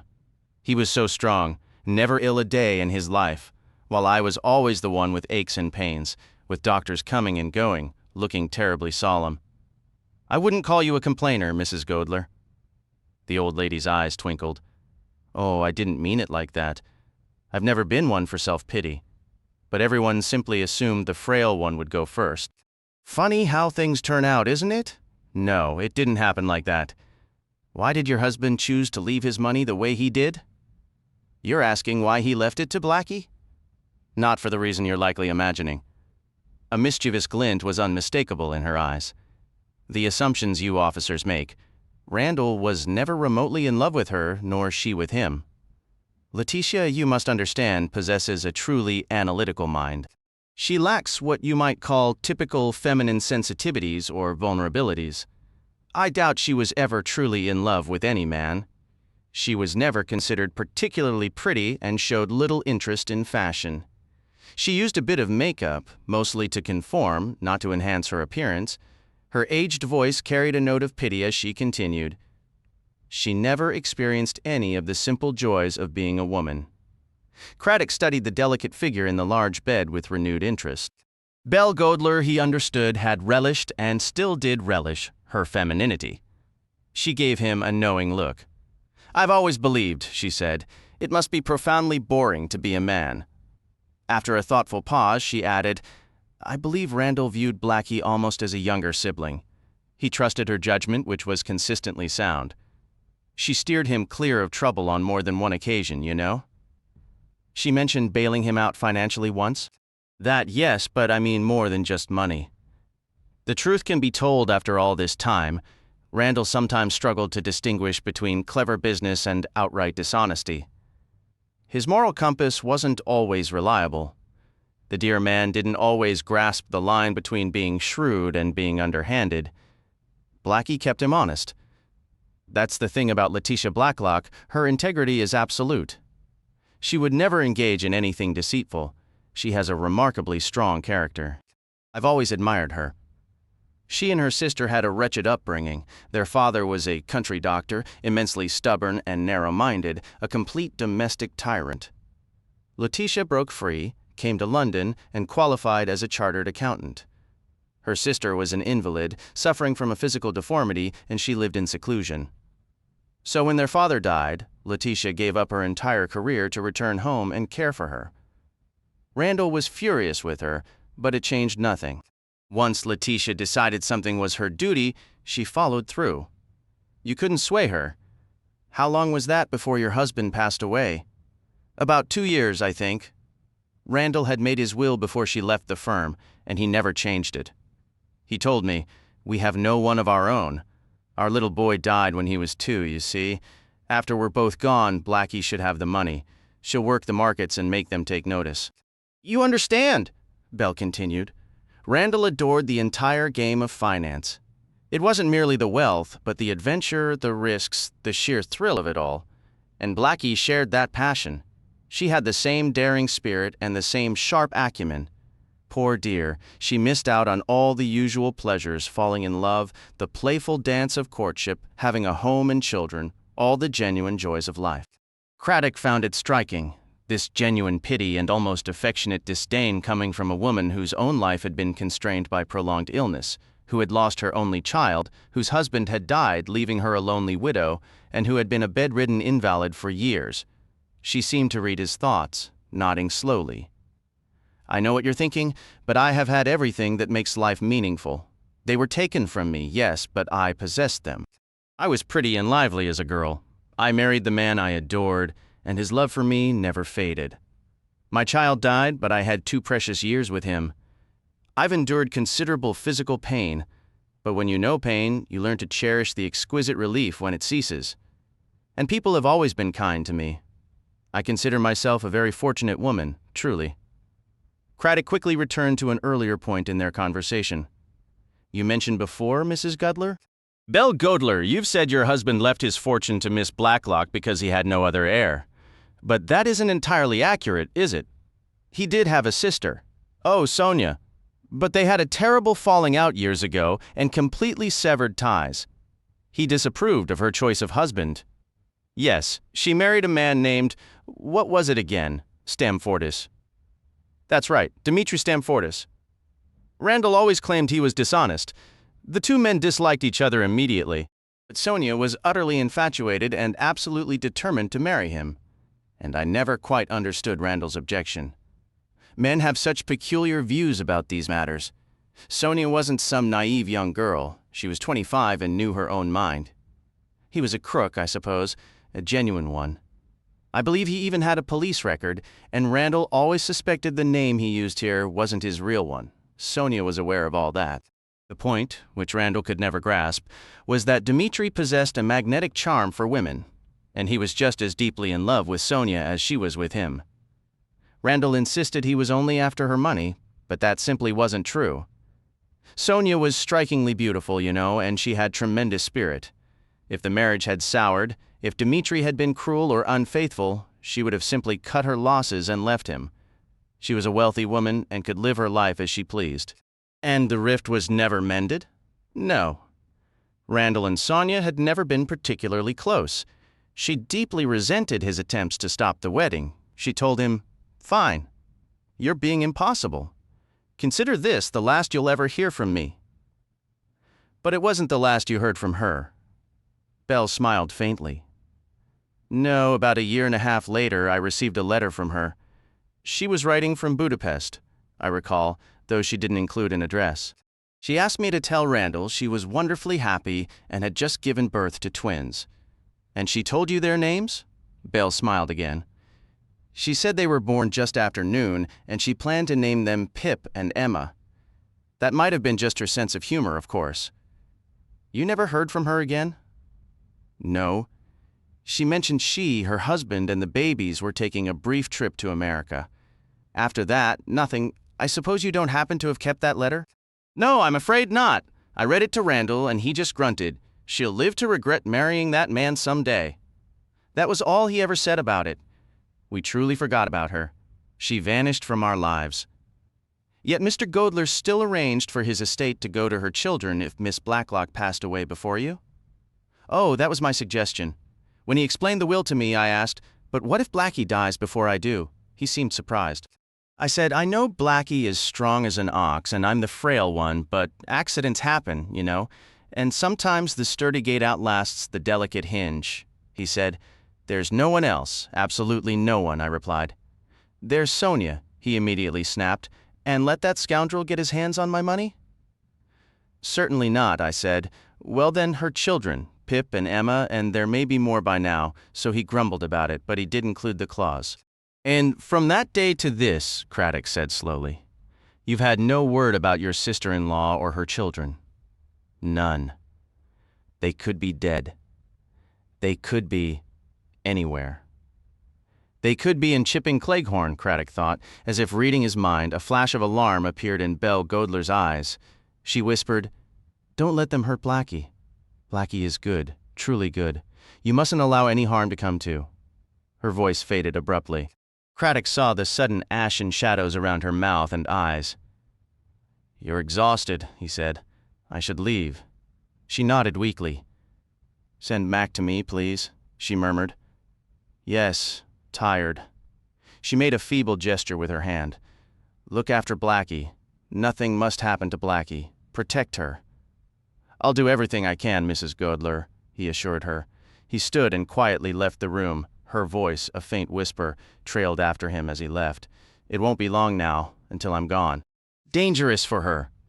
Be careful." Sister McClelland met him in the hallway.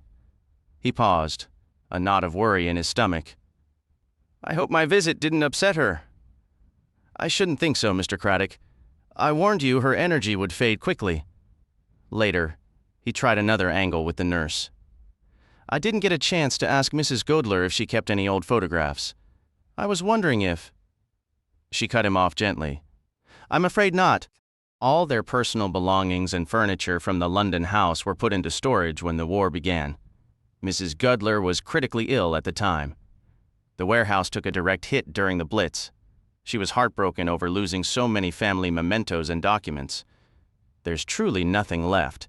So that was a dead end, Craddock reflected. Yet the trip north hadn't been wasted. Pip and Emma, those vague shadows, were becoming more solid in his mind. He pieced it together. A brother and sister raised on the continent.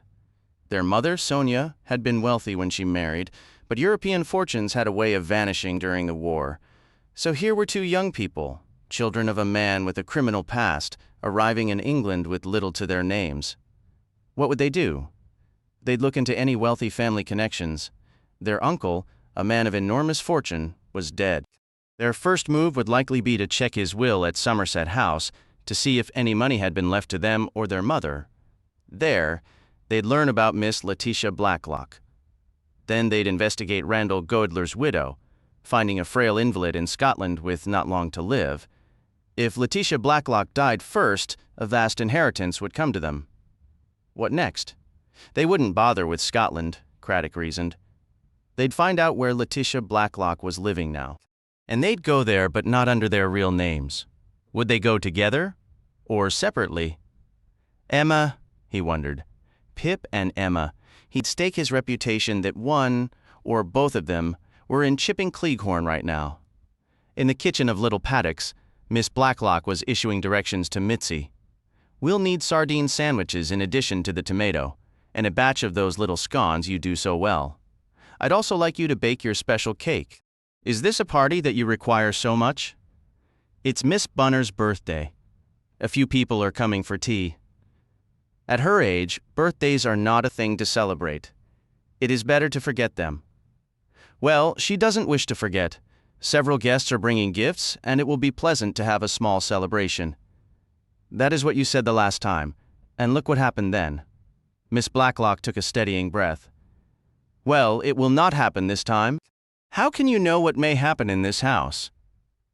All day I am filled with dread, and at night I lock my door and peer into the wardrobe to be sure no one is hiding. That sounds like a thoroughly secure routine, Miss Blacklock said dryly. The cake I want you to make is the... Mitzi emitted a sound that, to Miss Blacklock's ears, was somewhere between a sneeze and a cat's hiss. That's the one, the very rich one? Yes, it is rich. For it, I have nothing. It is impossible. I need chocolate, and so much butter and sugar and raisins. You may use this tin of butter from America. Here are some raisins we were saving for Christmas, a slab of chocolate, and a pound of sugar. Mitzi's face instantly transformed, glowing with delight. Ah, then I will make it for you, beautiful, beautiful, she cried with sudden fervor. It will be rich, so rich, it will melt on the tongue. And on top, I will put the icing, chocolate icing. I will make it perfect. I will write on it, good wishes. These English people with their dry, crumbly cakes would never have tasted anything like this. They'll call it amazing, simply amazing. Her expression darkened once more.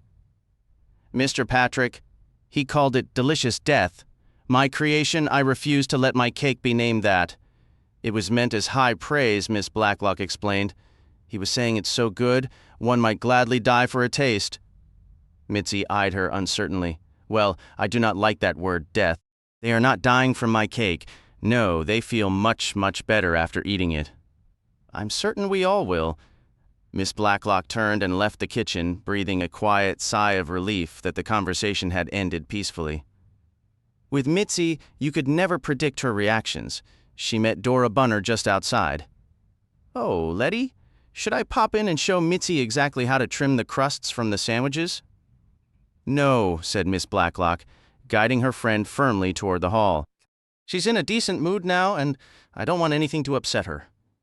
But I could simply demonstrate. Please don't demonstrate anything, Dora. People from Central Europe often resent being shown. They truly dislike it. Dora looked at her with some doubt. Then her face suddenly brightened. Edmund Swettenham telephoned. He wished me many happy returns and said he's bringing a jar of honey as a gift this afternoon. Isn't that thoughtful? I've no idea how he knew it was my birthday. Apparently, everyone knows. You must have mentioned it, Dora. Well, I might have casually said that today I turned 59. You're 64, Miss Blacklock replied with a playful glint in her eye. And then Miss Hinchliff said, You don't look it. How old do you think I am? Which was rather awkward, because Miss Hinchliff always looked so distinctive she could be any age. She mentioned she's bringing me some eggs, by the way. I told her our hens haven't been laying well lately. We're certainly benefiting from your birthday, Miss Blacklock observed. Honey, eggs, a splendid box of chocolates from Julia. I can't imagine where she finds such treats. Best not to inquire. Her methods are likely entirely outside the law. And your beautiful brooch. Miss Bunner glanced down proudly at the small diamond leaf pinned to her dress. I'm so glad you like it. I've never been one for much jewelry. I adore it. Excellent. Let's go feed the ducks. Ah, Patrick announced theatrically as everyone settled around the dining table. What do my eyes behold? Delicious death. Quiet, Miss Blacklock warned. Don't let Mitzi hear you. She strongly objects to that name for her cake. Nevertheless, delicious death it remains. Is this Bunny's birthday cake? Yes, it is, Miss Bunner beamed. I truly am having the most marvelous birthday. Her cheeks were flushed with excitement, a state that had begun when Colonel Easterbrook presented her with a small box of candies and declared with a bow, Sweets for the sweet. Julia had turned her head away quickly, earning a stern look from Miss Blacklock. Everyone did full justice to the tea table's offerings, rising from their seats after a round of party crackers. I feel a bit queasy, Julia admitted. It's that cake. I remember feeling exactly the same way last time. It's worth it, Patrick insisted. These continental bakers certainly know their pastries, Miss Hinchliffe remarked. What they can't manage is a proper steamed pudding. A respectful if strained silence followed, though Patrick seemed on the verge of asking if anyone actually longed for a plain boiled pudding. Hired a new gardener? Miss Hinchliffe asked Miss Blacklock as they moved back to the drawing room. No, why do you ask? Spotted a man lurking near the henhouse. Looked quite respectable, military sort. Oh, that, Julia said. That's our detective. Mrs. Easterbrook fumbled her handbag. A detective, she exclaimed. But why? I'm not sure, Julia replied. He prowls around and keeps watch on the house. I suppose he's here to protect Aunt Letty. That's utter nonsense, Miss Blacklock stated firmly. I'm perfectly capable of protecting myself, thank you. But surely all that dreadful business is finished now, Mrs. Easterbrook cried. I meant to ask earlier, Mrs. Easterbrook began. Why did they postpone the inquest? Her husband replied. It means the police aren't satisfied with the findings. But not satisfied about what? She pressed. Colonel Easterbrook shook his head, adopting the expression of someone who could reveal much more if he wished. Edmund, who had little fondness for the colonel, cut in. The reality is, every one of us is under suspicion now. Suspicion of what? Mrs. Easterbrook asked again, her voice rising slightly. Never mind, dear, her husband said soothingly. Edmund added with a dry tone. Loitering with intent, you might say, the intent being to seize the first chance to commit murder. Oh, please don't say such things, Mr. Swettenham. Dora Bunner protested, her eyes welling with tears. I can't believe anyone here would ever wish harm to our dear Letty. An uncomfortable silence fell over the room. Edmund flushed, mumbling, It was only a joke. Philippa, in a bright, clear voice, suggested they tune in to the 6 o'clock news. A proposal met with immediate and relieved agreement. Patrick leaned toward Julia and whispered, We could use Mrs. Harmon right now. She'd likely declare in that carrying tone of hers, but I suppose someone is still hoping for a perfect opportunity to murder you, Miss Blacklock? I'm rather glad she and that elderly Miss Marple couldn't make it, Julia replied quietly. That old woman strikes me as the nosy type, probably has a mind like a gloomy attic, a real relic from another era. The news broadcast smoothly transitioned the group into a discussion about the terrors of atomic warfare. Colonel Easterbrook asserted that the true threat to civilization was undoubtedly Russia, to which Edmund remarked that he had several delightful Russian acquaintances, a statement met with chilly silence. The gathering soon dispersed with repeated thanks to their hostess. Did you have a nice time, Bunny? Miss Blacklock asked after the last guest had left. Oh, I did, but I've developed a dreadful headache. All the excitement I expect. It's the cake, Patrick said. I'm feeling a bit off myself, and you've been sampling chocolates all morning. I believe I'll go and lie down, Miss Bunner decided. I'll take some aspirin and try to get a proper rest. That sounds very sensible, Miss Blacklock agreed. As Miss Bunner headed upstairs, Patrick offered, Shall I lock up the ducks for you, Aunt Letty? Miss Blacklock gave him a stern look. Only if you promise to fasten that latch securely. I will, I swear it. Have a glass of sherry, Aunt Letty, Julia suggested. As my old nurse used to say, it will settle your stomach. A rather disgusting turn of phrase, but oddly fitting right now. Well, perhaps it would do some good. The truth is, one isn't accustomed to such rich food. Oh, Bunny, you startled me. What is it? I can't seem to find my aspirin, Miss Bunner said mournfully from the stairs. You can take some of mine, dear. They're on my bedside table, Miss Blacklock offered. There's a bottle on my dressing table as well, Philippa added. Thank you both. But I know I had a new bottle somewhere. Where on earth could I have put it? This house is practically overflowing with aspirin, Julia said, a hint of impatience in her voice. There's plenty in the bathroom. It bothers me to be so forgetful and lose things, Miss Bunner replied, turning to retreat upstairs once more. Poor old Bunny, Julia said, raising her glass. Should we have offered her some sherry, do you think? Probably best not, Miss Blacklock considered. She's had quite a lot of stimulation today, and it isn't really good for her. I fear she'll feel rather poorly tomorrow. Still, I do believe she thoroughly enjoyed herself. She adored every minute, Philippa affirmed. Let's give Mitzi a glass of sherry, Julia proposed. Hearing Patrick come in through the side door, she called, "Pat, fetch Mitzi, would you?" Mitzi was ushered in and Julia poured her a glass. "Here's to the finest cook in the world," Patrick toasted. Mitzi, though pleased, felt obliged to object. "That is not accurate. I am not truly a cook. In my country, I performed intellectual work." "Then you're tragically underemployed," Patrick said with a grin. "What's intellectual work compared to a masterpiece like Delicious Death?" "Oh, I tell you, I do not like." "Never mind what you like, my dear," Patrick interjected lightly. "Delicious Death, that's what I call it. And here's to it. Let's raise a glass to delicious death and forget about the morning after." A murder is announced. "Philippa, I need to speak with you for a moment." "Yes, Miss Blacklock?" Philippa Hames glanced up, a flicker of surprise crossing her features. "Is everything all right? You seem troubled lately?" "Troubled? Not at all. I couldn't help noticing you've been preoccupied. Is something the matter?" "Nothing's wrong, Miss Blacklock." "What could possibly be wrong?" "I just thought, perhaps, it might be about you and Patrick." "Patrick?"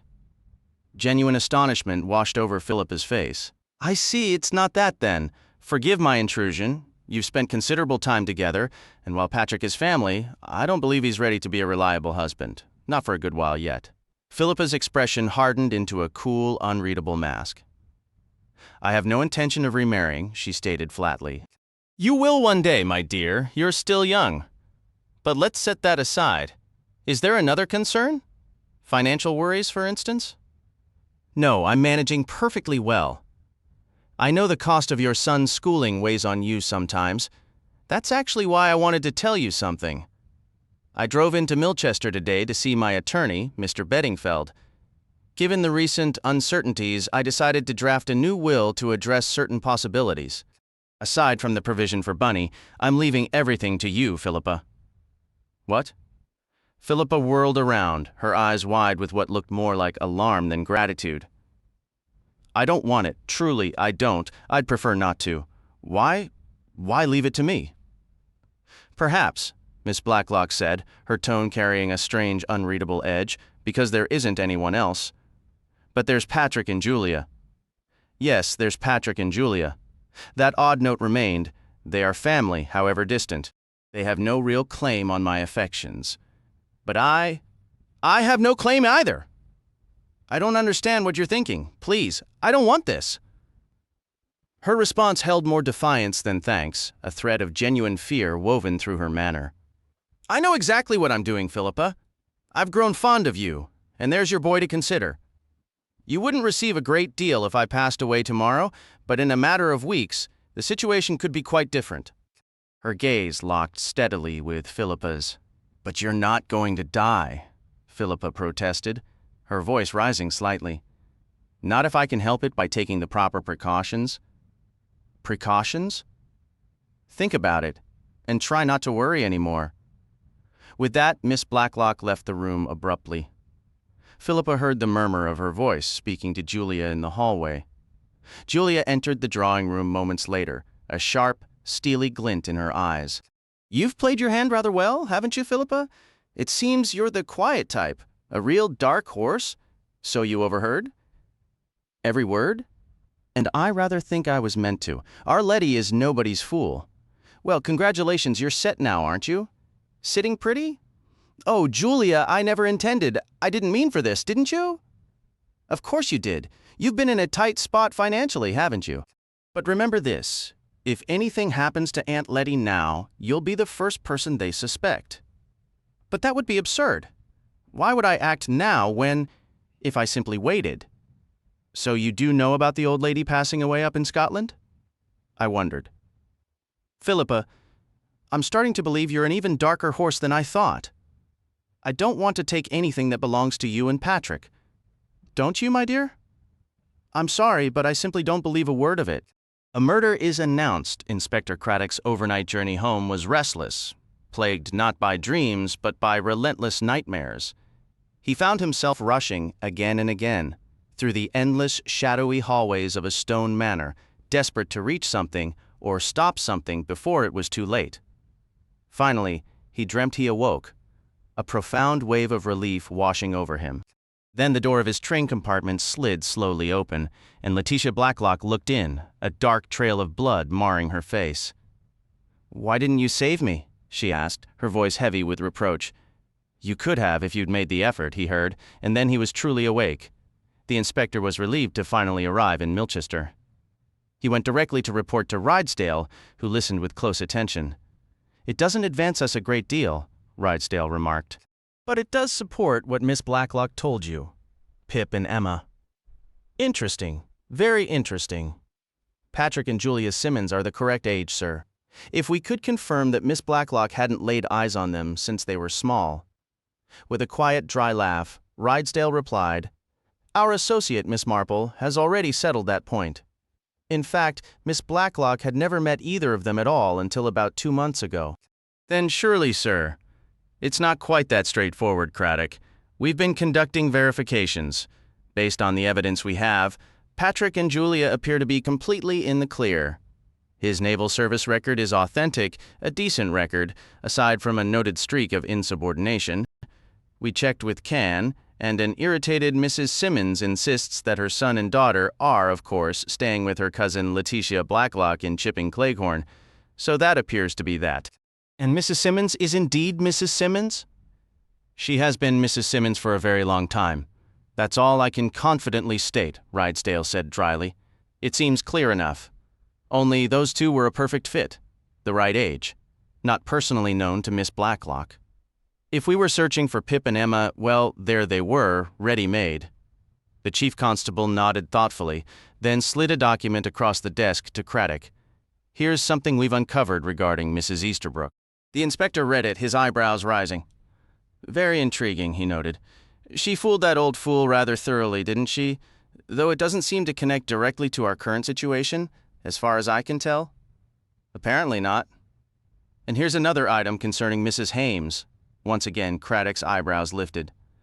"I believe I'll be having another conversation with that lady," he said. "Do you consider this information potentially relevant?" "I think it might be. It would be a long shot, of course." The two men sat in silence for a moment.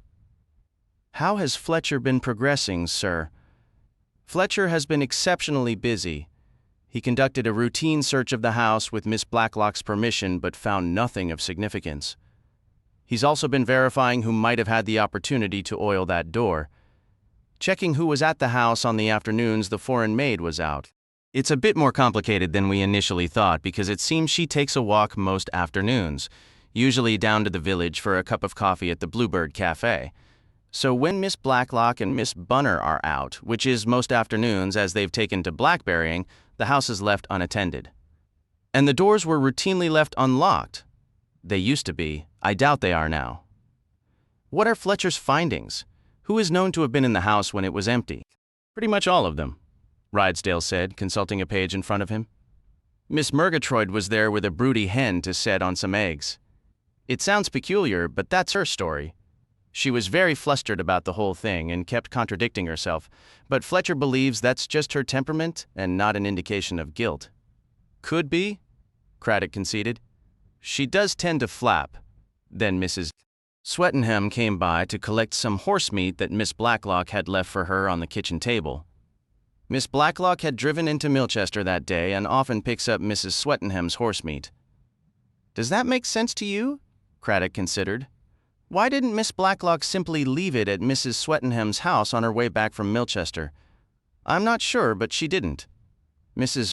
Swettenham claims Miss Blacklock always leaves it on the kitchen table, and she prefers to fetch it when Mitzi isn't around because Mitzi can be quite rude. That holds together well enough. And the next? Miss Hinchliffe. She claims she hasn't been there at all recently, but she was. Mitzi saw her coming out the side door one day, and so did a local woman, Mrs. Butt. Confronted, Miss Hinchliffe then admitted she might have been there, but had simply forgotten. She couldn't recall what her original errand had been. She claimed she likely just stopped by on a whim. That seems a bit strange. So did her behavior, from what I've been told. Then we have Mrs. Easterbrook. She was walking her beloved dogs in that direction and decided to drop in, hoping to borrow a knitting pattern from Miss Blacklock, but Miss Blacklock wasn't home. She mentions waiting around for a short while. Of course. could have been poking about, or perhaps applying oil to a hinge. And the Colonel? He visited one afternoon with a book about India that Miss Blacklock had supposedly shown an interest in reading. Had she really? Her version is that she tried every polite excuse to avoid accepting it, but he was insistent. Sounds about right, Craddock sighed. When someone is utterly determined to lend you a book, there's simply no escape. We're uncertain about Edmund Swettenham's visits. He's terribly forgetful. Said he does stop by sometimes on his mother's behalf, but doesn't believe it's been recently. So it all leads nowhere definitive, correct? Rydesdale offered a slight grin. Miss Marple has been keeping busy as well. Fletcher reports she had morning coffee at the Bluebird Cafe. She's attended sherry at Boulder's and taken tea at Little Paddock's. She complimented Mrs. Swettenham's garden and made a point of viewing Colonel Easterbrook's collection of Indian artifacts. She might be able to confirm for us whether the Colonel is the genuine article. She'd know. I'm sure he seems legitimate on the surface. We'd still need verification from the Far Eastern authorities for positive identification. In the meantime, Craddock paused. Do you believe Miss Blacklock could be persuaded to leave? Leave Chipping Cleghorn entirely? Yes. Take the devoted Bunner with her, perhaps, and depart for an undisclosed location. Why not travel up to Scotland and stay with Belle Godler? It's a rather remote and difficult-to-reach estate. Sit there and simply wait for the woman to pass? I doubt she'd agree to that. I don't believe any decent person would find that suggestion palatable, if it's a matter of preserving her life. Now, Craddock, dispatching someone isn't quite as straightforward as you imagine. Isn't it, sir? Well, in a technical sense, I suppose it's simple enough. Plenty of methods at hand.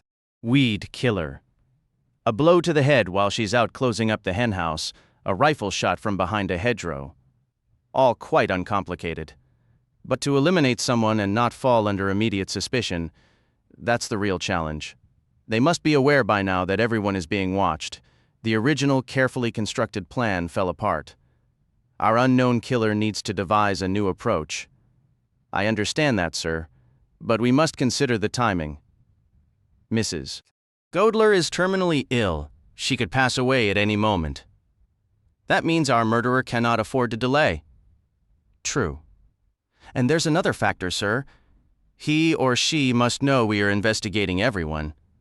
And that process takes time, Rydesdale said with a weary sigh. It means contacting the East, checking records in India. Yes, it's a lengthy, tedious affair. Which is yet another reason for haste. I am convinced, sir, the threat is immediate and severe. An enormous sum of money is at stake. If Belle Godler dies, he was interrupted by a constable entering. Constable Legg on the line from Chipping Cleghorn, sir. Put him through. Inspector Craddock watched the chief constable's expression harden. Understood, Rydesdale said sharply. Detective Inspector Craddock will be departing at once. He replaced the receiver. Is it? Craddock began, but Rydesdale shook his head. No, he said. It's Dora Bunner. She needed some aspirin. Apparently, she took tablets from a bottle on Letitia Blacklock's bedside table. Only a few remained. She took 2 and left 1. The doctor has that last tablet and is sending it for analysis. He states it is definitely not aspirin. Is she dead? Yes, found in her bed this morning. Died in her sleep, according to the doctor. He doesn't believe it was natural despite her poor health. His suspicion is narcotic poisoning. The autopsy is scheduled for tonight. Aspirin tablets by Letitia Blacklock's bedside. What a cunning, clever devil. Patrick mentioned that Miss Blacklock had discarded a half-empty bottle of sherry and opened a fresh one. It struck me that she wouldn't have done the same with an opened bottle of aspirin. So who had been inside the house recently, within the last day or two? Those tablets couldn't have been sitting there for long. Rydesdale met his gaze. Our whole group was here yesterday, he replied. It was Miss Bunner's birthday celebration. Any one of them could have slipped upstairs and made a clean swap. Naturally, anyone living in the house could have done it at any time. A murder is announced, Chapter 17, the album. Wrapped warmly by the vicarage gate, Miss Marple accepted the note from Bunch. Please let Miss Blacklock know, Bunch said hurriedly, that Julian is very sorry he can't come himself. He's attending to a parishioner who's nearing the end out at Loch Hamlet. He'll stop by after lunch if Miss Blacklock wishes to speak with him. The note covers the funeral plans. He's suggesting Wednesday, assuming the inquest wraps up Tuesday. Poor old Bunny.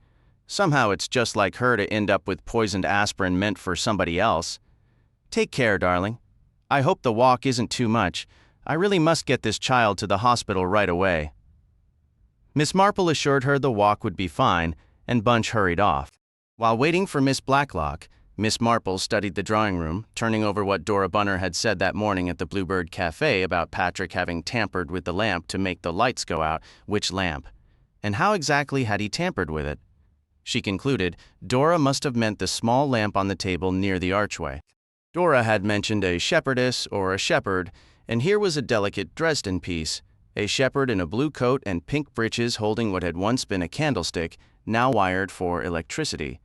The plain vellum shade was slightly too large, nearly hiding the figure. What else had Dora said? I'm sure it was the shepherdess, and then the next day, but it was definitely the shepherd now. Miss Marple recalled that when she and Bunch had come for tea, Dora had remarked the lamp was one of a pair. Of course, a shepherd and a shepherdess. On the evening of the holdup, it had been the shepherdess. By morning, this one, the shepherd, had taken its place. The lamps had been switched overnight, and Dora Bunner believed, rightly or not, that Patrick was the one who swapped them. Why? Because if the original lamp were inspected, it would reveal just how Patrick had cut the lights. But how had he managed it? Miss Marple peered closely at the lamp before her. The cord ran across the table, dipped over the edge, and plugged into the wall, with a small pear-shaped switch along its length. None of it sparked any insight. Electricity wasn't her forte. Where was the shepherdess lamp now? In a spare room? Thrown out? Or was it where Dora had come across Patrick Simmons with a feather and an oily cup? In the shrubbery, perhaps? Miss Marple resolved to raise all these points with Inspector Craddock. From the very start, Miss Blacklock had jumped to the conclusion that her nephew Patrick was behind placing that advertisement. That sort of gut feeling often held truth, or so Miss Marple believed. When you knew people well, you understood the kinds of ideas they might entertain Patrick Simmons, a good-looking, charming young man, the type women warmed to, both the young and the old. The sort of man, perhaps, that Randall Godler's sister might have married. Could Patrick actually be Pip? But he'd served in the Navy during the war. The police could verify that easily enough, though sometimes the most astonishing impersonations did occur. A certain boldness could excuse a great many things. The door swung inward to reveal Miss Blacklock, who appeared, in Miss Marple's estimation, to have aged considerably. Her usual vitality seemed entirely drained away. I do apologize for intruding like this, Miss Marple offered. The vicar was called to a parishioner's deathbed, and Bunch had to take an ill child to the hospital. He asked me to bring you this note. She extended the envelope, which Miss Blacklock accepted and opened. Please sit down, Miss Marple, she said. It was thoughtful of you to deliver it. She read the vicar's message in silence. He is a man of true understanding, she remarked softly. He refrains from offering empty, comforting words. Please tell him the arrangements are perfectly suitable. Her favorite hymn was Lead, Kindly Light. Her voice faltered. Miss Marple spoke gently. Though we've only just met, please accept my deepest sympathy. Then, quite without warning, Letitia Blacklock's composure shattered. She wept with a raw, overwhelming sorrow that seemed utterly devoid of hope. Miss Marple remained quietly seated. Eventually, Miss Blacklock composed herself, her face tear-stained and swollen. Forgive me, she whispered. It simply overwhelmed me, the magnitude of my loss. She was my last connection to the past, you understand, the only one who truly remembered. With her gone, I am completely alone. I understand precisely, Miss Marple replied. That loneliness arrives when the final keeper of your shared memories passes. I have family and kind friends, yet no one remains who knew me as a girl, who shares those old days. I, too, have been alone in that way for many years. For a moment, both women sat in a comfortable, understanding silence. You comprehend it perfectly, Letitia Blacklock said. She stood and moved to her writing desk. I should pen a brief reply to the vicar. She took up the pen with some difficulty, writing slowly. Arthritis, she explained. Some days it's a struggle to write at all. She sealed the envelope and addressed it. If you wouldn't mind delivering this, I would be most grateful. The sound of a man's voice in the hall prompted her to add quickly, That will be Inspector Craddock? She turned to the mirror above the fireplace, deftly using a powder puff to mend her appearance. The inspector entered, his expression stern and displeased. He glanced at Miss Marple with clear disapproval. "Oh," he said flatly, "you're here." Miss Blacklog turned from the mantel. Miss Marple was kind enough to bring a note from the vicar. In a somewhat flustered tone, Miss Marple said, "I was just leaving this very moment. I wouldn't dream of getting in your way." "Were you present at the tea party here yesterday?" Craddock asked. "No, indeed I was not," Miss Marple answered nervously. "Bunch drove me to visit some friends instead." "Then you have nothing to tell me." Craddock held the door open pointedly, and Miss Marple departed with an air of mild embarrassment. Once she was gone, the inspector muttered, "These elderly ladies can be champion busybodies?" "I believe you're misjudging her," Miss Blacklog countered. "She genuinely did bring a note from the vicar." "I don't doubt she brought a note," Craddock replied, his tone shifting to one of dry sarcasm. "I just wager she volunteered for the errand, my professional diagnosis?" "A classic case of acute nosy Parkeritis, highly contagious in villages like this. They gather intelligence under the guise of running errands, all while appearing perfectly harmless." "She seems a very gentle soul," Miss Blacklog insisted. "Dangerous as a coiled rattlesnake, if you only knew," the inspector thought to himself grimly. He had no intention of sharing his suspicions unnecessarily. Now, certain a killer was active, he believed in strict confidentiality. The last thing he needed was for Jane Marple to become the next target. A murderer was here, somewhere. But where? "I'll skip the formal condolences, Miss Blacklog," he said aloud. "Truthfully, I feel responsible for Miss Bunner's death. We should have prevented it. I don't see how you could have." "Perhaps not. But we must act swiftly now. Who is doing this, Miss Blacklog? Who has tried to kill you twice and will almost certainly try again if we don't find them first?" Letitia Blacklog shivered. "I have no idea, Inspector. None at all. I've consulted with Mrs. Godler. She provided all the assistance she could. It wasn't a long list. Only a handful of people stood to gain anything concrete from your passing. Pip and Emma are the obvious ones. Patrick and Julia Simmons are about the right age, but their history appears straightforward. Still, we can't focus solely on them. Tell me, Miss Blacklog, if you saw Sonia Godler today, would you know her? Know Sonia? Well, naturally, she broke off, her certainty fading. "No," she admitted after a pause. "I'm not sure I would. It's been such a long time. 30 years. She'd be an old woman now. Describe her as you remember her?" "Sonia?" Miss Blacklog thought for a moment. She was petite, with dark hair. "Any distinctive habits? A particular way of speaking or moving?" "Not that I recall." "She was cheerful, always very lively. She might not be so lively these days," the inspector remarked. "Do you have a photograph of her?" "A photograph of Sonia? Let me think." Not a formal portrait. "I have some old snapshots tucked away in an album somewhere. I believe there's one of her in there." Excellent. May I see it? "Certainly. Now, where on earth did I put that album? Tell me, Miss Blacklog, is it even remotely possible that Mrs. Swettenham could be Sonia Godler?" "Mrs. Swettenham?" Miss Blacklog stared at him, utterly astonished. "But her husband was a government official, first in India, I believe, and later in Hong Kong." "What you mean is, that's the story she told you. But you don't know that for a fact, do you? Not from your own personal knowledge?" "No," Miss Blacklog conceded slowly.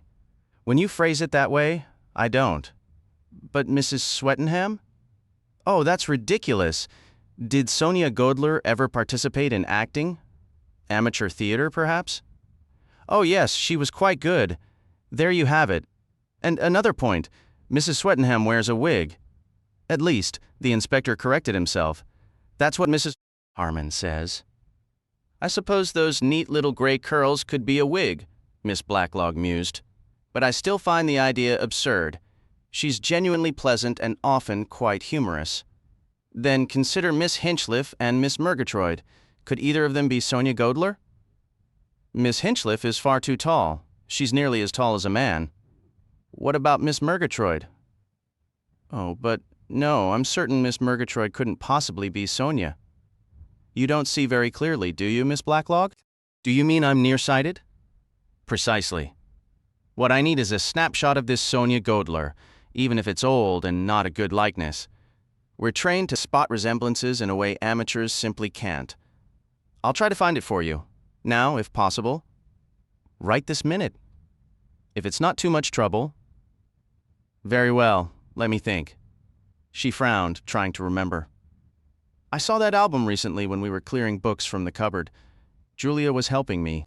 I recall she laughed at the fashions we wore back then. We put the books on the shelf in the drawing room. But where did the albums and those large bound volumes of the art journal go? My memory is wretched these days. Perhaps Julia will know. She's home today. I'll go and find her.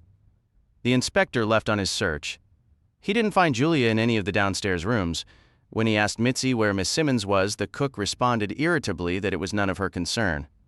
Me? I stay in my kitchen and mind the lunch, and I eat nothing I have not prepared myself. Nothing, you understand? The inspector called up the stairs. Miss Simmons. Receiving no answer, he went up. He nearly collided with Julia as he turned the corner on the landing. She had just come through a door that concealed a narrow, twisting staircase. I was up in the attic, she explained, a faint layer of dust on her sleeve. What is it? Inspector Craddock explained his mission. Those old photograph albums? Yes, I remember them. I think we put them in the large cupboard in the study. I'll show you. She led the way back downstairs and pushed open the study door. A large cupboard stood near the window. Julia opened it to reveal a chaotic assortment of items. Just junk, she said with a sigh. All of it. But older people never seem to throw anything away, do they? The inspector knelt and retrieved a pair of old-fashioned albums from the bottom shelf. Is this the set? Yes? Miss Blacklog entered and stood beside them. Ah, there they are. I couldn't recall where we'd stored them. Craddock had placed the albums on the table and was carefully turning the thick, brittle pages. Women in enormous, elaborate hats, women in long, restrictive gowns that brushed the floor, making even a simple step a challenge. Neat captions were written beneath each photograph, but the ink had faded with age. It should be in this volume, Miss Blacklog indicated. Around the second or third page. The other book covers the period after Sonia had married and moved away. She turned a page. It should be right here. Her finger paused. Several rectangular gaps marred the page where photographs had once been mounted. Craddock leaned closer, squinting to make out the faint script. Sonia, self, RG, a little further along, Sonia and Belle on the beach, and on the opposite page, picnic at Skene.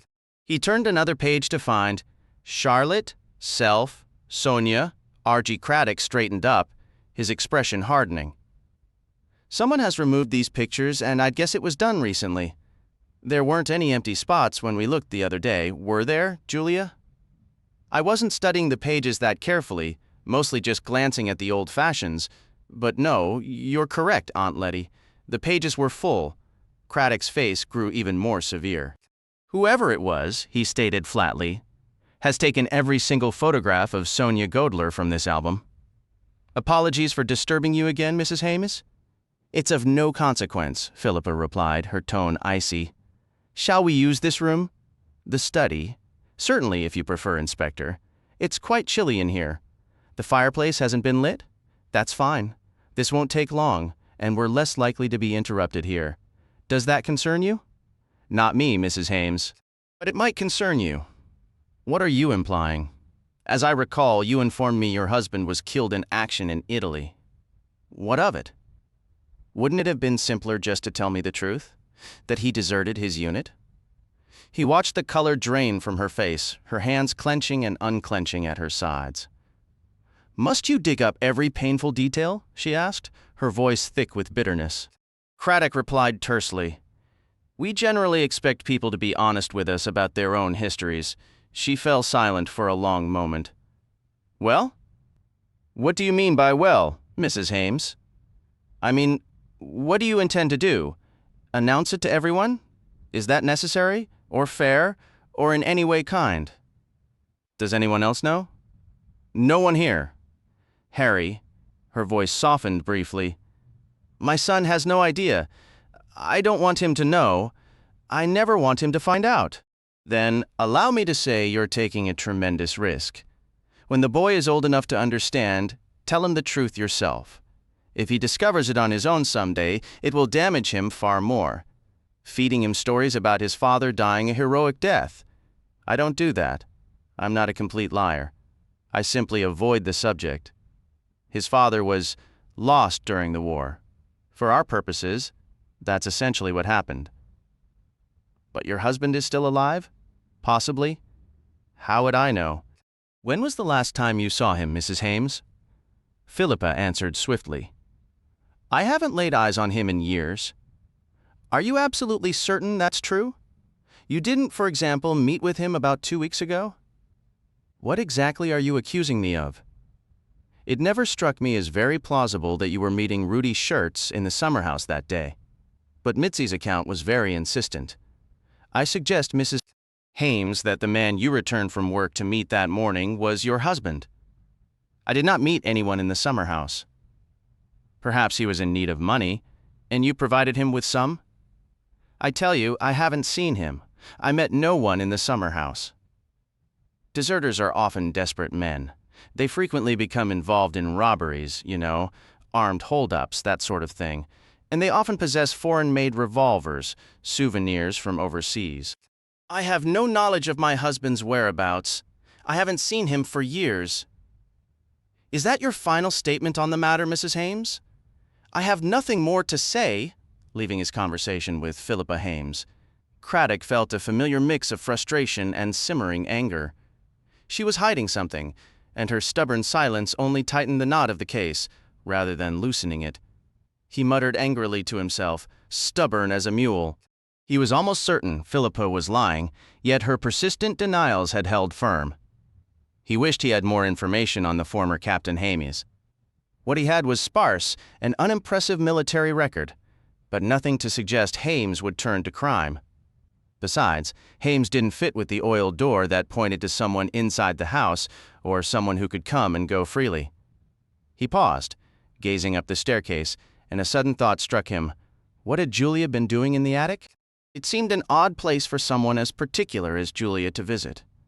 What was her purpose up there? He moved quietly up to the first floor, finding the hallway empty. Opening the door Julia had emerged from earlier, he climbed the narrow steps to the attic. The space was cluttered with old trunks, worn suitcases, and broken furniture, a chair missing a leg, a shattered china lamp, pieces of a discarded dinner set. He turned to the trunks, lifting the lid of one to find women's clothing, somewhat old-fashioned but of decent quality, likely belonging to Miss Blacklock or her late sister. Another trunk held curtains. Then his attention shifted to a small leather attaché case. Inside were papers and letters, yellowed with age. The case bore the initials CLB, which he correctly guessed stood for Charlotte Blacklock. He unfolded one letter. Dearest Charlotte, yesterday Belle felt well enough for a picnic? RG also took the day off. The Asugal flotation has gone splendidly. RG is terribly pleased. The preference shares are at a premium. He skimmed the rest and saw the signature. Your loving sister, Letitia? He picked up another.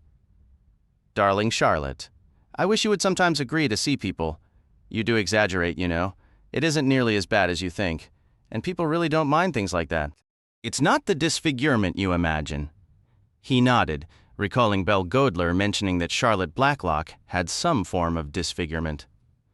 Letitia had eventually left her job to care for her sister. These letters radiated a tender, anxious affection filled with long accounts of daily life meant to comfort an invalid. Charlotte had kept them all, occasionally including snapshots. A surge of excitement washed over Craddock. Here, perhaps, was a clue. Within these forgotten details of the past, something might help him identify the unknown figure. There could even be a photograph of Sonia Godler, one the person who removed the others from the album might have missed. Carefully repacking the letters, He closed the case and started down the stairs. On the landing below, Letitia Blacklock stared at him in surprise. "Was that you up in the attic?" "I heard footsteps and couldn't imagine who. Miss Blacklock, I found some letters you wrote to your sister Charlotte years ago. May I take them to read?" She flushed with irritation. "Must you? Why? What possible use could they be to you? They might give me insight into Sonia Godler's character. There could be some reference, some incident that helps. Those are private letters, Inspector." "I understand. I suppose you'll take them regardless. You have the authority. Or can get it. Fine, take them. But you'll find very little about Sonia there. She had married and moved away just a year or two after I started working for Randall Godler." Inspector Craddock insisted. "There could still be something useful there," he added, his voice grave. "We must explore every possibility. I promise you, the threat is very real." Her lips trembled as she replied, "I know. Bunny is gone because of an aspirin tablet meant for me. It could be Patrick, or Julia, or Philippa, or Mitzi next, someone young with their whole life ahead of them. Someone who drinks a glass of wine poured for me or eats a chocolate sent to me. Please, just take the letters. Take them away and burn them afterwards.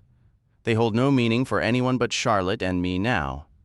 That part of our lives is over, finished, forgotten."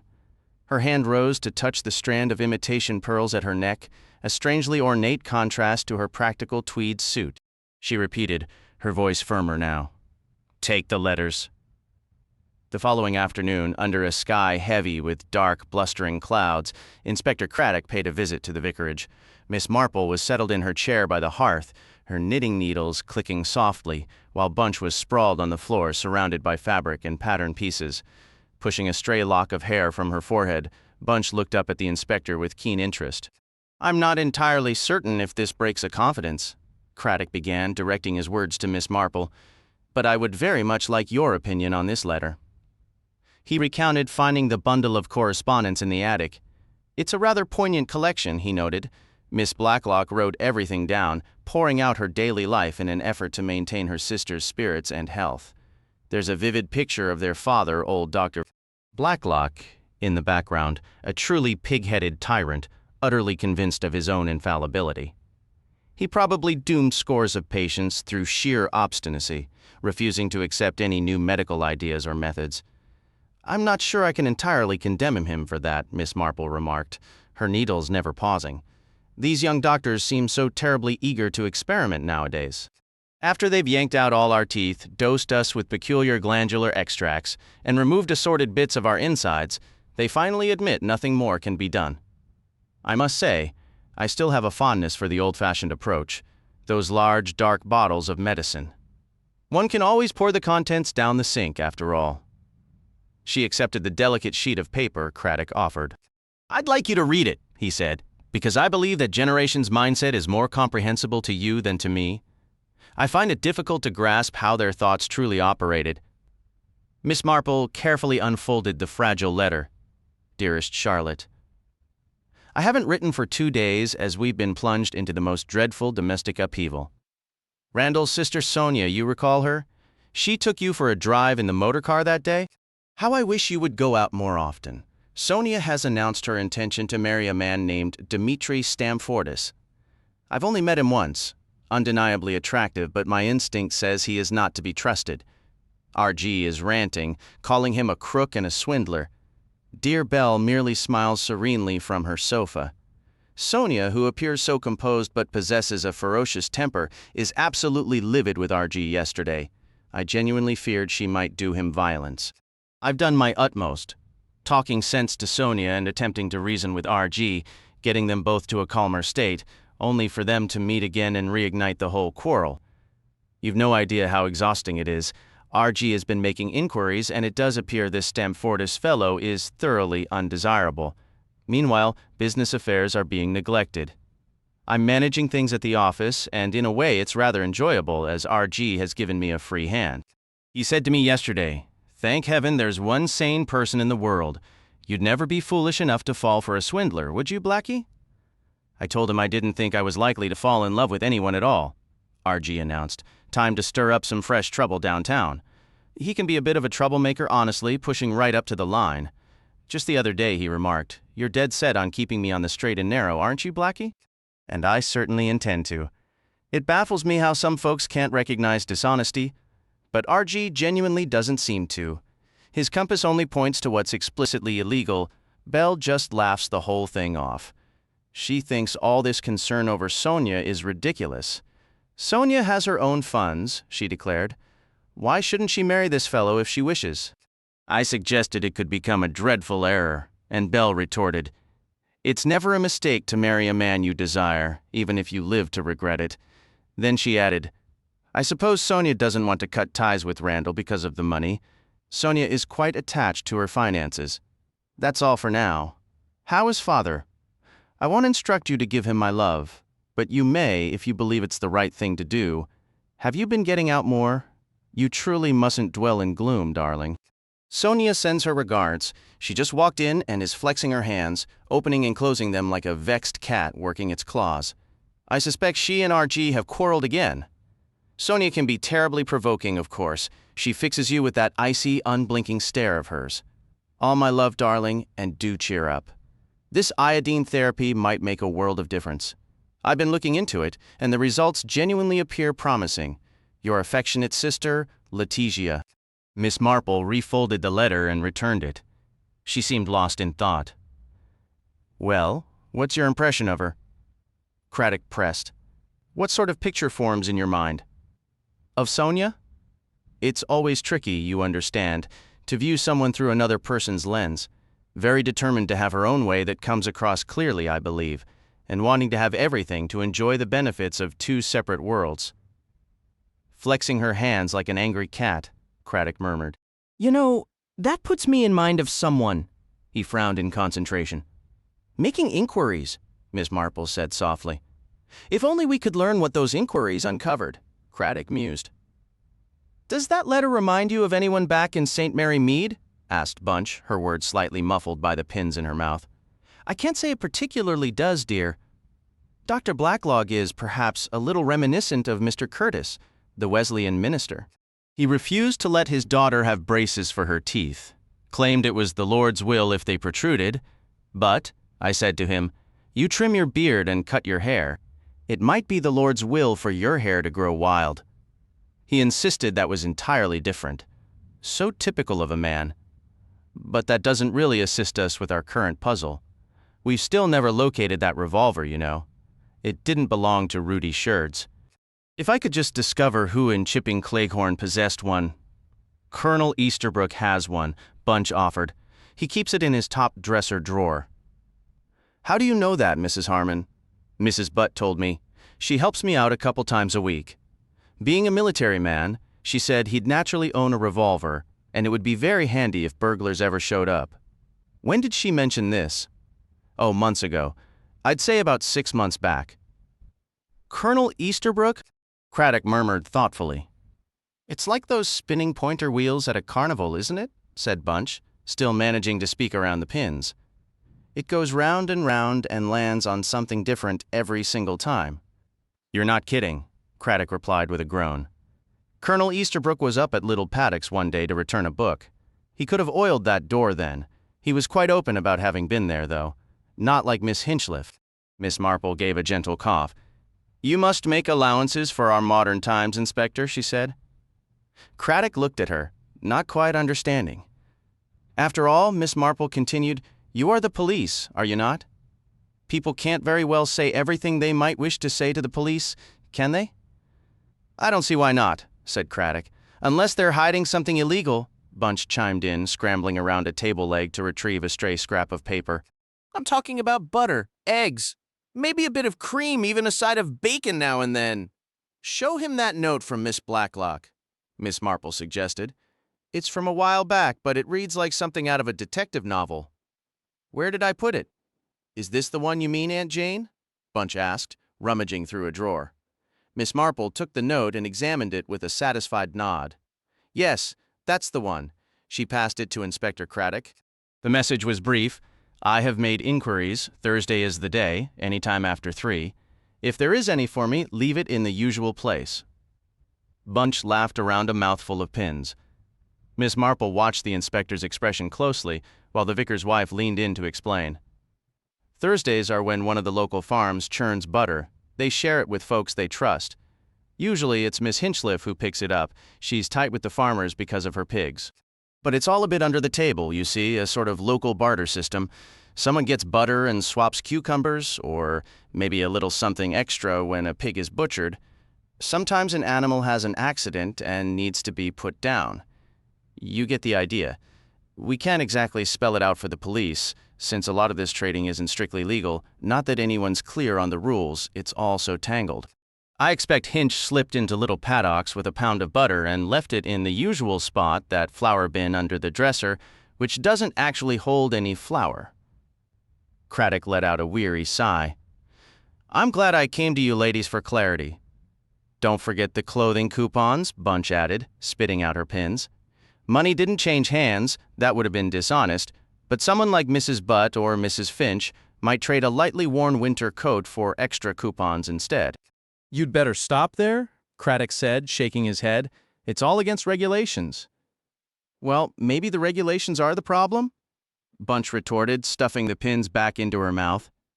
I don't take part. Julian wouldn't approve, but I know what goes on. A wave of frustration washed over the inspector. It all sounds so harmless and everyday, he muttered. Quirky and small-scale and straightforward. And yet one woman and a man are dead, and another woman might be next before I can find a solid lead. I've set aside the Pip and Emma angle for now. I'm focusing on Sonia. I wish I knew what she looked like.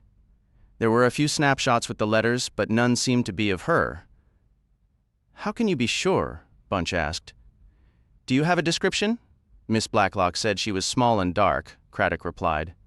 Really? Miss Marple murmured, her eyes lighting up. That is quite interesting. One photo did remind me of someone vaguely, a tall, fair-haired girl with her hair piled up. No idea who she could be. Anyway, it couldn't have been Sonia.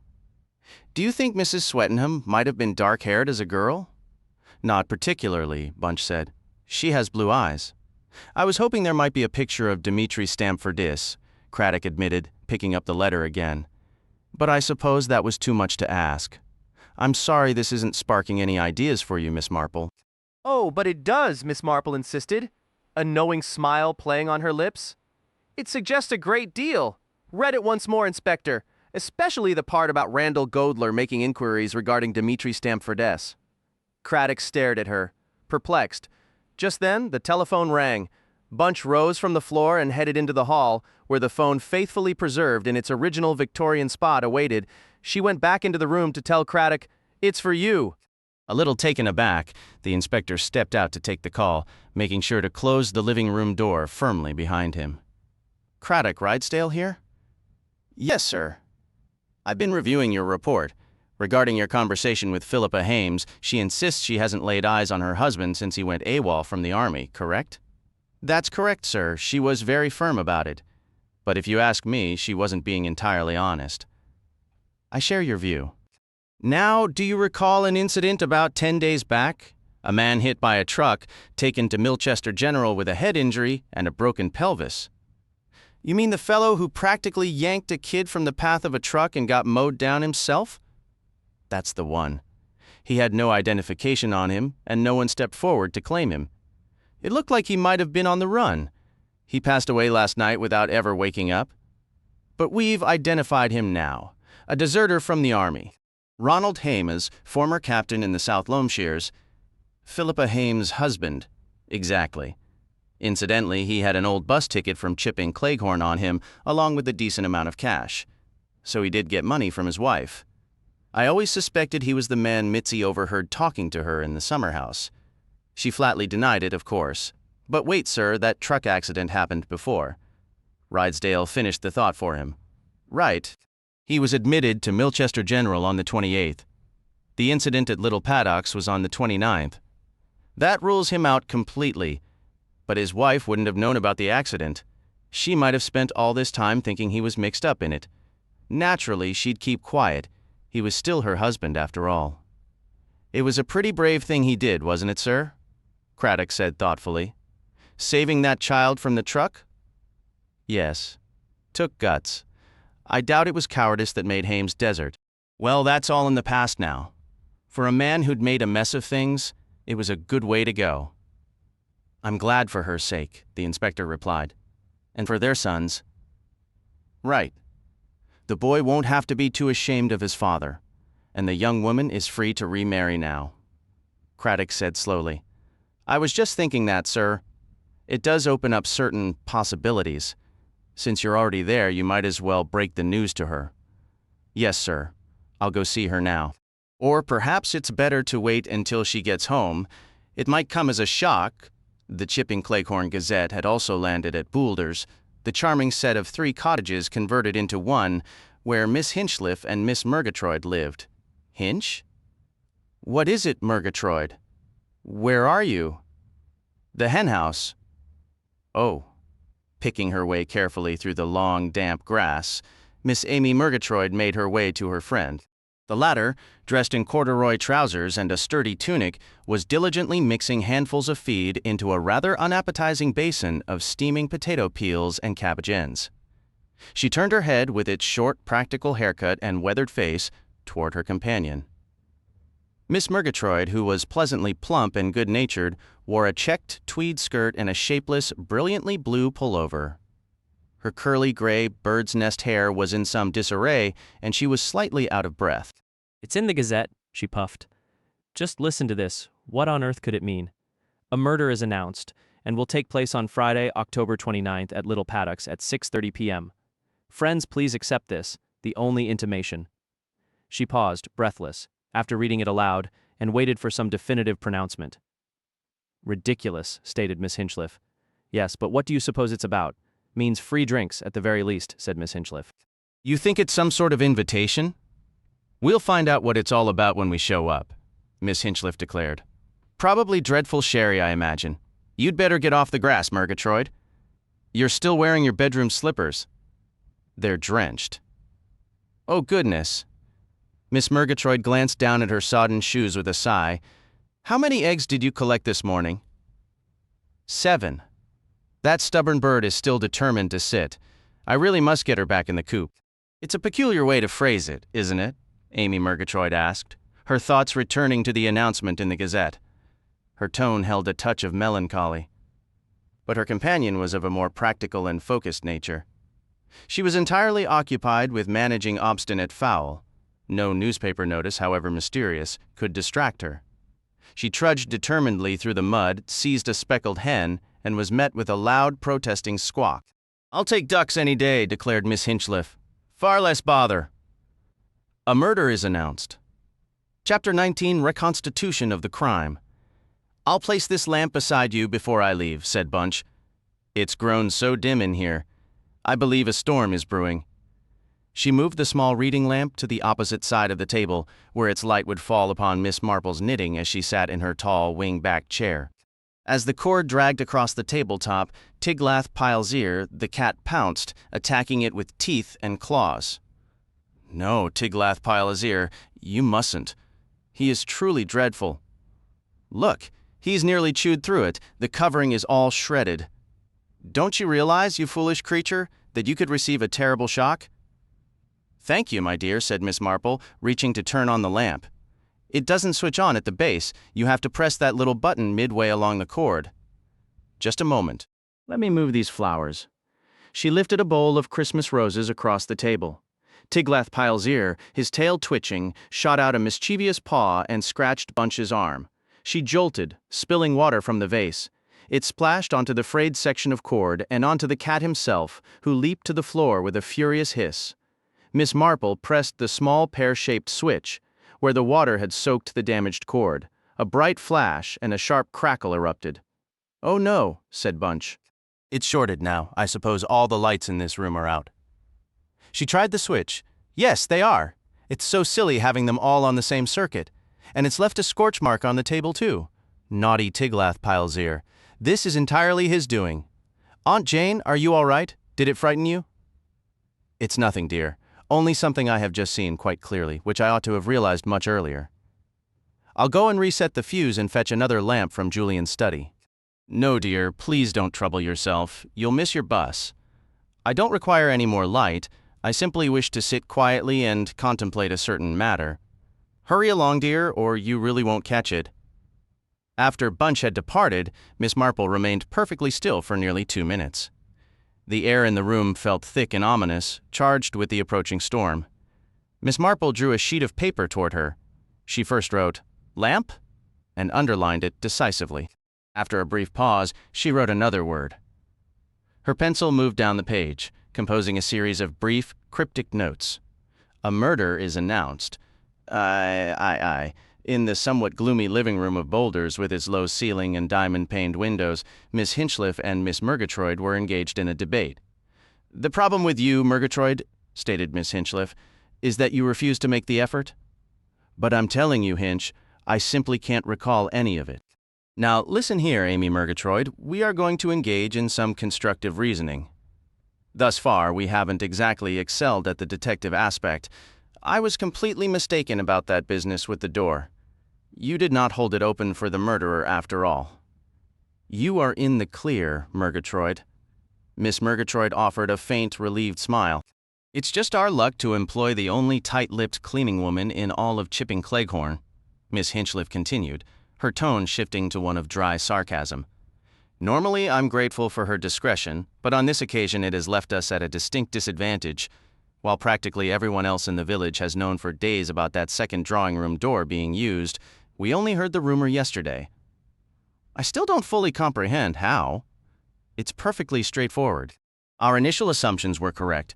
You can't hold a door open, wave a flashlight, and fire a revolver all at once.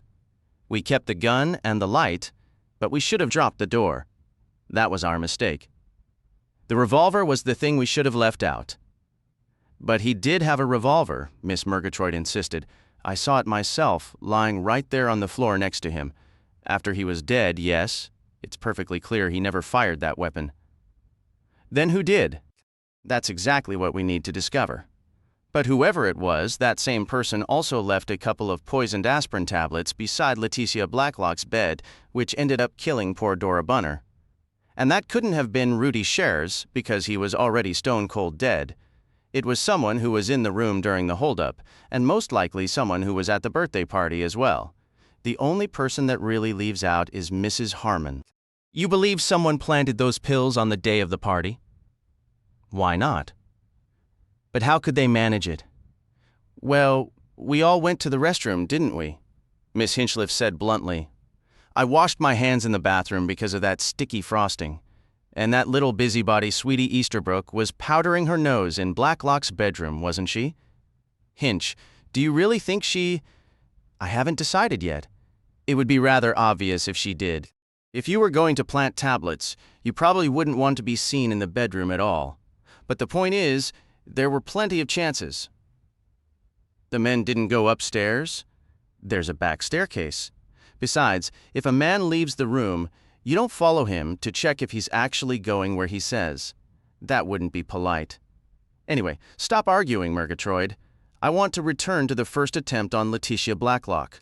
Now, first things first, get the facts straight in your head because everything is going to depend on you."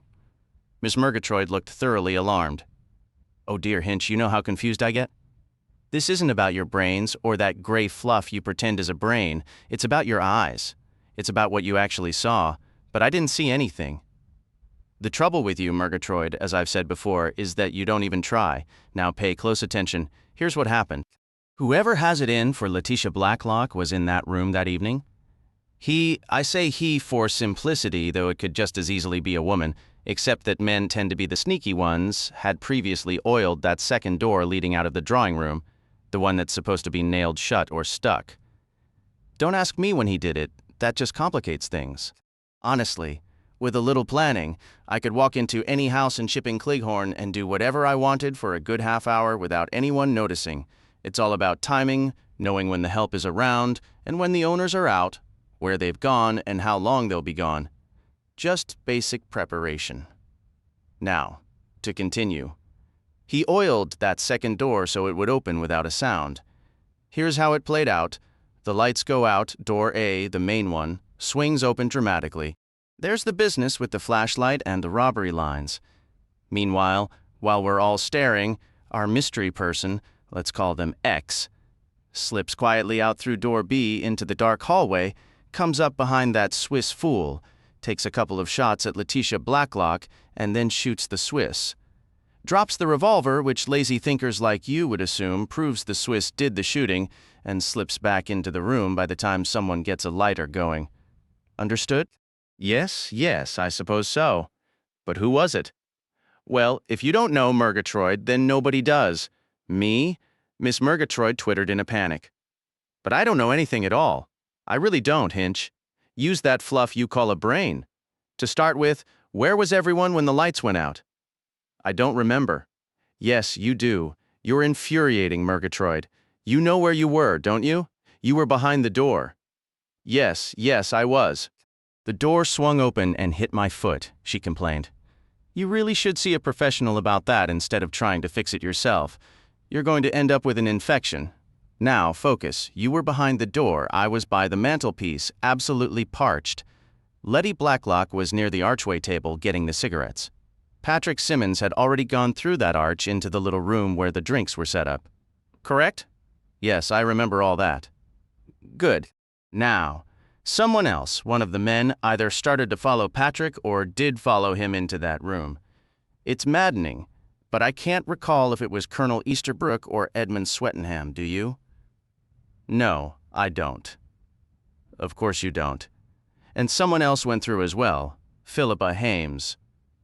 I remember that clearly because I noticed what a straight, athletic back she has, and I thought, that woman looks like she belongs on a horse. I was watching her, thinking just that when she walked over to the far mantelpiece. I never saw what she was after because the lights went out right then. So the situation is this: in the far drawing room were Patrick Simmons, Philippa Hames, and either Colonel Easterbrook or Edmund Swettenham. We don't know which. Now, Murgatroyd, listen carefully. The most logical assumption is that the culprit was one of those three. If someone planned to slip out that far door, they'd naturally position themselves conveniently before the blackout, so in all likelihood it was one of them. And if that's the case, Murgatroyd, there's absolutely nothing you can do about it. Miss Murgatroyd's expression lifted noticeably. However, Miss Hinchliffe continued, there's the chance it wasn't one of those three, and that's where you come in. But how could I possibly know anything about it? As I've said, if you don't, no one does. But I don't. I truly don't. I couldn't see a thing. Oh, but you could. You were the only one in a position to see. You were standing behind the door. The torchlight didn't blind you. The door was between you and it. You were facing the same direction the beam was pointing. The rest of us were completely dazzled. You weren't? Well, no, perhaps not, but I didn't see anything useful. The light was swinging all over the place. What did it show you? It landed on people's faces, didn't it? On furniture? On chairs? Yes, it did. Miss Bunner with her mouth hanging open and her eyes wide, staring and blinking. Exactly, that's what I'm after. Miss Hinchliffe sighed in relief. The trouble is getting you to use that fluff you call a brain. Now, keep going. But I didn't see anything else, really. You mean you saw an empty room? No one standing around? No one sitting down? No, of course not. Miss Bunner with her mouth agape, and Mrs. Harmon was perched on the arm of a chair. She had her eyes squeezed shut and her fists pressed against her cheeks like a frightened child. Good. That's Mrs. Harmon and Miss Bunner. Don't you see what I'm getting at yet? The tricky part is I don't want to put ideas in your head. But once we account for who you did see, we can get to the crucial question. Was there anyone you didn't see? Understand? Besides the tables, chairs, chrysanthemums, and so on, there were specific people. Julia Simmons, Mrs. Swettenham, Mrs. Easterbrook, either Colonel Easterbrook or Edmund Swettenham, Dora Bunner, and Bunch Harmon. All right, you saw Bunch Harmon and Dora Bunner, cross them off. Now think, Murgatroyd. Think hard. Was there one of those people who definitely wasn't there? Miss Murgatroyd gave a little start as a tree branch tapped against the open window. She closed her eyes, murmuring to herself. The flowers on the table, the large armchair, the torch beam didn't reach as far as you, Hinch, Mrs. Harmon. Harmon, yes. The telephone's sharp ring cut through the room. Miss Hinchliffe strode over to answer it. Hello, the station? Meanwhile, the dutiful Miss Murgatroyd, with her eyes shut tight, was mentally revisiting the events of the 29th. The beam of the torch moving in a slow arc, the cluster of people, the windows, the sofa where Dora Bunner sat, the wall, the table with its lamp, the archway, the sudden sharp crack of the revolver. But that's impossible, Miss Murgatroyd murmured to herself. What did you say? Miss Hinchliff was practically shouting into the receiver. Since this morning? What exact time? For heaven's sake, and you only call me now? That's outright negligence, an oversight? That's the best excuse you have. She slammed the phone down. It's the dog, she announced, her voice tight with anger. The red setter. She's been sitting at the station since 8 this morning. Not a drop of water, and those fools only just thought to call. I'm going to fetch her immediately. She stormed out of the room, with Miss Murgatroyd trailing behind, her voice rising in a squeak. But Hinch, wait, you must hear this. It's the strangest thing. I can't make sense of it. Miss Hinchliff was already out the door and heading for the converted shed that served as a garage. We'll pick this up when I return, she called over her shoulder. Can't wait for you. You're in your bedroom slippers again, I see. The car engine sputtered to life, and she reversed out with a jolt. Miss Murgatroyd hopped quickly out of the way. But Hinch, I have to tell you, it'll keep. With another jerk, the car shot forward down the lane. Miss Murgatroyd's voice, thin and frantic, chased after it. Hinch, she wasn't even there. Overhead, the sky had turned a heavy, bruised blue. As Miss Murgatroyd stood watching the car disappear, the first fat raindrops began to splatter around her. Flustered, she hurried over to the clothesline where, earlier that day, she had hung a couple of sweaters and some long woolen underwear to dry. It simply doesn't add up, she muttered to herself. Oh, bother. I'll never get these in dry now. And they were nearly there. She wrestled with a stubborn wooden peg, then turned her head at the sound of approaching footsteps. Her face brightened into a welcoming smile. Oh, hello, do go inside, you'll be drenched. Let me give you a hand. Oh, would you? It's so vexing if they get soaked all over again. I should really lower the line, but I think I can just manage this last one. Here's your scarf. Shall I put it around your neck for you? Oh, thank you, that's kind. Yes, perhaps. If I could just get this peg loose. The soft woolen scarf was draped gently around her neck. Then, in one brutal, swift motion, it was yanked tight. Miss Murgatroyd's mouth flew open, but the only sound was a faint, choked gasp. The pressure increased, relentless and final. On her return trip from the station, Miss Hinchliff spotted Miss Marple hurrying along the roadside and pulled the car over. Climb in, she boomed. You'll be soaked through. Come have tea with us. I saw Bunch waiting for the bus, so you'll be rattling around that big vicarage all alone. Murgatroyd and I were in the middle of reconstructing the crime scene. I've a feeling we were on the verge of something. Mind the dog, she's still a bit skittish. What a lovely animal.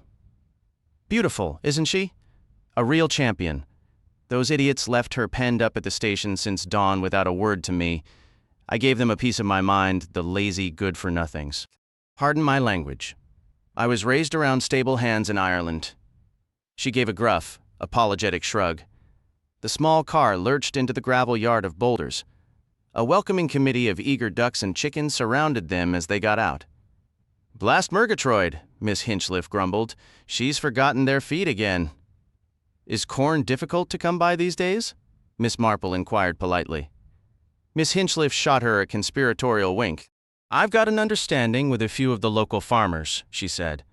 Shooing the poultry aside, she led Miss Marple toward the cottage. Hope you're not too damp. Not at all. This coat is quite reliable. I'll get the fire going, assuming Murgatroyd hasn't already. Murgatroyd? Where on earth is she? Murgatroyd. And where's that dog gotten to now? She's gone now. A long, mournful howl drifted in from outside. Blast that foolish dog, muttered Miss Hinchliff, stomping to the door. Here, Cutie. Cutie. Ridiculous name, but that's what they said she was called. We'll have to pick something better. Come on, Cutie. The red setter was sniffing intently at a dark shape lying beneath the taut clothesline, where a row of laundry whipped in the gusty wind. Murgatroyd didn't even have the sense to bring the washing in. Where on earth is she? The dog nosed the bundle once more, then lifted her head and let out another piercing howl. What's gotten into that animal? Miss Hinchliff marched across the wet grass. With a sudden sense of dread, Miss Marple hurried after her. They stood together in the downpour, and Miss Marple gently placed an arm around the younger woman's shoulders. She felt the muscles tighten and lock as Miss Hinchliff stared down at the awful sight, the blue swollen face and the tongue forced between the lips. "I'll kill the person who did this," Miss Hinchliff said, her voice low and deadly calm. "If I ever get my hands on her?" Miss Marple asked softly. "Her?" Miss Hinchliff turned a shattered face toward her. "Yes. I have a good idea who it is. That is, it's one of three possibilities." She stood another moment, gazing at her murdered friend, then turned back toward the house. Her tone was brittle. "We have to call the police, and while we wait, I'll tell you, it's partly my fault. Murgatroyd is lying out there. I turned it into a game. Murder isn't a game." "No," Miss Marple agreed quietly. "Murder is not a game. You've had some experience with this sort of thing, haven't you?" Miss Hinchliff said as she lifted the receiver and dialed. After giving a brief report, she hung up. "They'll be here soon. Yes, I heard you'd been involved in similar cases before. I believe it was Edmund Swettenham who mentioned it. Do you want to hear what Murgatroyd and I were doing?" She outlined the conversation they'd had just before she left for the station. "She called out to me, you know, right as I was going. That's how I know it was a woman, not a man. If I'd only waited, if I'd just listened. For heaven's sake, the dog could have stayed put another 15 minutes. Don't blame yourself, my dear. It does no good. We cannot foresee everything. No, we can't. I remember something tapped against the window then. Perhaps she was already outside? Yes, she must have been. Coming up to the house while Murgatroyd and I were shouting at each other at the top of our lungs. She heard it. She heard everything. You haven't yet told me exactly what your friend said. Just one sentence. She wasn't there." Miss Hinchliff paused. "You see, there were three women we hadn't ruled out. Mrs. Swettenham, Mrs. Easterbrook, and Julia Simmons.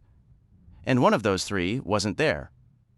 She wasn't in the drawing room because she'd slipped out the other door and was already in the hall." "Yes," said Miss Marple, "I understand. It's one of those three, I don't know which yet. But I will find out." "Forgive me," Miss Marple interjected, "but did Miss Murgatroyd say it exactly as you just did?" "What do you mean, as I said it?" "Oh dear, how to explain? You pronounced it like this: she wasn't there. Equal weight on each word. You see, there are several ways one could phrase it. You might say, she wasn't there, making it very personal, or she wasn't there, as if confirming a suspicion. Or you could say it quite flatly, with the emphasis, if any, on the word there, which is closer to how you just spoke. I don't know." Miss Hinchliff shook her head in frustration. "I can't recall. How in the world am I supposed to remember?" I suppose she'd naturally say she wasn't there. That would be the ordinary way, wouldn't it? But the truth is, I simply don't know. Does it really matter? A Murder is Announced, Chapter 20. Miss Marple is missing. The afternoon mail delivery, a recent and somewhat unpopular addition to the postman's routine in Chipping Cleghorn, brought 3 letters to Little Paddocks just before 5 o'clock. One, scrawled in a boyish hand, was for Philippa Hames. The other 2 were for Miss Blacklock. She opened them as she and Philippa settled for tea. The relentless downpour had allowed Philippa to leave Dias Hall early, her duties in the greenhouses complete for the day. The first letter Miss Blacklock slit open was a bill from Diamond for repairing the kitchen boiler. She gave an indignant snort. "These charges are outrageous, absolutely criminal. But then, I suppose every tradesman in town is just as greedy these days." The handwriting on the second envelope was unfamiliar. "Dear Cousin Letty," it began, "I do hope you won't mind my arriving this Tuesday. I wrote to Patrick a couple of days ago but haven't heard back, so I assume it's all settled. Mother will be in England next month and is so looking forward to seeing you. My train gets into Chipping Cleghorn at 6:15 if that's convenient for you. Affectionately, Julia Simmons." Miss Blacklock read the note once with pure, unadulterated shock, and then a second time, her expression hardening into grim comprehension. She looked across at Philippa, who was smiling over a letter from her son. "Are Julia and Patrick back yet? Do you know?" Philippa glanced up. Yes, they came in right after I did. They were soaked through and went upstairs to change. Would you be so kind as to fetch them, please? Of course. Just a moment, I'd like you to read this first. She passed the strange letter to Philippa, who read it and frowned in confusion. I don't understand. Neither do I, and I believe it's high time I did. Please call them Philippa. Philippa went to the foot of the stairs. Patrick, Julia, Miss Blacklock would like to see you. Patrick came bounding down and into the room. Don't leave, Philippa, said Miss Blacklock firmly. Hello, Aunt Letty, Patrick said with forced cheer. You wanted me? Yes, I did. Perhaps you would be good enough to provide an explanation for this? She thrust the letter toward him. Patrick's face fell into a picture of almost haughty dismay as he read. I meant to send her a telegram. What a complete idiot I am. This letter, I presume, is from your actual sister, Julia Simmons. Yes, it is. Miss Blacklock's tone was icy. Then who, may I inquire, is the young woman you presented here as Julia Simmons, whom I was led to believe was both your sister and my cousin? Well, you see, Aunt Letty, the thing is, I can explain everything. I know I shouldn't have done it, but it all seemed like a bit of harmless fun at the time. If you'll just let me explain. I'm waiting. Who is she? Well, I met her at a cocktail party not long after I was demobilized. We got to talking, I mentioned I was coming here, and then, well, we thought it might be a rather clever prank if I brought her along. You see, the real Julia was desperate to go on the stage, and Mother was having absolute fits over the idea. So Julia seized a chance to join a rather good repertory company up in Perth or somewhere, and she decided to try her luck. She thought she'd keep Mother pacified by letting her believe she was here with me, dutifully studying to be a pharmacist's assistant. I'm still waiting to hear who this impostor is. Patrick turned with visible relief as Julia entered the room, cool and detached. The game's up, he said flatly. Julia merely raised her eyebrows. With an air of utter composure, she came forward and sat down. All right then, she said, as if discussing the weather. There it is, I suppose you're furious? She studied Miss Blacklock's stony face with a dispassionate, almost clinical interest. I know I would be. Who are you? Julia let out a small sigh. I suppose the moment for full confession has arrived. Here goes. I am one half of the Pip and Emma duo. My full name, given at my baptism, is Emma Jocelyn Stamfortis, though Father quickly abandoned the Stamfortis. I believe he took up de Courcy shortly after. My parents parted ways roughly 3 years following the births of Pip and myself. They went their separate directions and divided us children in the process. I became part of Father's share of the spoils. Overall, he was a rather poor parent, though undeniably charming. My education came in sporadic stretches at various convents, usually when funds were low or he was plotting some particularly shady venture. He'd pay the initial term with every appearance of wealth, then vanish, leaving me in the care of the sisters for a year or two. In between those stretches, we had some genuinely splendid times together, moving through very cosmopolitan circles. The war, however, tore us apart completely. I have no idea what became of him. My own path involved a few adventures. I spent a period with the French resistance, which was quite thrilling. To make a long story short, I eventually found myself in London and started considering my future. I was aware that Mother's brother, with whom she'd had a terrible falling out, had passed away as an exceedingly wealthy man. I examined his will to see if anything had been left to me. There wasn't, not directly, that is. I made some discreet inquiries about his widow and learned she was quite out of her mind, kept sedated, and was slowly fading away. Honestly, it appeared you were my most promising prospect. You were set to inherit an enormous sum, and from everything I could gather, you didn't seem to have many people to spend it on. I'll be perfectly candid.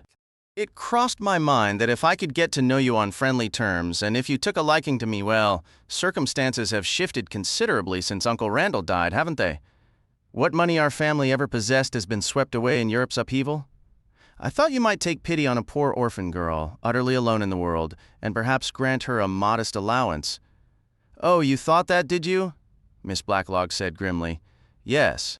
Naturally, I hadn't actually met you then.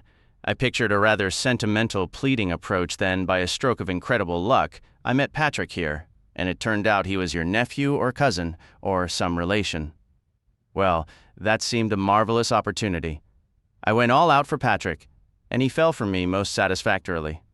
The real Julia was utterly absorbed in this acting nonsense, and I soon convinced her it was her duty to art to settle into some dismal lodgings in Perth and train to become the next Sarah Bernhardt.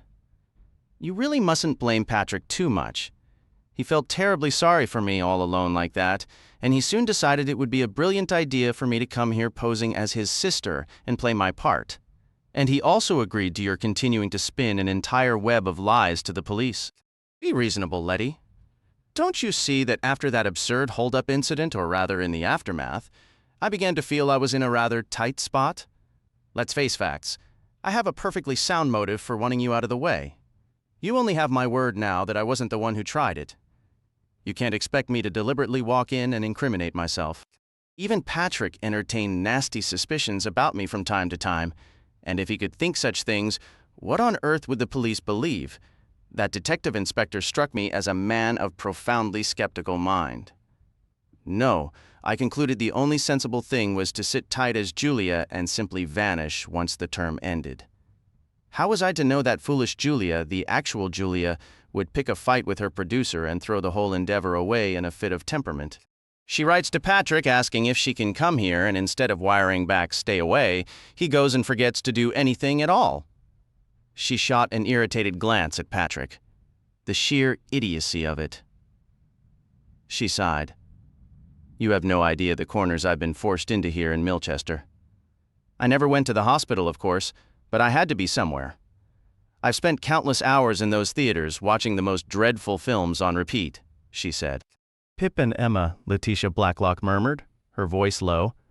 I never truly believed they were real, not even after what the inspector said. She studied Julia's face intently. You are Emma. So where is Pip? Julia met her gaze with eyes that were clear and guileless. I don't know, she replied evenly. I haven't the faintest idea. I think you're lying. When was the last time you saw him? For just a fraction of a second, Julia seemed to pause. Then she spoke with deliberate clarity. I haven't seen him since we were both 3 years old the day my mother took him away. I haven't seen either of them since. I don't know where they are. And that's all you have to say about it? Julia let out a soft sigh. I could say I'm sorry, but it wouldn't be entirely honest. The truth is, I'd probably do the same thing again. Of course, I wouldn't have if I'd known it would lead to all this murder business.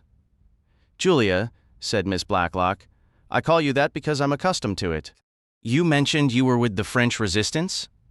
Yes. For 18 months? Then I imagine you learned how to handle a gun. Once more, those calm blue eyes held hers. I can shoot perfectly well. I'm an excellent shot. I didn't shoot at you, Letitia Blacklock, though you only have my word on that. But I will tell you this. If I had decided to shoot at you, it's very unlikely I would have missed. The tense silence that followed was shattered by the sound of a car pulling up to the front door. Who could that be now?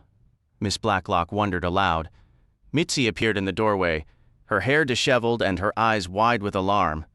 It is the police again, she exclaimed. This is persecution. Why will they not leave us in peace? I will not stand for it. I shall write to the Prime Minister. I shall write to your king. Inspector Craddock entered. His expression grim and gently but firmly moved Mitzi aside. The severity in his demeanor made everyone in the room apprehensive. This was a different man from the one they had seen before. Miss Murgatroyd has been murdered, he announced sternly. She was strangled, not more than an hour ago. His gaze fixed on Julia. You, Miss Simmons? Where have you been all day? Julia answered cautiously. In Milchester. I've only just returned. And you? Craddock's eyes shifted to Patrick. Yes, Patrick began, but Julia interrupted. It's no use, Patrick. That sort of lie will be discovered immediately. The bus drivers know us. She turned back to the inspector. I came back on the earlier bus, Inspector, the one that arrives here at 4 o'clock. And what did you do after that? I went for a walk. Toward Boulders? No. I went across the fields. He stared at her hard. Julia, her face pale and her lips set in a tight line, stared back with equal intensity. Before anyone else could speak, the telephone rang. With a questioning look at Craddock, Miss Blacklock picked up the receiver. Yes? Who is it? Oh, Bunch, what? No? No, she hasn't. I've no idea. Yes, he's here right now. She lowered the phone and said, It's Mrs. Harmon, Inspector. She wishes to speak with you. Miss Marple hasn't returned to the vicarage, and she's quite worried. Craddock stepped forward quickly and took the telephone. Craddock speaking. I'm terribly worried, Inspector. Bunch's voice came through, trembling slightly. Aunt Jane went out somewhere, and I don't know where she is, and they're saying Miss Murgatroyd has been killed. Is it true? Yes, it's true, Mrs. Harmon. Miss Marple was there with Miss Hinchliffe when they discovered the body. Oh, so that's where she was. Bunch sounded relieved, but only for a moment. No, wait, I'm afraid she isn't there now. She left about, let me see, half an hour ago. She hasn't come home? No, she hasn't. It's only a 10-minute walk. Where could she be? Perhaps she stopped to visit one of the neighbors. I've telephoned them all. She isn't with any of them. I'm frightened, Inspector. Craddock felt a chill of his own. So am I, he thought. Aloud, he said quickly, I'll come to you right away. Oh, please do. There's a piece of paper here. She was writing on it before she went out. I don't know if it means anything. It all sounds like nonsense to me, Craddock muttered as he hung up the phone. Miss Blacklock looked at him with concern. Has something happened to Miss Marple? Please tell me she's all right. I hope so, he replied, his expression stern. She's not young, and she's quite fragile. I know, Miss Blacklock whispered, her fingers nervously clutching the strand of pearls around her neck. Her voice grew strained. This situation is becoming unbearable. The person behind all this must be completely unhinged, Inspector. Truly mad. Perhaps, Craddock said quietly. Suddenly, under the pressure of her anxious grip, the necklace snapped. Pearls scattered across the floor, bouncing and rolling in every direction. Letitia let out a sharp, pained cry. My pearls, oh, my pearls! The raw distress in her voice was so intense it startled everyone in the room. She pressed a hand to her throat and hurried out, stifling a sob. Philippa knelt to gather the gleaming beads. I've never seen her so upset over anything, she remarked. She wears them every single day. Maybe someone very important gave them to her. Randall Godler, perhaps? It's possible, Craddock said slowly. Philippa, still on her knees, glanced up. They aren't. They couldn't actually be real, could they? Craddock was about to dismiss the idea outright. Of course, they weren't real. But he stopped himself. He picked up one of the smooth white spheres. They looked too perfect, too uniformly white to be genuine. Yet he recalled a police case where a string of real pearls had been purchased for almost nothing in a pawn shop. Letitia Blacklock had insisted there was no valuable jewelry in the house. But if these were real, and if Randall Godler had given them to her, their worth could be staggering. They appeared obviously fake. They had to be fake. But what if they weren't? She might not even know their true value, or perhaps she deliberately treated them as a cheap trinket to keep them safe. What would genuine pearls of that size and quality be worth? A fortune. Enough motive for murder, if anyone knew. With a jolt, Craddock pulled himself from his thoughts. Miss Marple was missing. He needed to get to the vicarage. He found Bunch and her husband waiting, their faces tight with worry. She never came back, Bunch said. Julian asked, Did she say she was returning here when she left Boulders? Not explicitly, Craddock answered, thinking back. He remembered the firm set of Miss Marple's lips and the uncharacteristically sharp light in her usually gentle eyes. Determination, a steely resolve. But to do what? To go where? She was speaking with Sergeant Fletcher by the gate when I last saw her. Then she walked through it and left. I assumed she was heading straight home. I would have arranged a car for her, but everything was chaotic and she slipped away quietly. Fletcher might know something. Where is he? But Sergeant Fletcher, as Craddock learned after calling Boulders, was not there and had left no message about his whereabouts. There was a suggestion he had gone back to Milchester for some reason. Craddock checked with headquarters, but they had no record of Fletcher returning. Turning back to Bunch, he remembered her phone call. You mentioned she was writing on a piece of paper. Where is it? Bunch handed it to him. He spread it on the table and studied the shaky handwriting. Bunch leaned in, reading aloud as he deciphered the words. Lamp? Then came violets after a space. Where's bottle of aspirin? The next line was harder to make out. Delicious death, Bunch read slowly. That's Mitzi's cake, Craddock read aloud. Making inquiries. Inquiries. What about, I wonder? What's this next? Severe affliction bravely borne. What on earth does that mean? Iodine, the inspector continued, scanning the notes. Pearls. Ah, pearls. And then Lottie? No, Letty. Her E's look like O's and then burn. And this last one, old age pension? They stared at each other, completely baffled. Craddock ran through the list again quickly. Lamp, violets, where's bottle of aspirin? Delicious death. Making inquiries? Severe affliction bravely borne. Iodine, pearls, Letty, burn, old age pension. Bunch shook her head. Does it mean anything? Anything at all? I can't see any connection. Craddock spoke slowly, a flicker of understanding in his eyes. I've just a glimmer of an idea, but I don't see the full picture yet. It's odd that she specifically wrote down something about pearls. What about the pearls? What does it refer to? Does Miss Blacklock always wear that 3-strand choker of pearls? Yes, she does. We've even joked about it sometimes. They look so terribly fake, don't they? But I suppose she thinks it's the stylish thing to do. There might be another reason, Craddock said thoughtfully. You don't mean to suggest they're real? Oh, they couldn't possibly be. How often have you actually seen real pearls of that size, Mrs. Harmon? But they look so glass-like, so artificial. Craddock merely shrugged. Anyway, the pearls aren't the priority now. Miss Marple is? We have to find her. They had to find her before it was too late, but perhaps it already was.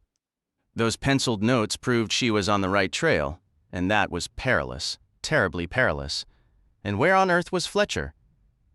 Craddock marched out of the vicarage toward where he'd parked his car. A search, that was all he could do, a thorough search. Suddenly, a voice called to him from the wet laurel bushes. Sir, Sergeant Fletcher said urgently, stepping forward. Sir! Dinner had concluded at Little Paddock's. It had been a quiet, strained affair. Patrick, uncomfortably aware he was in disfavor, made only occasional attempts at conversation, and those he did offer fell flat. Philippa Hames was lost in her own thoughts. Miss Blacklock herself had given up trying to maintain her usual cheerful demeanor. She had changed for dinner and wore her cameo necklace, but for the first time, fear showed plainly in her shadowed eyes and revealed itself in her restless, twitching hands. Only Julia maintained her air of detached cynicism throughout the evening. I'm sorry, Letty, she said, that I can't just pack my bag and leave, but I assume the police wouldn't permit it. I don't suppose I'll be darkening your doorway, or whatever the phrase is, for much longer. I should think Inspector Craddock will be here any moment with a warrant and handcuffs. Frankly, I can't imagine why it hasn't happened already. He's looking for the old lady, for Miss Marple, Miss Blacklock replied dully. Do you think she's been murdered as well? Patrick asked with a clinical curiosity. But why? What could she possibly know? I don't know, Miss Blacklock said, her voice flat. Perhaps Miss Murgatroyd told her something. Well, if she's been murdered too, Patrick declared, then logically there's only one person who could have done it. Who? Hinchliffe, of course, Patrick announced triumphantly. That's where she was last seen alive, at Boulders. My theory is that she never left Boulders at all. My head is pounding, Miss Blacklock said in a hollow voice, pressing her fingers to her temples. Why would Hinch murder Miss Marple? It doesn't make any sense. It would if Hinch actually murdered Murgatroyd, Patrick argued, pleased with his own reasoning. Philippa emerged from her apathy to say Hinch wouldn't murder Murgatroyd. Patrick, feeling argumentative, countered, she might have if Murgatroyd had stumbled onto something that proved Hinch was the culprit. Besides, Hinch was at the train station when Murgatroyd was killed. She could have murdered Murgatroyd before she left for the station. Suddenly, startling everyone at the table, Letitia Blacklock screamed out, her composure shattering, Murder, murder, murder. Can't you talk about anything else? The words hung in the air, a raw outburst that seemed to suck all the oxygen from the room. In the heavy silence that followed, the distant sound of a car engine approaching on the gravel drive made everyone freeze, their eyes darting toward the window. I'm terrified. Can't you see that? I'm terrified. It wasn't like this before. I believed I could handle myself. But what chance does anyone have against a killer who's just waiting, watching, patiently choosing his moment? It's too much. She buried her face in her hands for a long moment before straightening up, her composure forcibly restored. Forgive me. I didn't mean to break down like that. It's perfectly all right, Aunt Letty, Patrick said with warmth. I'll make sure you're safe. You? Letitia Blacklock's single word was heavy with a disappointment so sharp it felt like a rebuke. That exchange had happened just before dinner, and it was Mitzi who shattered the tension next, marching in to announce she refused to cook. I do nothing more in this house. I go to my room, I lock the door, I stay until morning. I am afraid people are being killed. That Miss Murgatroyd with her plain, foolish face, why would anyone kill her? Only a madman. So it is a madman we have here. And a madman does not choose. But I choose to live. In that kitchen there are shadows, noises. I think I hear someone in the yard, then I see a shape by the pantry. I hear footsteps. So I go now.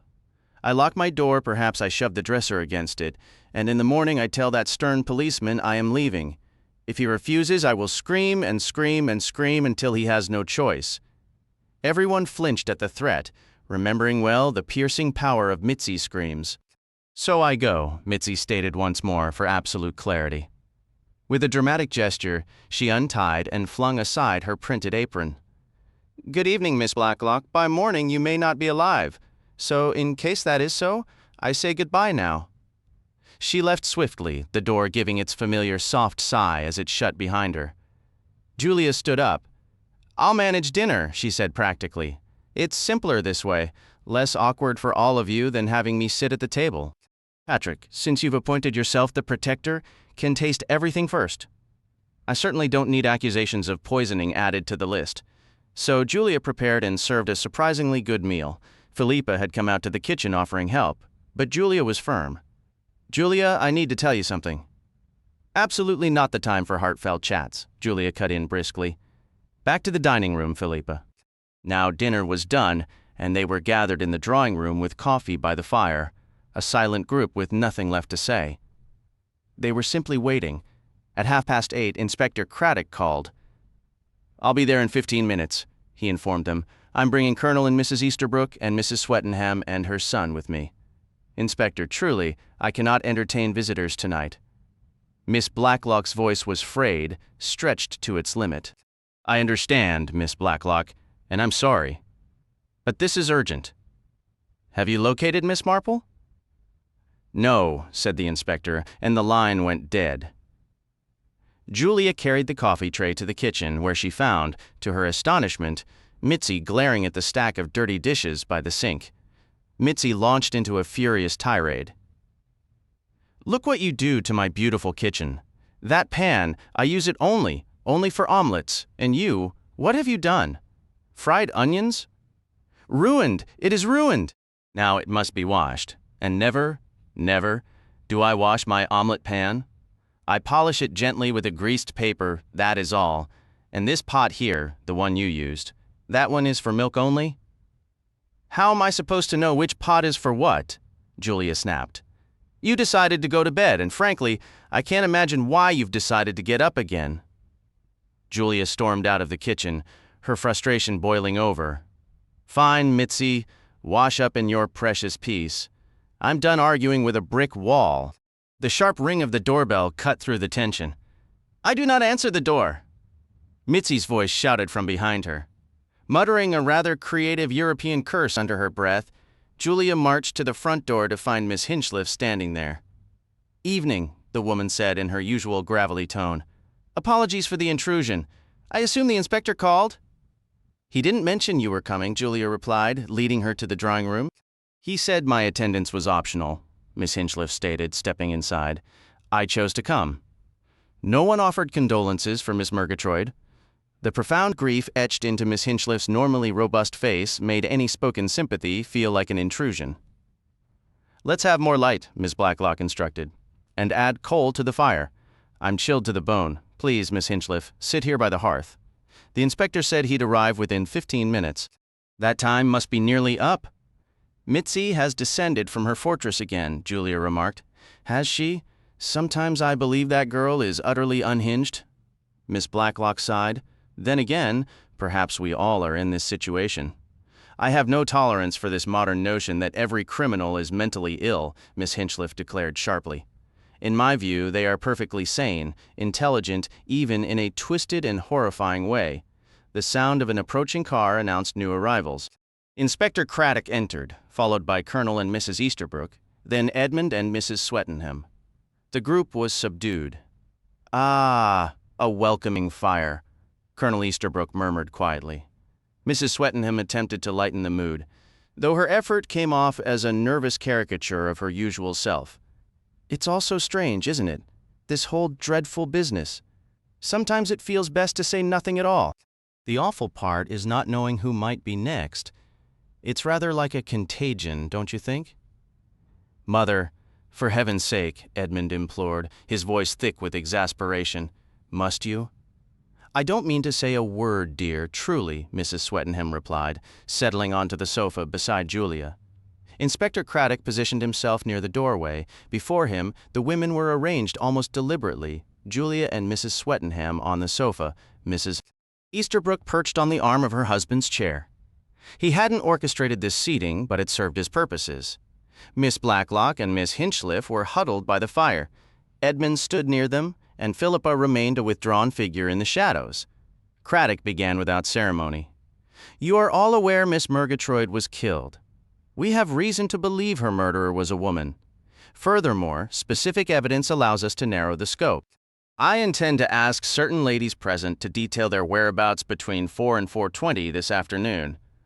I have already taken a statement from the young woman known here as Miss Simmons. I will ask her to repeat it now. He turned a stern gaze toward Julia. However, Miss Simmons, I must caution you that you are not obliged to answer if you believe your responses may be self-incriminating. Anything you do say will be recorded by Constable Edwards and may be presented as evidence. You're required to say that, aren't you? Julia responded, her pallor evident but her composure steady. I was walking along the footpath that runs beside the brook near Compton Farm between 4 and 4:30. I returned to the lane via the meadow with the 3 poplar trees. I don't recall passing anyone. I was nowhere near boulders.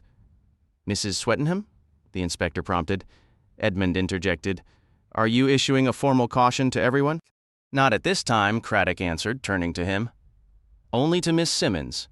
I currently have no cause to believe other statements will be self-incriminating, though anyone is, of course, entitled to have a solicitor present and to decline questions until then. Oh, but that would be absurd, and a dreadful waste of time, Mrs. Swettenham exclaimed. I'm certain I can tell you precisely what I was doing. That is what you want, isn't it? Shall I begin now, Mrs. Swettenham inquired, her tone poised for performance. Please do, Inspector Craddock replied. Very well.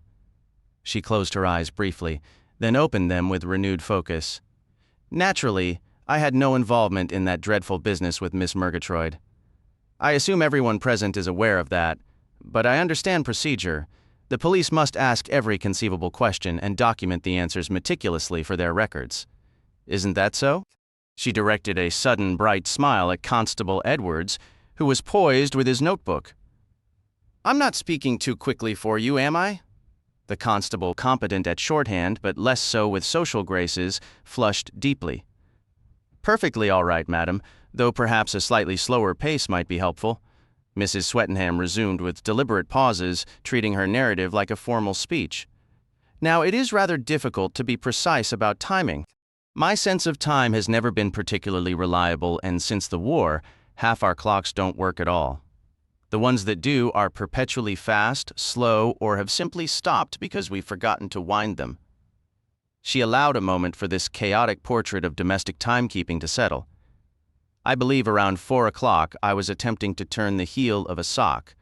For some inexplicable reason, I was knitting the wrong way, purl instead of plain. Unless, of course, I was outside earlier, deadheading the chrysanthemums. No, that was before the rain arrived. The rain began precisely at 10 minutes past 4, the inspector supplied. Did it? That clarifies things. Of course, I was actually upstairs at that moment, placing a wash basin in the hallway to catch a leak. The water was coming through so fiercely I immediately suspected the gutter was blocked again. So I went down, put on my Macintosh and rubber boots, and called for Edmund. When he didn't answer, I assumed he was at a critical juncture in his novel and decided not to disturb him. I've managed the gutter alone before, using the broom handle tied to that long window pole. You were clearing the gutter? Craddock interpreted, noting his subordinate's confused expression. Exactly. It was completely choked with wet leaves. It took quite a while, and I got thoroughly soaked, but I finally cleared it. Afterward, I went inside to change and wash up dead leaves, have such a foul smell, and then I put the kettle on. The kitchen clock read 6:15. Constable Edwards blinked. Mrs. Swettenham concluded triumphantly, which means it was actually 20 minutes to 5, or thereabouts, she added with a wave of her hand. It was almost impressive, the way she could make a simple chore sound like a clandestine operation gone slightly awry. Did anyone observe you during this gutter-clearing endeavor? Craddock asked. Goodness, no, she said. If they had, I'd have enlisted them immediately. It's a terribly awkward job for one person. So, by your own account, you were outside in the rain, wearing a Macintosh and boots, performing this task with no corroborating witness? You're welcome to inspect the gutter, Mrs. Swettenham offered brightly. It's in splendid condition now. Turning to Edmund Swettenham, the inspector asked, Did you hear your mother call for you? No, Edmund said. I was asleep, Edmund, his mother said with gentle reproach. I was certain you were writing. Inspector Craddock shifted his attention. Mrs. Easterbrook? I was with Archie in his study, Mrs. Easterbrook stated, her eyes wide and guileless. We were listening to the wireless together, weren't we, Archie? A heavy pause followed. Colonel Easterbrook's face had grown ruddy. He took his wife's hand. You don't fully grasp the gravity of this, my dear, he said, his voice strained. Inspector, you must appreciate, this has all been a tremendous shock to my wife. She was anxious and on edge, failing to grasp the necessity of careful thought before speaking. Archie, Mrs. Easterbrook said with a tone of rebuke, are you really claiming you weren't with me? Well, I wasn't, darling, was I? One has to be precise about the facts in an investigation like this. I was speaking with Lampson, the farmer over at Croft End, regarding some poultry wire. That was around 4:45. I didn't return until after the rain had passed, just before tea about 4:45. Laura was toasting the scones. And were you out as well, Mrs. Easterbrook? Her pretty face tightened, taking on a trapped, almost feral look. No, I stayed in listening to the radio. I didn't go out then. I had been out earlier, around 3:30. Just a short walk, not far. She seemed braced for more questions, but Craddock replied calmly. That's all for now, Mrs. Easterbrook, he added. These accounts will be typed up. You can review and sign them if they're essentially accurate. Mrs. Easterbrook shot him a sharp, resentful glance. Why aren't you asking the others where they were? That Hames woman? Or Edmund Swettenham? How do you know he was asleep inside? No one actually saw him. Inspector Craddock kept his voice steady. Before she died, Miss Murgatroyd gave a statement. On the night of the robbery here, someone left this room, someone who was supposed to have stayed the whole time. Miss Murgatroyd told her friend which people she did see. By eliminating those, she realized there was one person she didn't see. No one could see anything in that darkness, Julia remarked. Murgatroyd could, Miss Hinchliffe interjected in her low, firm voice. She was positioned behind the door, right where Inspector Craddock is standing. She was the only one with any line of sight to what was happening. Ah, so that's what you believe, is it? Mitzi's voice rang out as she flung the door open, nearly bumping into Craddock. She was breathless with drama. You don't invite Mitzi in with the others, do you? You rigid policeman? Mitzi stays in the kitchen, where she belongs. But I tell you, Mitzi sees things too, perhaps even better than anyone. That night, I saw something. I didn't quite trust my own eyes, so I kept quiet. I thought I will wait before telling what I witnessed. And once things settled, you planned to request a little payment from a certain person, correct? Craddock suggested. Mitzi whirled on him, furious. And why not? Why look down on me? If I have been generous enough to stay silent, why shouldn't I be compensated? Especially when someday there might be a great deal of money involved. Oh, I've overheard things. I know what goes on. I know about this Pippimer, this secret group she thrust a dramatic finger toward Julia, works for. Yes, I would have waited and asked for money, but now I'm afraid. I'd rather be safe. Soon, maybe someone will try to kill me too, so I will tell what I know. Very well, said the inspector, skepticism plain in his tone. What is it you know? I will tell you, Mitzi announced solemnly. That night, I was not in the pantry polishing silver, as I said. I was already in the dining room when I heard the first shot. I looked through the keyhole. The hall was dark, but then the gun fired again and the flashlight fell, swinging as it dropped, and in that brief glow I saw her. I saw her standing close to him, the gun in her hand. I saw Miss Blacklock. Me? Miss Blacklock straightened up, astonished. You must be out of your mind. But that's impossible, Edmund protested. Mitzi couldn't have seen Miss Blacklock. Craddock's voice cut in, sharp and corrosive.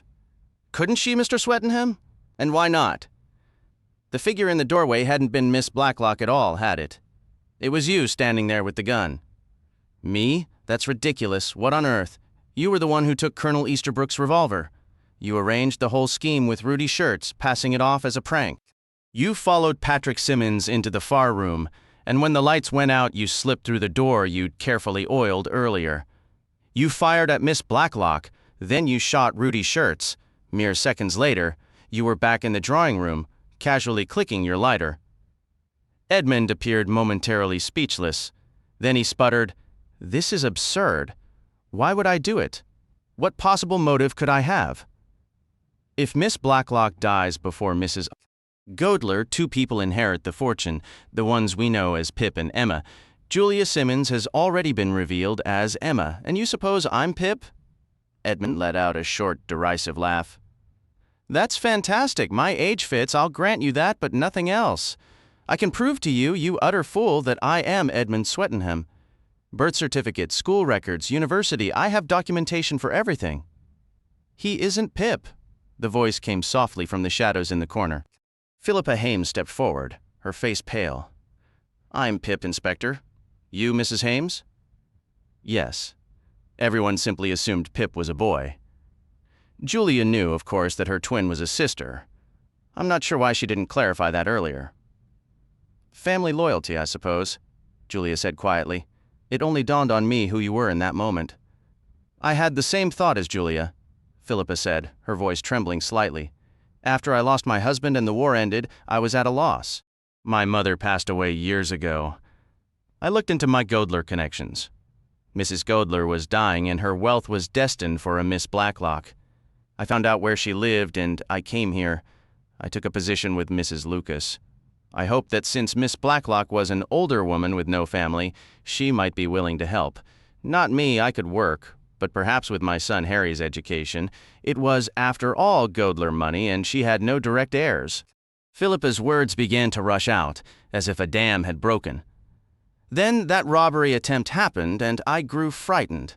It seemed the only person with any real motive to harm Miss Blacklock was me. I had no idea who Julia was.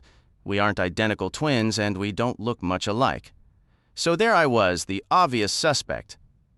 She stopped, pushing her fair hair back from her forehead.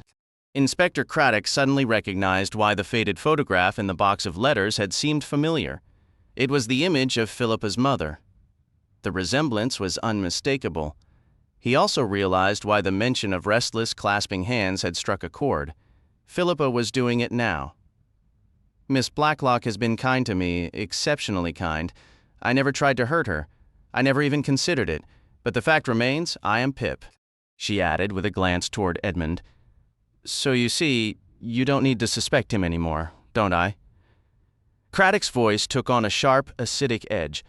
Edmund Swettenham is a young man who appreciates money. A young man who might wish to marry a wealthy woman, but she wouldn't be wealthy unless Miss Blacklock died before Mrs. Godler.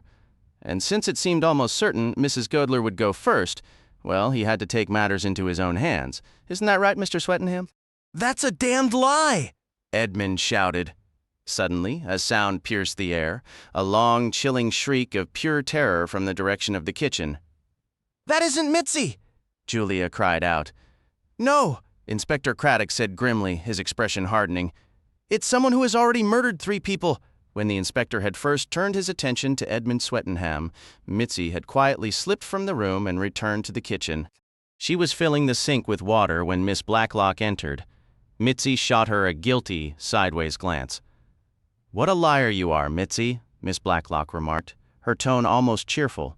"Here, that's not how you wash dishes. You start with the silverware and you fill the sink properly. You can't get anything clean in 2 inches of water." Obediently, Mitzi turned on the taps. "You're not angry with me for what I said, Miss Blacklock?" she ventured. "If I got angry over every lie you told, I'd be in a permanent rage," Miss Blacklock replied. "Should I go tell the inspector I invented it all?" Mitzi asked. "He already knows that," Miss Blacklock said, her pleasant tone unchanged. As Mitzi reached to turn off the water, 2 hands shot from behind, seizing her head and plunging it forcefully into the full sink. "Only I know you were finally telling the truth?" Miss Blacklock hissed, her voice now venomous. Mitzi flailed and fought, but the woman's grip was iron, holding the girl's head submerged. Then from just behind her, the pitiful voice of Dora Bunner seemed to float through the air. "Oh, Lottie, Lottie, don't do it, Lottie!" Miss Blacklock screamed. Her hands jerked upward, releasing Mitzi, who surfaced gasping and coughing. Miss Blacklock screamed again, her eyes wild, for aside from Mitzi, the kitchen was empty. "Dora, Dora, forgive me, I had to! I had to!" She stumbled desperately toward the scullery door, only to find Sergeant Fletcher blocking her path. At the same moment, Miss Marple emerged, flushed with success, from the broom closet. "I've always had a knack for mimicking voices," Miss Marple said calmly.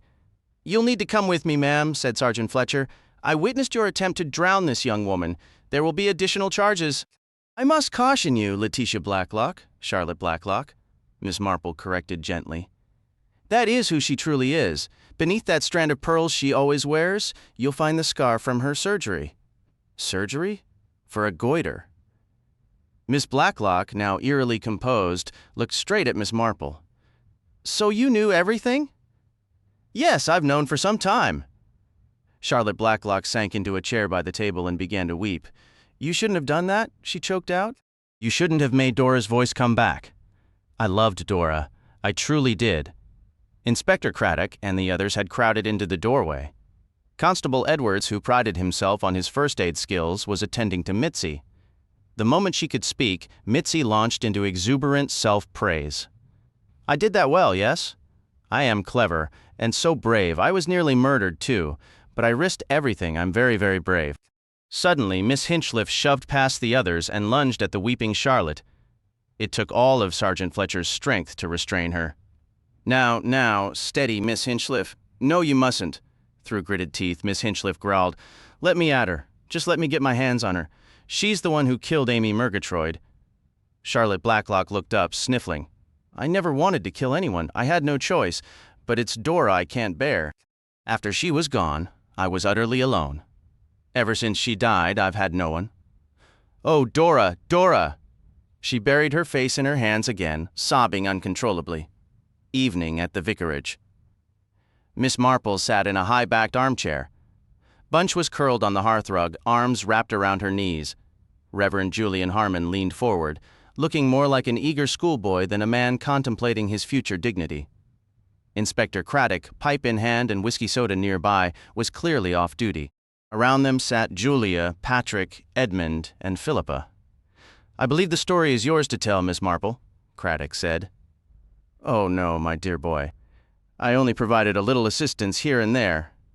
Aunt Jane, you were the one overseeing everything, and you know so much more than I do about all this," Bunch said with a hint of impatience. "Let's just tell it together, each taking a piece. But you should start. I always enjoy the winding way your mind works." When did you first suspect the whole affair was orchestrated by the Blacklogs? "Well, my dear, it's difficult to pinpoint exactly," Miss Marple replied thoughtfully. "From the very start, of course, the most obvious person to have arranged the robbery would have been Miss Blacklock herself. She was the only one known to have had any contact with Rudy Scherz, and it would have been far simpler to plan such an event in one's own home. Consider the central heating, for instance. No fires were lit, which would have provided light in the room. Only the lady of the house could have arranged for that detail. Not that I pieced all that together immediately. At the time, I merely wished it could be that straightforward. Like everyone else, I was initially convinced someone genuinely intended to harm Letitia Blacklog. "I'd like to understand what truly happened first," Bunch interjected. "Did that Swiss boy actually recognize her?" "He did," Miss Marple confirmed, glancing toward Inspector Craddock for support. "He had worked at Dr. Adolph Koch's clinic in Bern," Craddock supplied. "Koch was renowned internationally for goiter surgeries. Charlotte Blacklog went there for an operation, and Rudy Schertz was an orderly. When he later saw her in England, he recognized her as a former patient and spoke to her on impulse. He might have hesitated if he'd thought it through, since he left the clinic under questionable circumstances, but that occurred after Charlotte's stay, so she wouldn't have known about his dismissal. So he never mentioned Montreux or his father running a hotel," Bunch pressed. "No, that was entirely her invention, a story fabricated to explain why he'd approached her." Miss Marple nodded slowly. "It must have been a terrible shock for her. She likely felt relatively secure. And then, by what seemed an impossible stroke of misfortune, someone appeared who knew her not merely as one of the Blacklog sisters, which she might have anticipated, but specifically as Charlotte Blacklog, a patient treated for goiter. But you wanted to begin at the true beginning. I believe that start, if the inspector concurs, was when Charlotte, once a pretty, lively, and affectionate young girl, developed that thyroid enlargement. It utterly altered her life, as she was deeply sensitive and placed great importance on her appearance. Teenage girls, especially, can be acutely self-conscious. Had she had a mother, or even a more understanding father, she might not have sunk into the morbid state she did. There was no one to draw her out, to encourage normal social interactions and distract her from dwelling on her condition. In another family, she might have been sent for surgery much earlier." She paused, her tone shifting subtly toward a drier, almost sardonic note. "But Dr. Blacklog, from what I gather, was an old-fashioned, narrow-minded, and stubborn man. He didn't believe in such operations. Charlotte was to accept from him that nothing could be done beyond iodine and other remedies. And she did accept it rather weakly, I might add, devoted to her father in a sentimental way, convinced he knew best. Meanwhile, her sister also placed undue faith in the doctor's abilities. As the goiter grew more prominent, Charlotte withdrew further, refusing to see visitors, though at heart she remained a kind and affectionate person." "That's a strange way to describe a murderer," Edmund remarked. "I don't find it strange at all," Miss Marple countered calmly. "Often it's the weak and kindly people who prove most treacherous, and if someone holds a deep resentment toward life, it can drain what little moral strength they might have." Letitia Blacklog, of course, was a very different person. Inspector Craddock shared with me that Belle Goedler described her as genuinely good, and I believe Letitia was good. She was a woman of strong principle who found it difficult, as she once expressed, to comprehend how anyone could fail to recognize dishonesty. No matter the temptation, Letitia Blacklog would never have entertained the idea of fraud, not even for a moment. Letitia was deeply devoted to her sister. She wrote long, detailed letters about everything happening around her, striving to keep Charlotte connected to the world. She grew increasingly concerned about the gloomy, withdrawn state Charlotte was sinking into. After Dr. Blacklog passed away, Letitia didn't hesitate. She left her position with Randall Goedler and dedicated herself entirely to Charlotte's care. She took her to Switzerland to consult with specialists there about a possible surgical procedure. It was a last resort, undertaken very late, but as we now know, the operation succeeded. The physical deformity was corrected, and the resulting scar could be easily concealed with a simple necklace or a high collar. The war had begun by then. Returning to England was complicated, so the two sisters remained in Switzerland, engaging in Red Cross work and other volunteer efforts. That's correct, isn't it, Inspector? Yes, Miss Marple. They received occasional news from home. Among other updates, they would have learned that Belle Goedler's health was failing and she did not have long to live. It's only human nature that they both would have talked and dreamed about the future when a significant fortune would be theirs to spend. We must understand that this prospect meant far more to Charlotte than it ever did to Letitia. For the first time, Charlotte could move through the world feeling like a normal woman, no longer facing stares of pity or discomfort. She was finally free to embrace life, and she seemed determined to pack a lifetime of experiences into her remaining years. To travel, to own a beautiful home and garden, to wear fine clothes and jewels, to attend the theater and concerts, to indulge every whim, it all felt like a fairy tale finally coming true for Charlotte. And then, in a cruel twist, Letitia, the strong, healthy Letitia, caught influenza. It developed into pneumonia, and she was gone within a week. Charlotte hadn't just lost her sister, the entire dream life she had meticulously planned was suddenly erased. One can almost imagine a flicker of resentment in her heart toward Letitia. Why did she have to die just then, when they had just received word that Belle Godler's time was nearly up? A mere month or two more, and the money would have been Letitia's, and consequently Charlotte's upon Letitia's eventual passing. This is where the fundamental difference between the sisters truly emerged. Charlotte didn't truly believe what she suddenly considered doing was wrong, not in any real sense. The money was destined for Letitia. It would have been hers in a matter of months, and Charlotte viewed herself and her sister as a single unit. Perhaps the idea didn't strike her until a doctor or official asked for her sister's full name. Then she realized how they appeared to almost everyone, as the two Miss Blacklogs, two elderly, respectable English ladies, dressed similarly with a strong family resemblance. As I mentioned to Bunch, one older woman can look very much like another, so why couldn't it be Charlotte who had died and Letitia who lived? It began more as an impulse than a detailed scheme. Letitia was buried under Charlotte's name. Charlotte was declared dead, and Letitia traveled back to England. All of Charlotte's long-dormant initiative and energy now surged to the surface. As Charlotte, she had always been the quieter, secondary figure. Now she assumed the authoritative manner that had always been Letitia's. Their minds were not so dissimilar, though a significant moral chasm separated them. Of course, Charlotte had to take certain obvious precautions.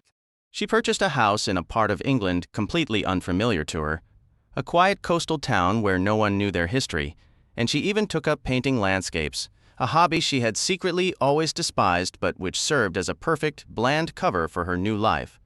The few individuals she truly needed to steer clear of were a handful from her hometown in Cumberland, where she'd already lived like a hermit anyway, and, most importantly, Belle Godler. Belle had known Letitia so intimately that any attempt at impersonation would have been impossible. The issue of handwriting was easily explained away by the arthritis in her hands. The whole scheme was surprisingly straightforward, precisely because so very few people had ever truly known Charlotte. But what if she ran into someone who'd known Letitia? Bunch wondered. Surely there were plenty of those around. Those encounters wouldn't carry the same risk, came the reply.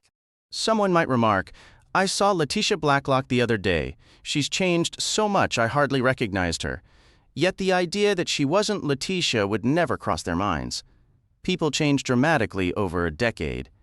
Any failure to recognize an old acquaintance could be blamed on her poor eyesight. Remember, she had memorized every detail of Letitia's London life, the people she saw, the places she frequented. With Letitia's old letters for reference, she could disarm suspicion instantly by recalling a shared memory or asking after a mutual friend. No, the only genuine threat was being recognized as Charlotte. She established herself at Little Paddocks, gradually befriending her neighbors. When a letter arrived pleading for dear Letitia's hospitality, she gladly welcomed the visit of two young cousins she had never met. Their unquestioning acceptance of her as Aunt Letty only solidified her security. For a while, everything proceeded perfectly. Then she made her critical error, an error born entirely from her own kindness and affectionate heart. A letter arrived from an old-school friend, Dora Bunner, who had fallen on hard times, and Charlotte rushed to her aid.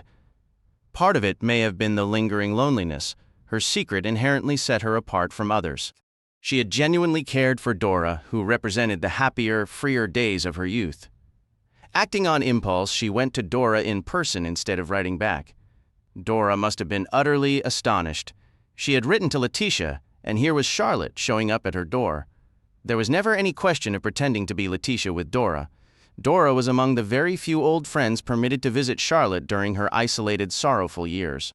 Believing Dora would see things exactly as she did, Charlotte confessed everything. Dora approved without reservation. In her sweet, muddled way, it seemed perfectly just that dear Lottie should not be cheated of her inheritance by Letty's early death. Lottie deserved compensation for all the patient suffering she had endured so bravely. It would have been terribly unfair for all that money to go to some distant stranger nobody knew. Dora understood completely that the secret must be kept. It was like having an extra bit of butter during rationing. You didn't talk about it, but there was nothing wrong in having it. So Dora came to live at Little Paddocks, and very soon Charlotte realized the terrible mistake she had made. It wasn't just that Dora's constant muddles, errors, and general bungling were maddening to live with. Charlotte could have tolerated that out of genuine fondness, and besides, she knew from the doctor Dora didn't have long to live. The real problem was that Dora quickly became a serious liability. While Charlotte and Letitia had always used each other's full names, Dora was the type who loved abbreviations. To her, the sisters had always been Letty and Lottie. Though she tried hard to remember to say Letty, the old nickname Lottie kept slipping out. Memories of their shared past also had a way of tumbling from her lips, forcing Charlotte to remain perpetually vigilant, constantly on edge to intercept these dangerous, forgetful remarks. The strain of it all began to wear on her nerves. Still, Dora's contradictions were unlikely to draw serious scrutiny. The true threat to Charlotte's carefully constructed life emerged, as noted, when Rudy Schertz spotted and addressed her at the Royal Spa Hotel. Inspector Craddock and I both doubt that Rudy approached her for funds with any intention of blackmail. He was completely unaware he possessed any damaging knowledge about her. He simply knew he was a reasonably charming young man, and his past had taught him that charming young men could sometimes extract money from older women with a convincingly tragic tale. Charlotte, however, may have interpreted it very differently. To her anxious mind, it could have felt like a subtle, creeping form of extortion. Perhaps he suspected something, and later, when Belle Godler's death inevitably sparked publicity, he would realize he'd stumbled upon a veritable gold mine. She was in far too deep now. She had firmly established herself as Letitia Blacklock with the bank, and with Mrs. Godler. The only loose thread was this unreliable Swiss hotel clerk, a potential blackmailer. If he were simply removed, her safety would be assured. She probably began by weaving it as a dark daydream, a secret drama to fill the emotional void of her years. She delighted in plotting the meticulous details. How exactly would one arrange for his disappearance? Her plan crystallized, and finally, she resolved to act. She presented Rudy Schertz with a fabricated story about a staged robbery at a party, explaining she needed a stranger to play the gangster, and offered him a generous payment for his cooperation. His immediate, unquestioning agreement is the clearest proof that Schertz never imagined he had any leverage over her. To him, she was merely a somewhat silly, wealthy old woman, eager to hand over cash. She gave him the advertisement to place, arranged his preliminary visit to Little Paddocks to familiarize himself with the layout, and showed him where she would meet him to let him in on the chosen night. Dora Bunner, of course, remained blissfully ignorant of all this. The appointed day arrived. Miss Marple continued the account softly. She must have endured a truly wretched day. You see, it still wasn't too late to stop. Dora Bunner told us Letty was frightened that day, and frightened she must have been terrified of the act she was about to commit, terrified the plan would fail, yet not terrified enough to turn back. The preparation had perhaps been a perverse sort of game. Sneaking the revolver from Colonel Easterbrook's collar drawer during a visit, taking along eggs or jam as a pretext, silently oiling the second drawing-room door. Suggesting the table be moved outside the door to better display Philippa's flowers, all part of the elaborate setup. But what was to follow was no game at all. Oh yes, she was frightened. Dora Bunner was quite correct about that. Nevertheless, she carried it through, stated Craddock, and it proceeded exactly as designed. Just after 6, under the pretext of shutting up the ducks, she let Schertz in, providing him with the mask, cloak, gloves, and torch. Then, at 6:30, as the clock began its chime, she was positioned naturally by the table near the archway, her hand resting on the cigarette box. Patrick, acting as host, had gone to fetch drinks. She, as hostess, was merely getting cigarettes. She correctly anticipated that everyone would glance toward the chiming clock. They all did. Only one person, the devoted Dora, kept her eyes fixed on her friend, And in her very first statement, she told us precisely what Miss Blacklock did. Miss Blacklock had lifted the vase of violets from the table. She had prepared the lamp cord earlier, carefully fraying the insulation until the wires were almost exposed. The arrangement was deliberate. The cigarette box, the vase, and the lamp switch were all within easy reach.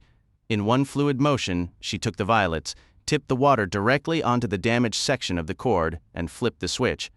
Since water conducts electricity efficiently, the wires shorted and fused instantly. "It reminded me of the incident at the vicarage the other afternoon," Bunch remarked. "That's what gave you such a start, wasn't it, Aunt Jane?" Indeed, my dear, Miss Marple replied. I had been turning over the problem of those lights. I recognized there were two identical lamps, a matching pair, and that one had been substituted for the other, most likely during the night.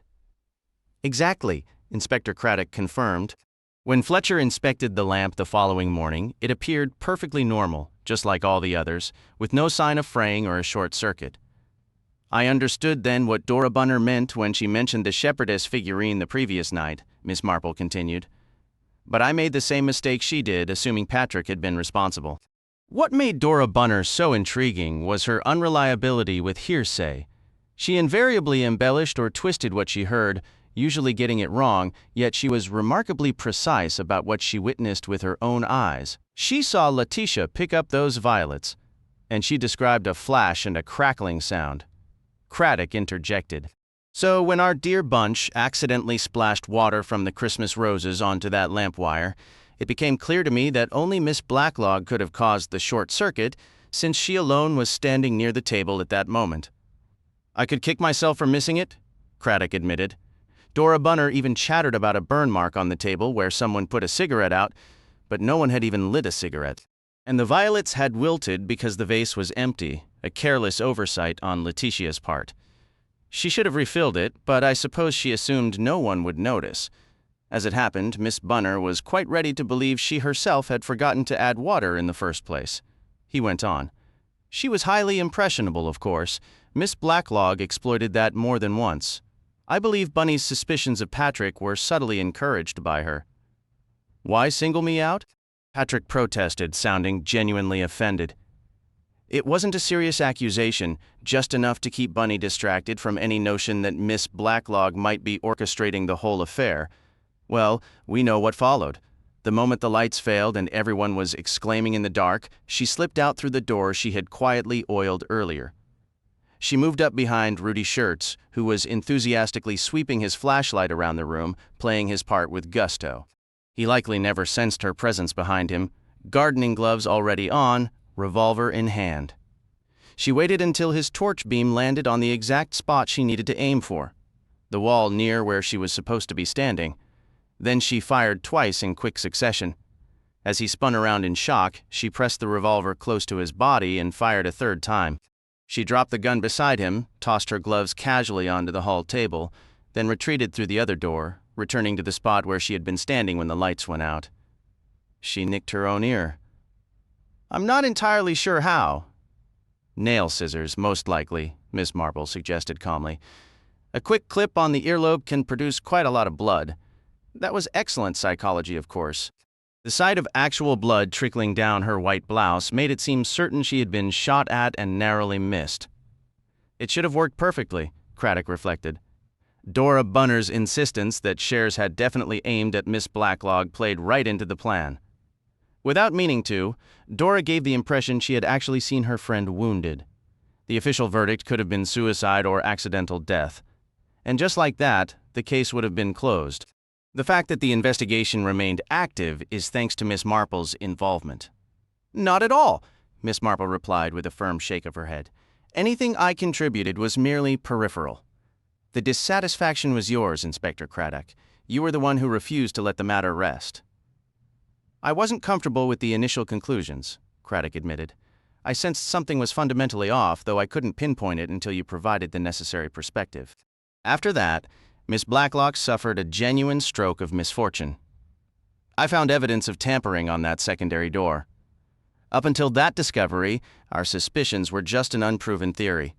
The oiled hinge was tangible proof, and I stumbled upon it entirely by accident. My hand simply grabbed the wrong handle." "I believe you were guided to it, Inspector," Miss Marple said gently. "But then I tend to hold rather traditional views." So the inquiry was reopened, Craddock continued, but with a new focus. "We began searching for someone with a motive to harm Letitia Blacklock." "And such a person existed, a fact Miss Blacklock was well aware of," Miss Marple added. "I believe she recognized Philippa almost immediately. Sonia Godler had been one of the very few people allowed into Charlotte's private world. When you reach a certain age, Inspector, something you'll understand in time, the faces from your youth remain far clearer than those you've met only recently. Philippa would have been about the same age her mother was when Charlotte knew her, and the resemblance was striking. Ironically, I think Charlotte was rather pleased to identify Philippa. She grew genuinely fond of the girl, and unconsciously this affection helped quiet any lingering guilt. She consoled herself with plans to care for Philippa after inheriting the money, to treat her like a daughter, to have Philippa and Harry live with her. She felt quite benevolent about the whole arrangement, but once you began asking questions and uncovering the Pip and Emma story, Charlotte grew deeply uneasy. She never intended for Philippa to become a scapegoat. Her original design was to make the incident appear as a botched robbery by a young criminal, ending in his accidental death. The discovery of the oiled door, however, shifted the entire premise.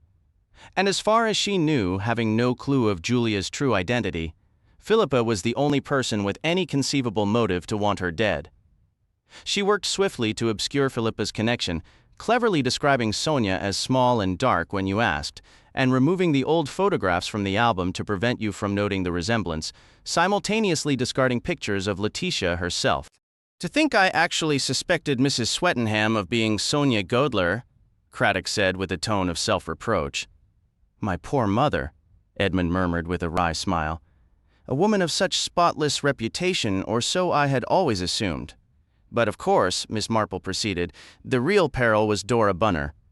With each passing day, Dora became more forgetful and more indiscreet.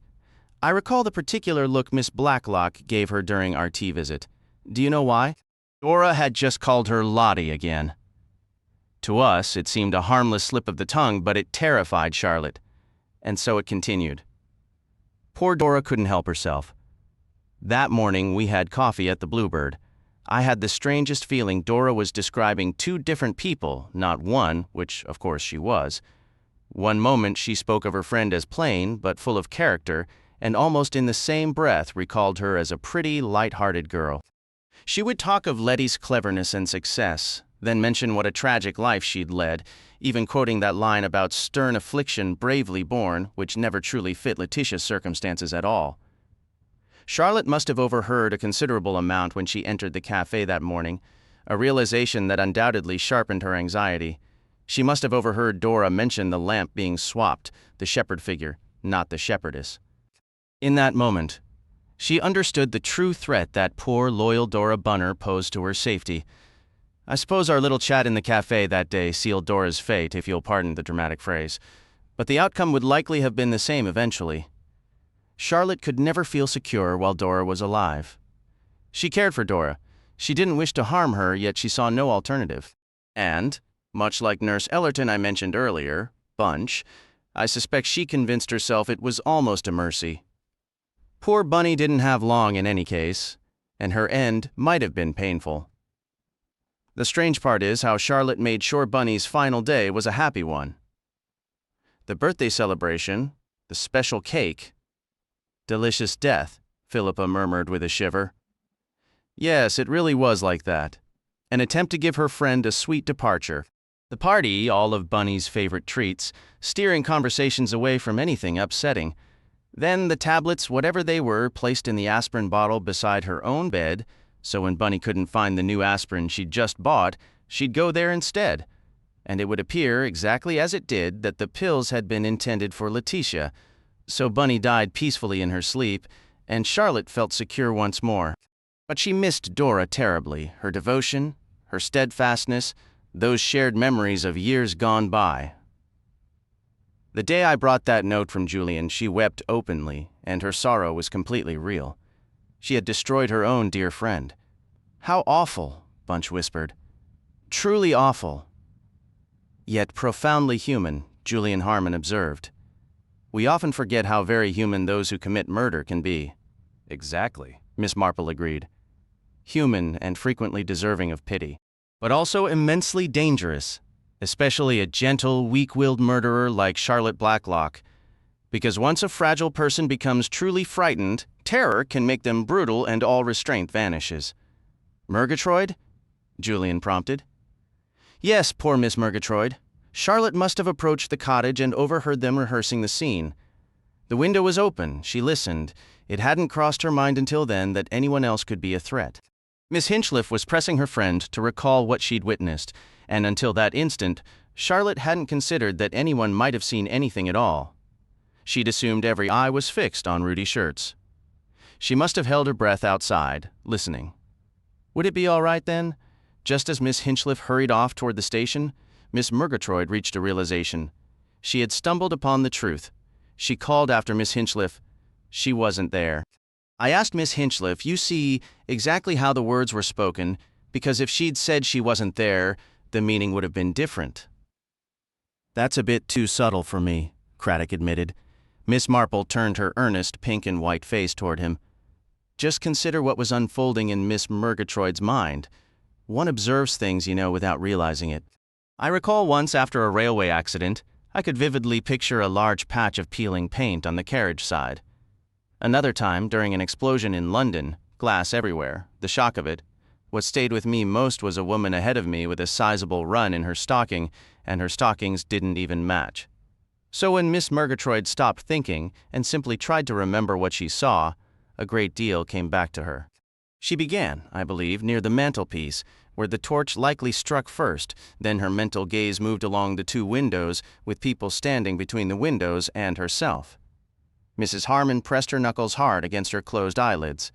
In her mind's eye, she followed the beam of the torch past Miss Bunner, whose mouth hung slack and her eyes were wide with shock, past a bare stretch of wall, past a side table holding a lamp and a cigarette case. Then the shots rang out. And all at once, an impossible realization struck her. She had seen that very wall, the one later marked by 2 bullet holes, the spot where Letitia Blacklock had supposedly been standing when she was shot. But at the precise moment the revolver fired, Letty wasn't there at all. Do you understand now? She had been turning over the 3 women Miss Hinchliffe told her to consider. If one of them had been absent, that absence would have defined the guilty party in her mind. She would have declared, "That's the one. She wasn't there." But what filled her thoughts was not a missing person, but an empty space, a location where someone ought to have been, yet no one stood. The place existed, but the person did not. She couldn't process it immediately. "How utterly strange, Hinch," she murmured. She simply wasn't there, so the conclusion was inescapable. It pointed only to Letitia Blacklock. "But you already knew before that, didn't you?" Bunch asked gently. "Back when the lamp fuse blew, when you wrote those clues on the slip of paper?" "Yes, my dear. Everything clicked into place then, you see. All the scattered, isolated pieces suddenly formed a clear and coherent picture." Bunch quoted softly. "Lamp? Yes. Violets? Yes. Battle of aspirin. You meant that Bunny had intended to buy a fresh bottle that very day, so she shouldn't have needed to take Letitia's. Not unless her own bottle had been removed or hidden. The scene had to be arranged to make it seem as though Letitia Blacklock was the intended victim. Yes, I see. And then delicious death, the cake, but it was more than just the cake. It was the entire party set up, a final happy day for Bunny before she died. It's like treating a pet with affection before putting it down. That's what I find the most chilling part, the whole charade of false kindness. She was not an unkind woman by nature. What she said at the last in the kitchen held a grain of truth. I didn't want to kill anybody. What she truly wanted was a vast sum of money that was never hers to begin with. And before that consuming desire, which had warped into a full-blown obsession, the money seen as rightful compensation for all the suffering life had dealt her, every other consideration was cast aside. People who nurture a grudge against the world are always perilous. They carry this entitled belief that life owes them a debt. I've known countless invalids who endured far worse pain and were far more isolated than Charlotte Blacklock ever was, yet they built contented, even joyful lives. Happiness or misery ultimately springs from what's inside you. But, oh dear, I fear I'm wandering from our topic. Where were we? Reviewing your list, Bunch prompted. What did you mean by making inquiries? Inquiries about what? Miss Marple gave Inspector Craddock a mildly chiding look. You should have caught that, Inspector. You showed me that letter from Letitia Blacklock to her sister. The word inquiries appeared twice, each time spelled with an E. Yet in the note I asked Bunch to show you, Miss Blacklock had written inquiries with an I. People seldom change their spelling habits as they age. It struck me as profoundly significant. Yes, Craddock admitted. I should have spotted that discrepancy. Bunch moved on. Severe affliction bravely borne. That's what Bunny said to you in the cafe, and of course Letitia had suffered no such affliction. Iodine, that led you to think of a goiter. Precisely, dear, Switzerland, you recall, and Miss Blacklock giving the impression her sister died of consumption. But I remembered then that the foremost authorities on goiter and the most skilled surgeons for its operation are Swiss, and it connected perfectly with those rather garish pearls Letitia Blacklock always wore. They weren't really her style at all, but they were ideal for hiding a scar. That explains her extreme agitation the night the necklace broke, Craddock said, the final piece settling into place. At the time it all felt rather excessive. Bunch then observed, So you wrote Lottie, not Letty as we had assumed. She recalled that the sister's name was Charlotte, and that Dora Bunner had occasionally referred to Miss Blacklock as Lottie, becoming visibly distressed each time she did so. The references to Byrne and the old age pension were clarified. Rudy Schertz had worked as an orderly in a hospital in Byrne. As for the pension, it was a detail mentioned earlier, though its full significance hadn't been clear then. It involved Mrs. Wotherspoon fraudulently collecting Mrs. Bartlett's pension for years after the woman's death, a scheme that worked simply because one elderly woman can look so much like another. All these pieces began to form a coherent picture, and I felt so agitated that I stepped outside to clear my head and consider how one might prove it all. It was then that Miss Hinchliffe offered me a lift, and we came upon Miss Murgatroyd. Miss Marple's tone shifted, losing its earlier excitement and satisfaction. It became quiet and unyielding. I understood then that action was necessary and quickly, yet there was still no concrete proof. I devised a possible strategy and discussed it with Sergeant Fletcher. Craddock interjected. I've had words with Fletcher about that. He shouldn't have agreed to your plans without consulting me first. I persuaded him, though he was reluctant, Miss Marple admitted. We went to Little Paddocks and I spoke with Mitzi. Julia let out a breath. I can't fathom how you ever convinced her to participate. I appealed to her nature, Miss Marple explained. She is rather self-absorbed, and I thought doing something for others would be good for her. I employed considerable flattery, suggesting that if she were in her homeland, she'd have undoubtedly joined the resistance. She agreed enthusiastically. I told her I could see she had just the right temperament for such work, brave, willing to take risks, and a capable actress. I shared stories, some true and some, I confess, embellished, about the heroic deeds of girls in resistance movements. She became tremendously stirred up. Brilliant, said Patrick. Then I secured her agreement and rehearsed her until she was perfect. I instructed her to remain in her room until Inspector Craddock arrived. The trouble with such excitable people is their tendency to jump the gun and begin prematurely. She performed her role very convincingly, Julia noted. Bunch, who hadn't been present, said apologetically, I'm not sure I entirely grasped the point. The point was somewhat intricate and rather precarious, Miss Marple continued. The idea was for Mitzi to casually admit that blackmail had crossed her mind, but now, being so frightened and worked up, she was ready to tell the truth. She would claim to have seen, through the dining room keyhole, Miss Blacklock in the hall with a revolver behind Rudy Schertz, in other words, to describe what had actually happened. The sole danger was that Charlotte Blacklock might realize that with the key in the lock, Mitzi couldn't possibly have seen anything. But I gambled on the fact that in the immediate aftermath of a severe shock, such a detail is often overlooked. All she would comprehend was that Mitzi had witnessed her. Craddock took up the narrative. But a crucial part of the plan was for me to react with skepticism. I then made a sudden, forceful accusation against someone who hadn't been previously suspected, as if finally revealing my hand. I accused Edmund. And I played my part splendidly, Edmund declared. Righteous indignation and denial, all according to script. What wasn't in the script, my dear Philippa, was your little interjection revealing yourself as Pip. Neither the inspector nor I had any idea you were Pip. I was supposed to be Pip. The inspector's remark threw us off balance for a second, but he recovered brilliantly and tossed out some truly vile suggestions about me chasing a wealthy bride. I'm afraid those insinuations might linger in your mind and cause serious problems for us down the road. Was that really called for? Absolutely. From Charlotte Blacklock's perspective, it meant the only person who truly knew or suspected the truth was Mitzi. The police had their suspicions aimed in another direction entirely. They had dismissed Mitzi as a liar for the moment. But if she kept talking, they might start to listen, so Mitzi had to be silenced. Mitzi went directly back to the kitchen, just as I instructed, Miss Marple explained. Miss Blacklock followed her out almost immediately. To all appearances, Mitzi was alone in that kitchen. But Sergeant Fletcher was concealed behind the scullery door, and I was tucked into the broom cupboard. It's fortunate I'm so slender. Bunch studied Miss Marple. What did you think would happen, Aunt Jane? One of two possibilities. Either Charlotte would attempt to bribe Mitzi into silence with Sergeant Fletcher as a witness, or I believed she would try to kill her, but she couldn't possibly hope to get away with that. She'd be the immediate suspect. My dear, by then she was beyond rational thought.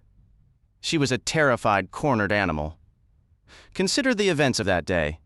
The confrontation between Miss Hinchliffe and Miss Murgatroyd. Miss Hinchliffe driving off to the station. The moment she returned, Miss Murgatroyd would explain that Letitia Blacklock wasn't in the room that night. Charlotte had only a few minutes to ensure Miss Murgatroyd could never tell that tale. No time for elaborate plans. Just brutal, desperate murder. She greeted the poor woman and strangled her.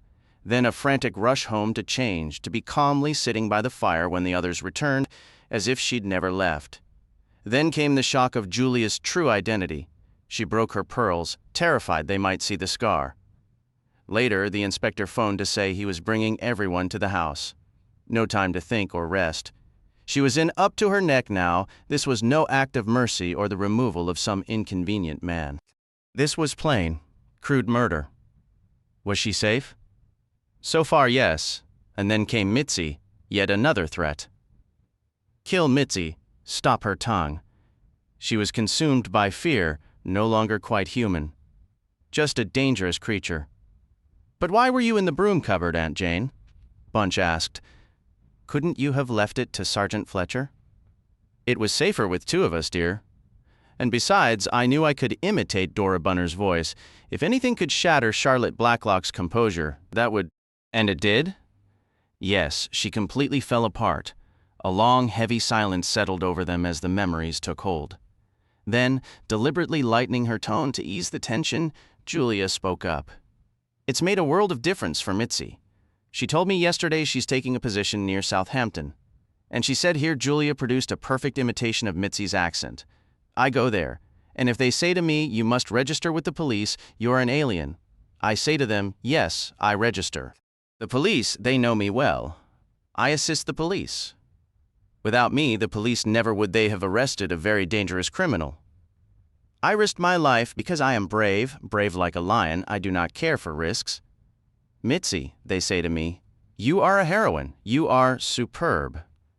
Ack, it is nothing, I say. Julia stopped. And a great deal more, she added. I think, Edmund said thoughtfully, that very soon Mitzi will have assisted the police in not one case, but hundreds. She's even warmed up to me, Philippa remarked. She actually gave me the recipe for delicious death as a sort of wedding gift.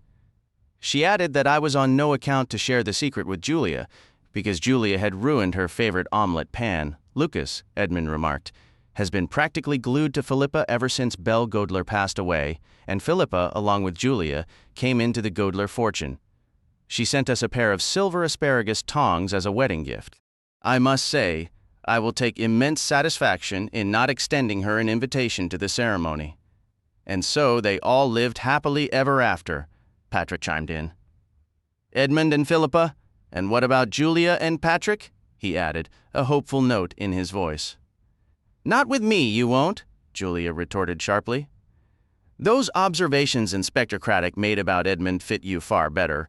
You're exactly the type of aimless young man who dreams of marrying a wealthy woman. Well, it's not happening. Some gratitude, Patrick muttered. After everything I did for you. You nearly got me charged with murder. That's what your carelessness did, Julia shot back. I'll never forget the night your sister's letter arrived. I truly believed I was finished. There seemed to be no way out. She paused, a thoughtful look crossing her face. Actually, I've been thinking I might try acting. What? You too? Patrick groaned. Yes, I could start in Perth. See if I can land a spot in the repertory company there. Once I've learned the ropes, I might move into theater management, maybe even produce Edmund's plays. I thought you were writing novels, Julian Harmon said. So did I, Edmund admitted with a laugh. I started one. It was rather pretentious pages describing an unshaven man waking up, the grim city streets, a miserable old woman with swollen legs, and a spiteful young woman who couldn't keep her chin clean. They all droned on endlessly about the meaninglessness of life until I started wondering the same thing myself. Then a ridiculous idea popped into my head. I scribbled it down, worked it into a scene, and before I knew it, I'd written a full-blown absurd farce in 3 acts. What's the title? Patrick asked. Something like What the Butler Saw? It could have been, Edmund said. Actually, I've called it Elephants Do Forget, and it's been accepted. It's going into production. Elephants do forget, Bunch murmured. I thought they had excellent memories. The Reverend Julian Harmon gave a guilty jump. Good heavens, I've been completely absorbed. Julian. Detective stories again, said Bunch. Real life ones this time. You could preach a sermon on Thou Shalt Do No Murder, Patrick suggested. No, Julian said quietly. I won't be using that text. You're right, Julian, Bunch agreed. I know a much lovelier one, a joyful text. She quoted in a clear, bright voice, For lo, the spring is come, and the voice of the turtle is heard in the land. I'm not sure I have it exactly right, but you know the one. Though why a turtle, I can't imagine. I don't think turtles have pleasant voices at all. The word turtle, Julian began to explain, is an imperfect translation. It doesn't refer to the reptile, but to the turtle dove. The original Hebrew word is. Bunch interrupted him by throwing her arms around him. I know one thing. You believe the Ahasuerus in the Bible is Artaxerxes II, but between you and me, it was definitely Artaxerxes III. As usual, Julian wondered why his wife found that particular bit of historical trivia so amusing. Tiglath-Pileser wants to help you, Bunch added. He should be a very proud cat. After all, he's the one who showed us how the lights shorted out. A murder is announced. Ooh, how exciting, Mrs. Harmon exclaimed to her husband, the Reverend Julian Harmon, across the breakfast table. There's going to be a murder over at Miss Blacklock's. A murder? Her husband said, looking up from his toast, slightly bewildered. When? This evening. At 6:30. Oh, what rotten luck, darling. You have your confirmation class then. It's such a pity, and you do enjoy a good murder so much. I'm afraid I haven't the faintest idea what you're talking about, Bunch. Diana Harmon, whose plump figure and cheerful face had long ago earned her the nickname Bunch, slid the newspaper across the table. Just look at that, tucked right in between the used pianos and the denture advertisements. What an odd thing to print. Isn't it? Bunch replied with delight. You'd never imagine Miss Blacklock taking an interest in murder games, would you? I expect the young Simmonses talked her into it, though I'd have thought Julia Simmons would find the whole idea rather vulgar. But there it is. And I really think it's a pity you can't go, darling. I'll give you every detail, of course, but these sorts of evening entertainments aren't really for me. Dark rooms and sudden whispers make me jumpy, and I desperately hope I'm not picked to play the victim. If someone sneaks up, lays a hand on my shoulder, and hisses, "You're dead," I'm certain my heart will leap straight out of my chest. Do you suppose that could actually finish a person off? Not at all, Bunch. I believe you'll live to be a very old woman right alongside me, and expire on the same day and share a grave. How perfectly lovely. Bunch's smile widened at the pleasant thought. You seem especially cheerful today, her husband remarked, his own expression warm. Who wouldn't be cheerful being me? Bunch exclaimed, though her words tumbled out in a happy jumble. With you, and Susan, and Edward, and all of you loving me even when I say silly things, and the sun is out, and we get to live in this wonderful, enormous house." Reverend Julian Harmon glanced around the spacious, rather stark dining room and offered a hesitant agreement. Some might consider it a burden, having to manage such a big, drafty, rambling place. But I adore large rooms. All the lovely outdoor scents drift in and make themselves at home. You can leave things lying about without feeling cluttered. There's room to breathe. No modern conveniences, though. No central heating. It makes a great deal of work for you. Oh, Julian, it truly doesn't. I'm up at 6:30 to light the boiler, then I dash about like a locomotive, and by 8 everything's set.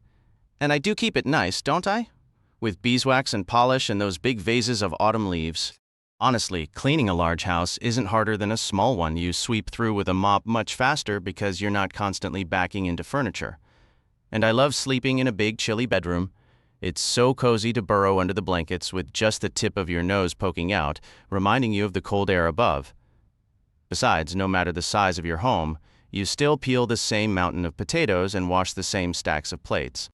Think how lovely it is for Edward and Susan to have a vast, empty room where they can spread out toy trains and doll tea parties and never have to tidy them immediately.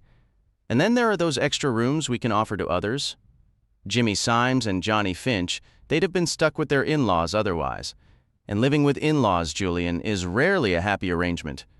You're devoted to Mother, but you wouldn't truly have wanted to begin our marriage under her roof. I wouldn't have liked it either. I'd have kept feeling like a child. Julian smiled at her. You still have something of the little girl about you, Bunch. Nature, it seemed, had designed Julian Harmon as a model for a man of 60. He still had a good 25 years to grow into that design. I know I'm not clever. You're not stupid, Bunch. You're very clever indeed. No, I'm not. I haven't an intellectual bone in my body. I do try, though. And I truly love it when you tell me about books and history and such. I will admit that reading Gibbon aloud in the evenings might not have been the best plan. When there's a cold wind outside and the fire is blazing, something about Gibbon's prose does tend to make one terribly drowsy. Julian laughed. But I do love listening to you, Julian. Tell me once more about the old vicar who gave that sermon on Ahasuerus. You already know every word, Bunch. Please, just tell it again, her husband obliged. It was old Reverend Scrimgeour. Someone peeked into his church one afternoon and saw him leaning over the pulpit, preaching with great passion to a pair of elderly cleaning ladies. He was wagging his finger at them and declaring, "Aha! I know exactly what's on your minds. You believe the great Ahasuerus from the scripture was Artaxerxes II. Well, you're mistaken." Then, with immense satisfaction, he announced, he was Artaxerxes III. Julian Harmon had never found the tale especially humorous, but it never failed to delight Bunch. Her bright laugh filled the room. "What a dear old soul," she cried. "I have a feeling you'll end up just like him one day, Julian." Julian shifted uncomfortably. "I know," he admitted with a touch of shame. "I truly struggle sometimes to find the right, straightforward way to connect." "Don't fret about it," said Bunch, standing up and gathering the breakfast dishes onto a tray. "Mrs. Butt mentioned to me just yesterday that her husband, who never set foot in church and was practically our village atheist, attends every single Sunday now specifically to hear your sermons." She continued, mimicking Mrs. Butt's overly precise tone perfectly. "And Butt was telling Miss Timkins from Little Worsdale only the other day, madam, that we have genuine culture here in Chipping Cleghorn. Not like Reverend Goss over in Little Worsdale, who talks to his congregation as if they're uneducated children. Real culture, Butt said. That's what we have. Our vicar is a highly educated gentleman. Oxford, not Milchester, and he shares the full benefit of his learning with us. He knows all about the Romans and the Greeks, and the Babylonians and the Assyrians, too. Why, even the vicarage cat, Butt says, is named after an Assyrian king. So you see? Bunch finished triumphantly. There's your acclaim. Good heavens, I must get moving or nothing will get done. Come along, Tiglath-Pileser, you can have the herringbones. She nudged the door open with her foot, skillfully keeping it ajar as she slipped through with the loaded tray, singing loudly and somewhat off-key to her own adapted version of a hunting song. It's a fine murdering day, Bunch sang, and as balmy as May, and the sleuths from the village are gone. The clatter of dishes being deposited in the sink drowned out the next lines, but as Reverend Julian Harmon left the house, he caught the final, jubilant declaration, "And we'll all go a-murdering today." "We should arrange for the newspapers," Edmund said to Philippa on their first day back in Chipping Cleghorn after their honeymoon. "Let's walk down to Totman's, Mr. Totman." A man of labored breath and deliberate movement greeted them warmly. "Very good to see you back, sir, and madam. We'd like to place an order for the papers." "Of course, sir. And your mother is keeping well, I trust? Settled in nicely at Bournemouth?" "She adores it," said Edmund, who had no real idea if this was true, but like many sons preferred to assume all was well with loved, if occasionally trying, parents. "A very pleasant spot. We took our holiday there last year." Mrs. Totman was quite taken with it. "Delighted to hear it.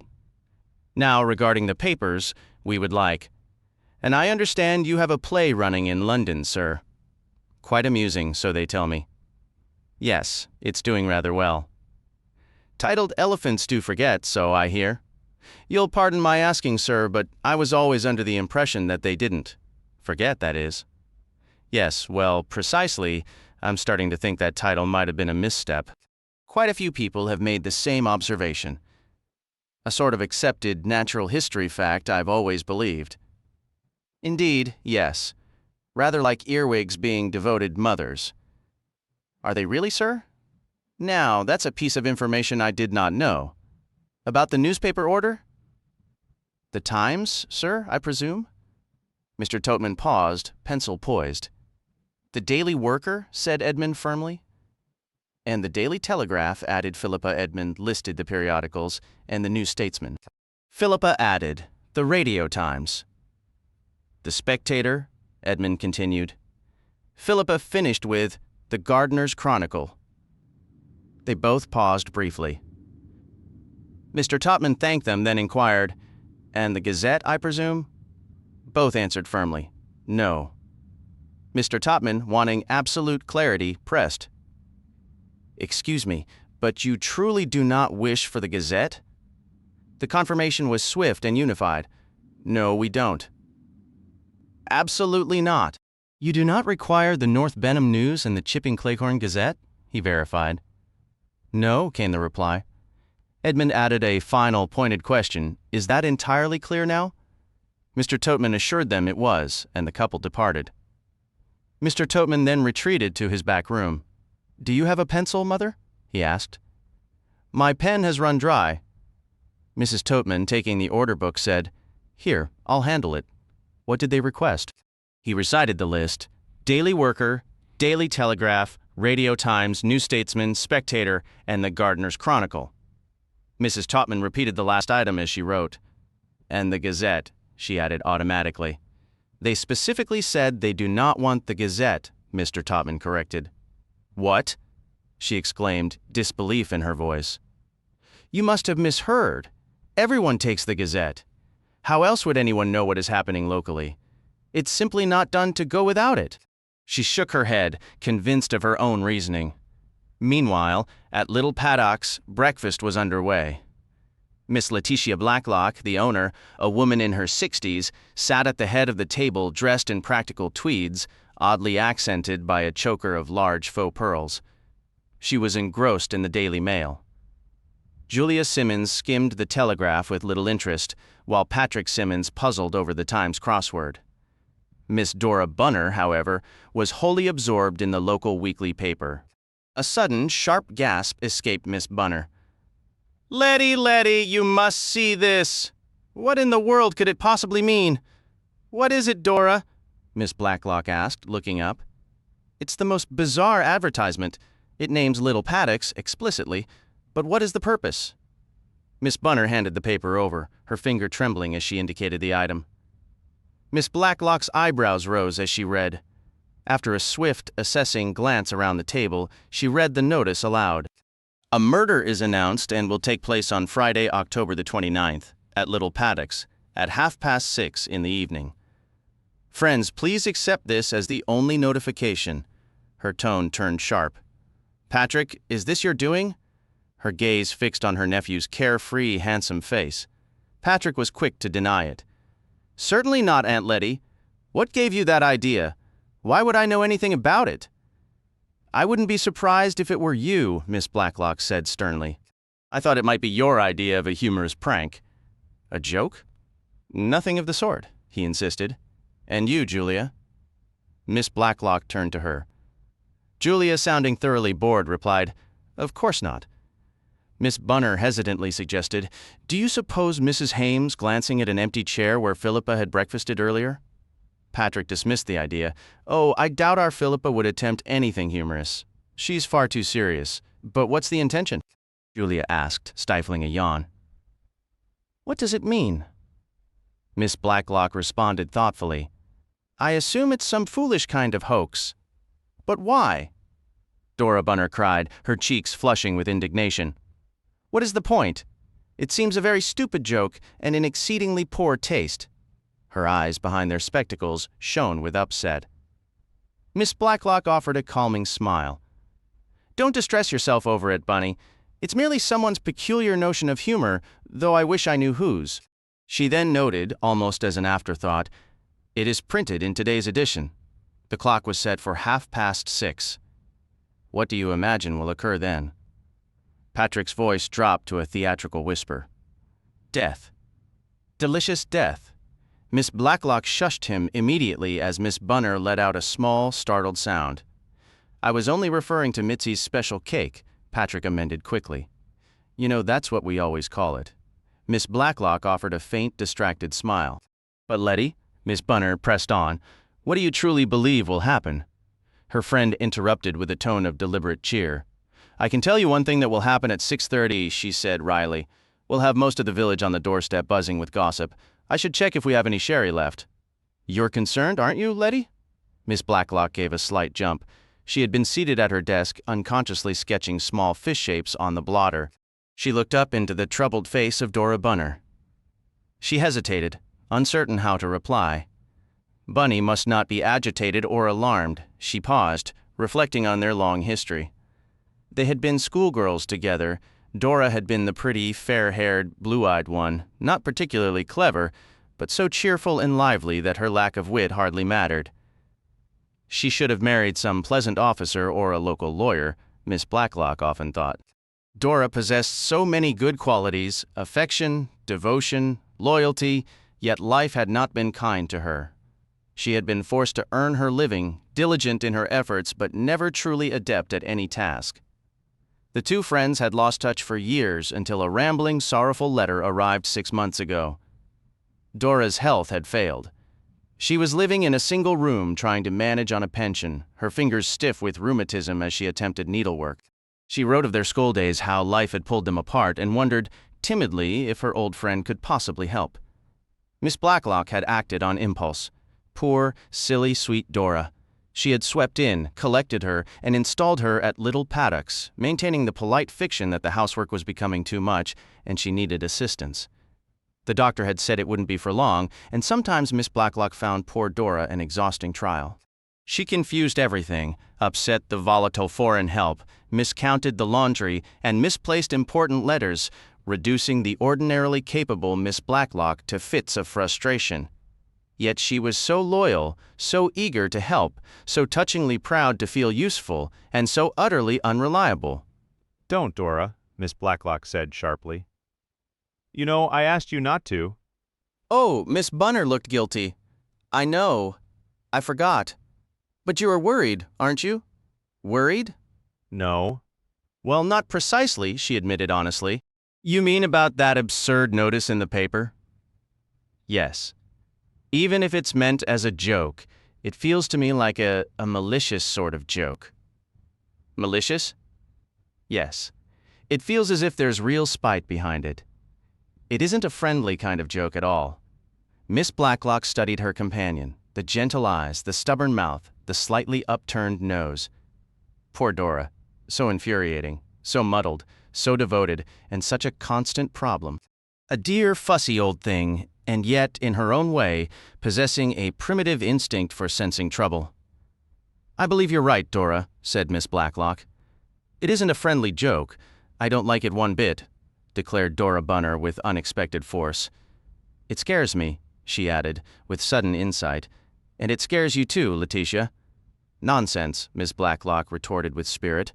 But it's dangerous. I feel sure of it. It's like those people who mail bombs disguised as parcels. My dear, it's just some foolish person trying to be amusing. But it isn't amusing? And it really wasn't. Miss Blacklock's expression gave her away, and Dora pounced triumphantly. You see? You think so as well. But Dora, my dear. She was interrupted. The door burst open and a tempestuous young woman rushed in, her well-developed figure straining against a tight sweater. She wore a brightly colored dirndl skirt, and greasy dark braids were coiled around her head. Her dark eyes flashed dramatically. She exclaimed breathlessly, "I may speak with you, yes? Please, it is allowed." Miss Blacklock sighed. "Of course, Mitzi. What is it?" Sometimes she felt it would be easier to handle all the housework and cooking herself, rather than endure the constant emotional storms of her refugee domestic helper. "I tell you now, it is proper, I hope. I give my notice and I leave. I go immediately. Why? Has someone upset you?" "Yes, I am deeply upset," Mitzi declared with flair. "I do not wish to die. Back in Europe, I barely escaped. My entire family perished. All were killed. My mother, my little brother, my darling young niece. Everyone gone. But I ran. I hid. I made it to England. I took work I would never have done in my homeland. I'm aware of all that," Miss Blacklock said briskly. It was, in fact, a familiar refrain from Mitzi. "But why leave now?" "Because they are coming to kill me again." "Who is my enemies?" "The Nazis, or maybe now it is the Bolsheviks. They have discovered I am here. They come to murder me. I have read it. Yes, it is in the newspaper." "Oh, you mean in the Gazette?" "Here it is written here." Mitzi produced the Gazette from behind her back. "Look, right here it speaks of a murder, at Little Paddocks. That is here, is it not? This evening at 6:30. Ah, I will not wait to be murdered. No. But why would that mean you?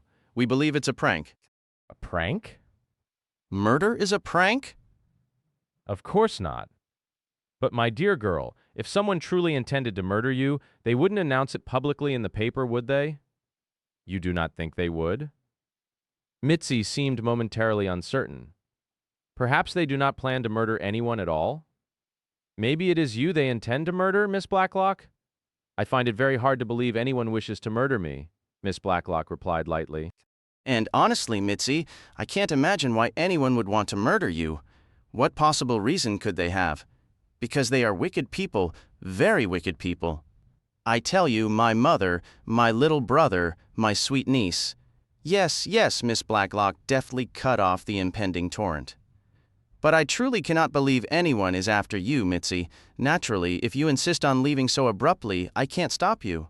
However, I think you'd be acting rather foolishly," she added firmly, noticing Mitzi's hesitation. "We'll have to stew that beef the butcher sent for lunch. It looks quite tough. I will make you a goulash, a special goulash, if you prefer to call it that, certainly, and perhaps you could use up that rather hard piece of cheese to make some cheese straws. I expect some guests may drop by this evening for drinks." "This evening? What do you mean this evening?" "At 6:30. But that is the time in the paper. Who would come then?" "Why would they come? They're coming for the funeral," said Miss Blacklock with a mischievous glint in her eye. "That's enough for now, Mitzi. I'm busy. Close the door on your way out," she added firmly. As the door shut behind a bewildered Mitzi, Miss Blacklock remarked, "Well, that settles her for the time being."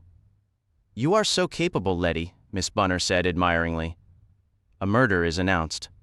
Chapter 3. A tea 6:30 p.m.? "Well, here we are, all ready," said Miss Blacklock. She cast an evaluating glance around the double drawing room. The rose-patterned chintz curtains, the 2 vases of bronze chrysanthemums, the small arrangement of violets and the silver cigarette box on a side table, the drinks tray on the central table. Little Paddocks was a medium-sized house built in the early Victorian style, featuring a long, shallow veranda and windows with green shutters. The drawing room, long and narrow, felt dimmer than it should have been thanks to the veranda roof outside. At one end, where double doors had once led into a smaller bay-windowed room, only an open archway remained. A previous owner had swapped the doors for heavy velvet drapes, but Miss Blacklock had taken those down years ago, merging the spaces completely. A fireplace stood at each end, both cold, yet a soft, even warmth filled the air. "You've turned the central heating on?" Patrick observed. Miss Blacklock gave a nod. "It's been so damp and foggy, the entire house felt like a cellar. I had Evans light it before he left for the day." "Not the sacred coke?" Patrick teased. "Precisely the sacred coke," she replied, though the alternative would have been the even more sacred coal. "You know, the fuel office won't release our tiny weekly allotment unless we can swear we have no other way to cook." "Was there really a time," Julia asked, her voice full of the wonder of someone discovering a lost civilization, "when there were mountains of coke and coal for everyone?" "Yes," said Miss Blacklock, "and it was inexpensive, and people could just go and buy as much as they wished. No forms to fill out, no shortages. It was just there. All sorts and grades, not half slate and rubble like the miserable stuff we get now." "What a marvelous world that must have been," Julia breathed, almost reverent. Miss Blacklock smiled. "In memory, it certainly seems so. But I'm an old woman. It's natural to prefer one's own time. You young people shouldn't feel that way. I might not have needed a job back then," Julia mused. "I could have just stayed home arranging flowers and writing notes. Who did one write notes to anyway?" "All the people you now telephone," Miss Blacklock said, her eyes twinkling. "I'm not entirely convinced you even know how to write, Julia." "Not in the style of that delightful, complete letter writer I found. It was heavenly. It gave the proper form for refusing a marriage proposal from a widower." "I doubt you'd have enjoyed staying home as much as you imagine," Miss Blacklock said, her tone becoming dry. "There were duties, you know. But then, I can't claim much expertise. Bunny and I," she added with an affectionate glance at Dora Bunner, "entered the labor force quite early." "Oh, we certainly did," Miss Bunner agreed. "Those dreadful, dreadful children. I'll never forget them." Of course, Letty was the clever one. She became a businesswoman, secretary to a very important financier. The door opened, and Philippa Hames entered. Tall, fair, and calm, she glanced around with mild surprise. "Hello," she said. "Is this a party? No one told me." Of course, Patrick exclaimed. "Our Philippa doesn't know." "I'd wager you're the only woman in Chipping Cleghorn who doesn't." Philippa looked at him, waiting.